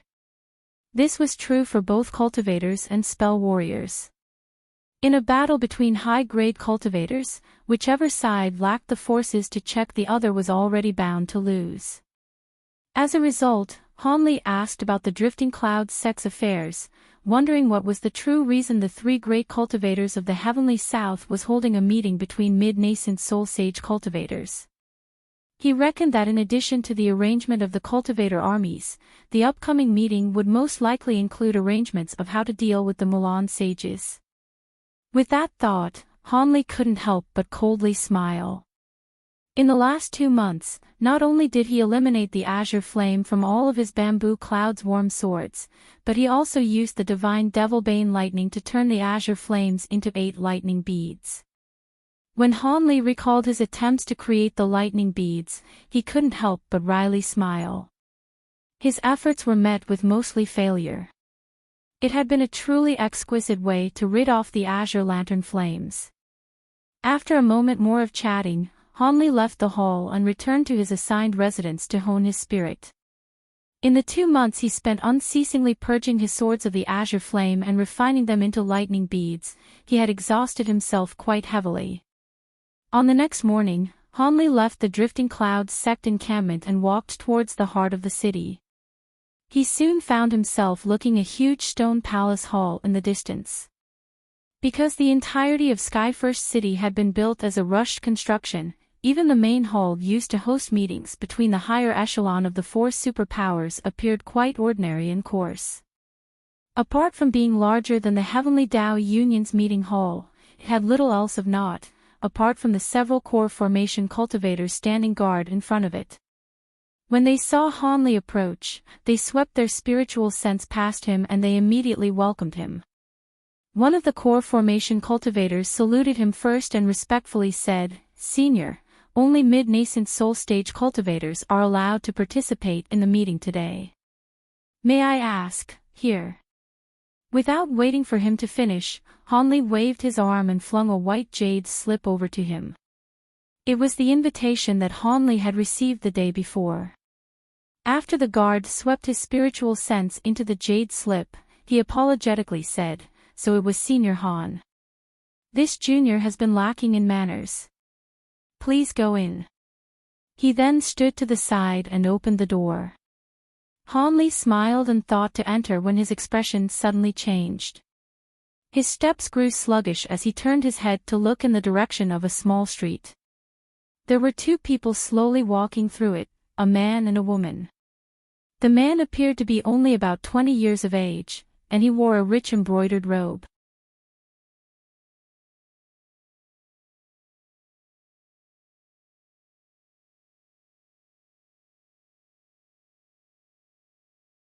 Chapter 757, A Meeting of Eccentrics. Dong Xianer's expression remained somewhat baffled at the sight of Hanli, but she calmly replied, "That person was an old acquaintance of mine.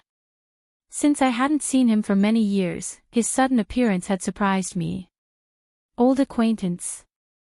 That early nascent soul cultivator is allowed to enter today's meeting.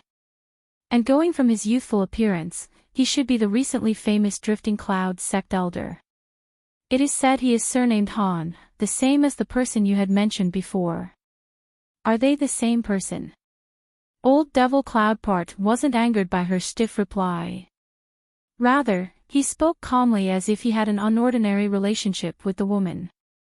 Dong Xianer's complexion turned somewhat pale at his words, but she remained silent. A cold glint flashed from Old Devil Cloudpart's eyes. While he did drop the matter with a cold snort, a slight frown appeared on his face. Cloudpart led her to the front of the palace hall and was promptly allowed in by the fearful core formation cultivators standing guard. Of course, Dong Xianer wasn't allowed to enter. She was led to side room to rest for the time being. Not long after Hanli entered the palace hall, he soon saw the entrance of the meeting room and hurried inside. The meeting room was rather simply arranged. Apart from a few rows of huge stone pillars, there was a large empty space at its center with 17 exquisitely crafted wooden chairs placed several meters apart from one another. 8 cultivators were currently sitting amongst the chairs in various places. When Hanli entered, there were a few that indifferently glanced at him, a few that ignored him as well as others that were currently meditating. They all acted without regard for any others. However, there was one person who kindly smiled at him when he entered. He beckoned to Hanli and said, "Fellow Daoist Han, you've emerged from seclusion. If you don't find it distasteful, how about you sit next to me?" This man was the leader of the Heavenly Tao Alliance, the Phoenix Cry Sex Long Han. "Many thanks, Brother Long." Hanli sat down at his side and began to silently examine the other cultivators in the room. A short moment later, Old Devil Cloudpart entered the room. He glanced at the others within and chuckled before boldly taking a seat in an empty chair.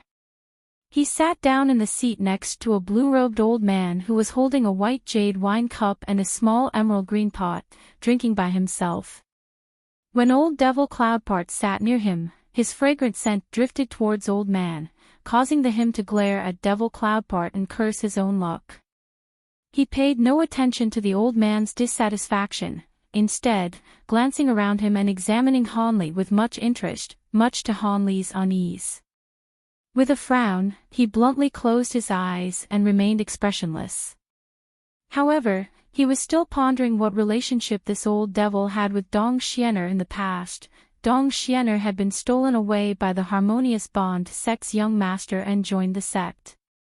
Although this old devil's reputation was awful, he wouldn't prey on his own sect's disciples. The two must have some other relationship, else he wouldn't have brought Dong Xianer along to the meeting. Just as Hanli mulled over this, a number of people entered the hall in succession. They were all mid-nascent soul cultivators, many of which were recognized by those already sitting in the hall. With a few hateful grudges between them, there were quite a few mocking statements said in passing amongst the greetings that were uttered. At that moment, old Devil Cloudpart's gaze finally left Hanli, but Hanli remained still regardless. As he recognized none of the other cultivators in the room, he didn't need to greet them. Fellow Taoist shattered soul. I didn't think that you would come. I heard that you had already cultivated your 9 souls technique to transformation strategy. Congratulations.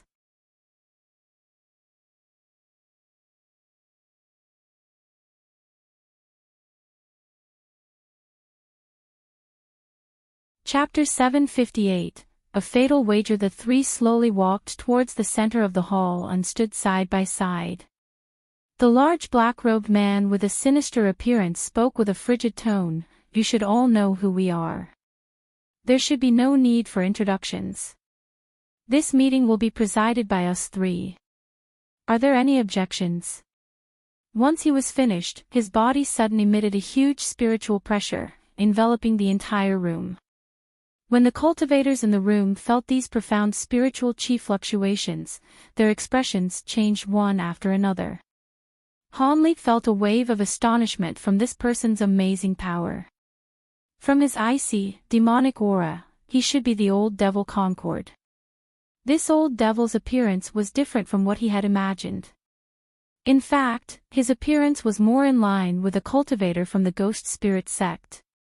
Unbeknownst to Hanli, each successive generation of the Harmonious Bond sect Grand Elder was titled as the Old Devil Concord.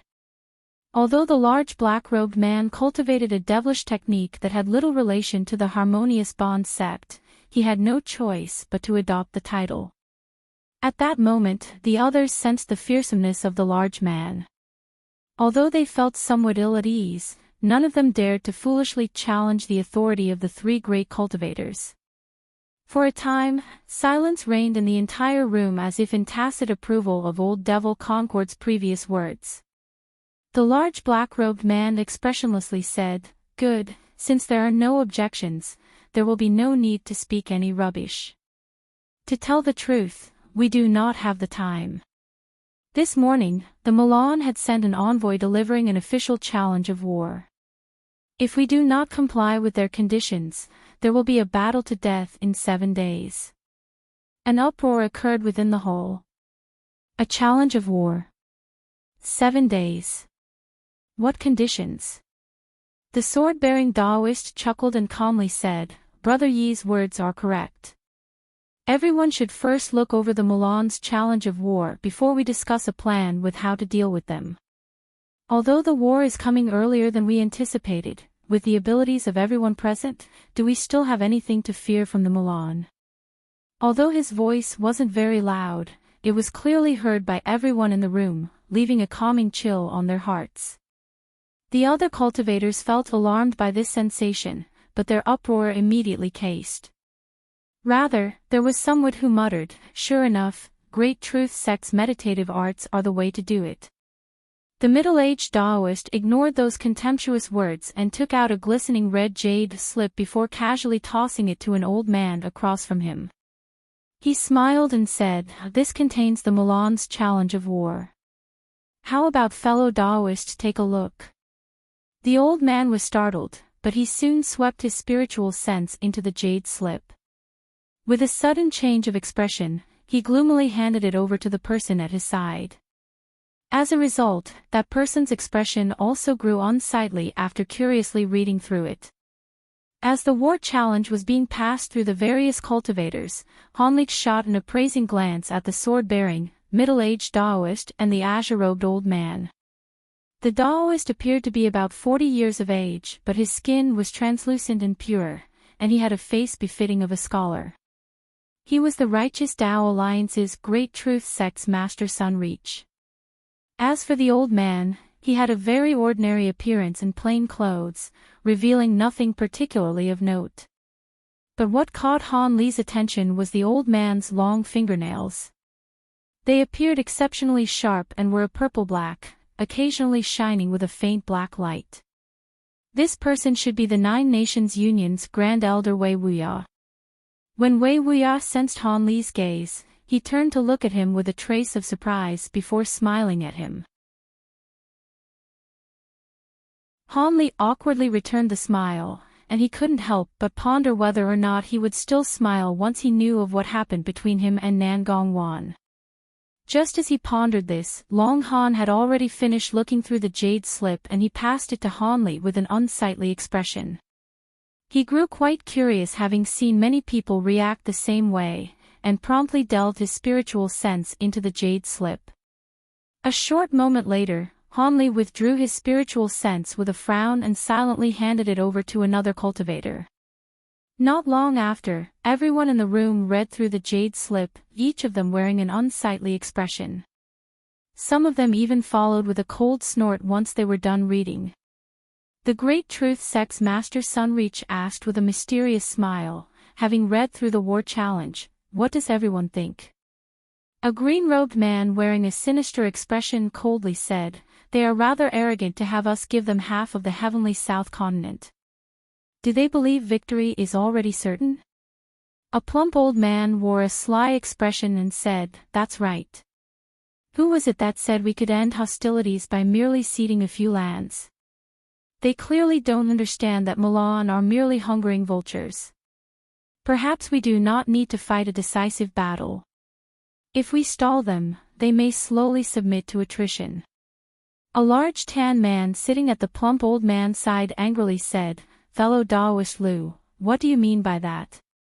Is it because your Thousand Illusions sect is deep within the heavenly South that you don't care whether the rest of our sects live? A war of attrition might mean little to your sect, but how about ours?" Without any fear of the large tan man, the plump old man indifferently said, "I was considering others when I said it. Any fallen sects can re-establish themselves, but lives can't be easily replaced." Anther person coldly said, "Humph. You speak of the matter quite simply. If our countries were abandoned, for what reason would we block the Milan armies on behalf of your Devil Dao sects? We should simply move all of our sects into your state of Tianluo, that way, nobody will die." That's enough. We've already come to a conclusion of the matter of a war of attrition and we won't discuss it further. Now we must discuss how to deal with the armies of the Milan spell warriors, not fight amongst each other. The black-robed cultivator grew sullen having heard this and rebuked them. When the three heard Devil Concord, they all wanted object, but they obediently obeyed and kept silent. In the cultivation world, strength spoke the loudest. Master Sunreach solemnly added, "In truth, it isn't necessary for you three to discuss the matter. We've already come to a decision. With the momentum of the Milan armies and interference from outsiders, a war of attrition is impossible. If we do not gather together a majority of the Heavenly South's power, we will be incapable of defending against the Milan's attack."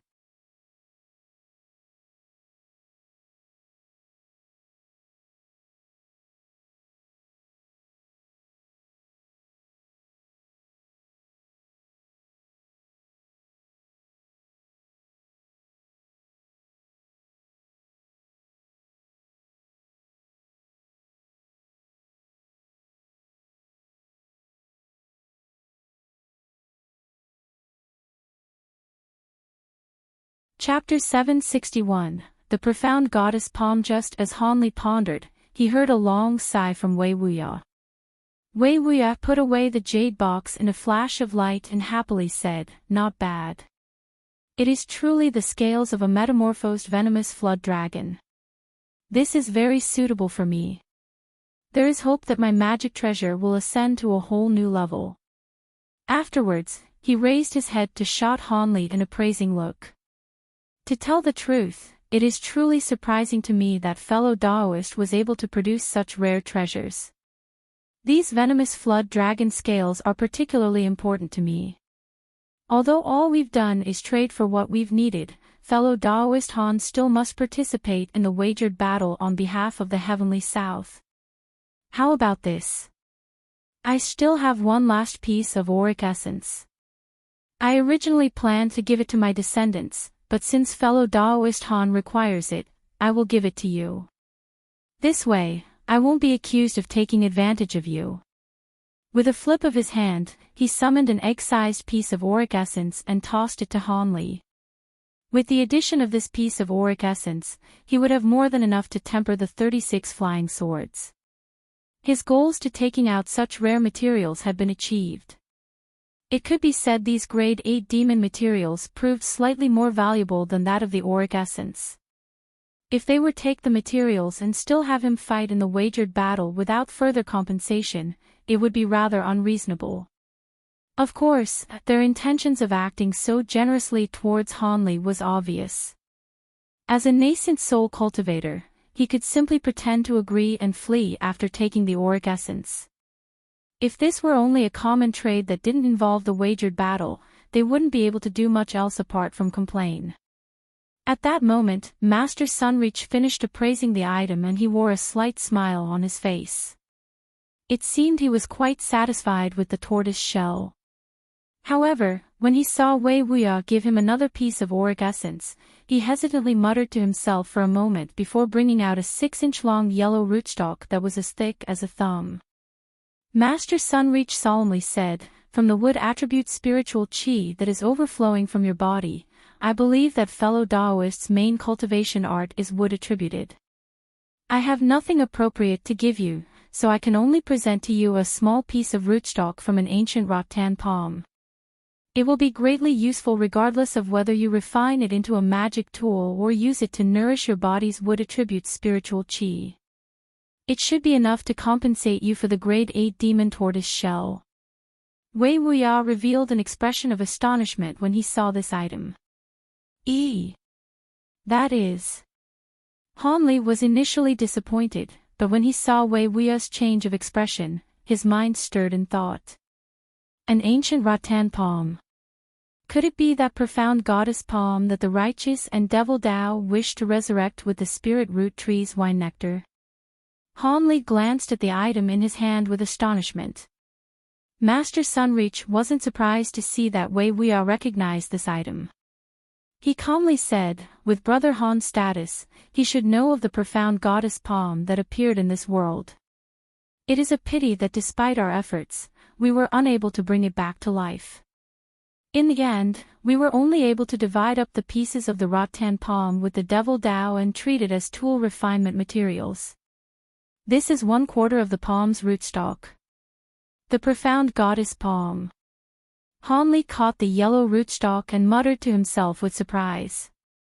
Han Li learned of the profound goddess palm from several ancient records. He now realized why the righteous and devil Dao had schemed to resurrect it. Immortal rattan palms were only a general classifier for these plants. They were merely a vine-type spiritual root that were useful. However, the profound goddess palm was different. Only a few such ancient rattan palms had the qualifications to be named as profound. Profound rattan vines belonged to a completely different realm, and came into creation during times of antiquity. As such, any fruits or flowers it may produce possessed inconceivable effects that were truly heaven-defying. However, the profound goddess palm were one of such roots that possessed amazing effects, but as it had perished long ago, its husk was indistinguishable from other rattan palms. Were it not for the explanation that was left behind in the ancient cultivator burrow where it was found, it would have been assumed to be an ordinary rattan palm husk. At the start, it was believed to be a precious treasure. Even the righteous and devil Dao has fought several times for the possession of the treasure. Later on, the higher echelon of the righteous and the devil Dao decided to first see whether or not the immortal rattan was able of being resurrected. After all, even if it was resurrected, it could take tens of thousands of years before it would bear fruit or flowers. As a result, they first tried several different methods in their attempts to bring it back to life, and they later used spirit water and milk to water it. They even used wine nectar from the spirit root tree of the Dream Cloud Mountains. However, all these efforts were in vain as the immortal Rattan showed no sign of coming back to life.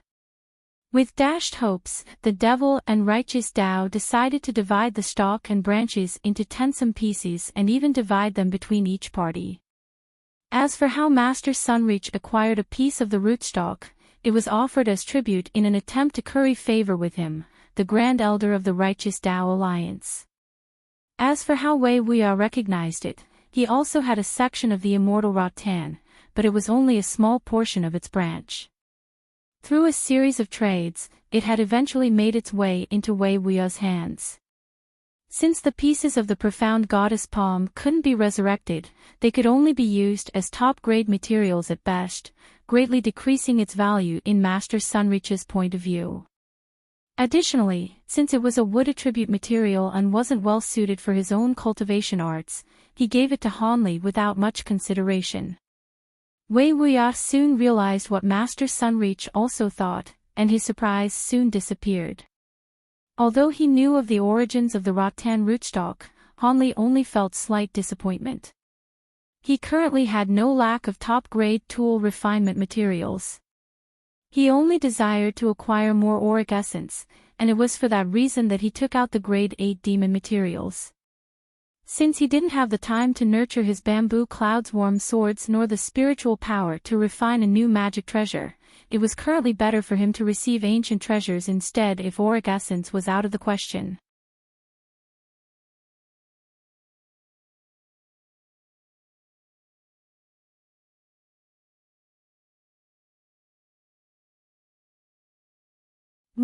In the Umbra realm, he received the talisman refinement method for a grand talisman. Chapter 591. It would be the soul-killing move that he would be able to prepare within several days' time. His only worry was the odds of success for refining it. As for tempering his flying swords with auric essence and cultivating the aureate sword formation, that wasn't something that could be accomplished in a sparse few days. He originally thought to find a satisfactory spirit talisman brush and have some more practice honing his talisman refinement techniques before attempting to create the spirit subjugation talisman. But now that he only had a few days, he had to make an attempt despite the lower chances of success. If he could successfully refine it, he would have another killing move. If he failed, nothing could be done about it. Any other preparations he could make over the next few days wouldn't be able to increase his strength. With that thought, Hanli calmly arrived at his assigned residence and entered his bedroom. He then sat cross-legged on his bed and closed his eyes. In a mere 2 days, Hanli had acquired all of the materials that he had requested. He was delighted and felt reassured of his decision to become a Drifting Cloud sect elder. With these materials on hand, Hanli moved to a sealed room. After taking a seat cross-legged at the center of the room, he placed each of the materials in front of him and carefully opened a black-green bottle that he took out from his storage pouch. With a whoosh, a streak of crimson light shot out from the bottle. Already prepared, Hanli calmly raised his hand and grasped at the air. A large hand of azure light appeared soon after and grabbed the crimson ball of light. The azure light hand then pulsed with light and trembled, revealing the crimson light's true form. It was a crimson flood dragon that was several inches long. It continuously swiveled at the center of the palm and would occasionally attempt to escape, but the surrounding walls of azure light firmly trapped the flood dragon like a bird to a cage. Hanli narrowed his eyes and blue light shined from his pupils. He was able to instantly view every detail of the flood dragon's soul. It appeared lively and exactly the same as when he had captured it tens of years ago. But with his bright sight spirit eyes, he was able to see something exceptional. Although the power of the flood dragon's soul still remained astonishingly strong, the light in its eyes had dulled. Clearly, its intelligence had waned. Now, the soul merely had power, but its mind was exactly the same as an unevolved flood dragon. Its attempts to escape were only born from instinct. Hanli sighed and recalled the grade 8 venomous flood dragon and its immense abilities. It was now reduced to a feral soul only over the passage of tens of years. The contrast was so great that it nearly invoked pity. This led Hanli to be particularly mindful of immense challenges on the path of cultivation.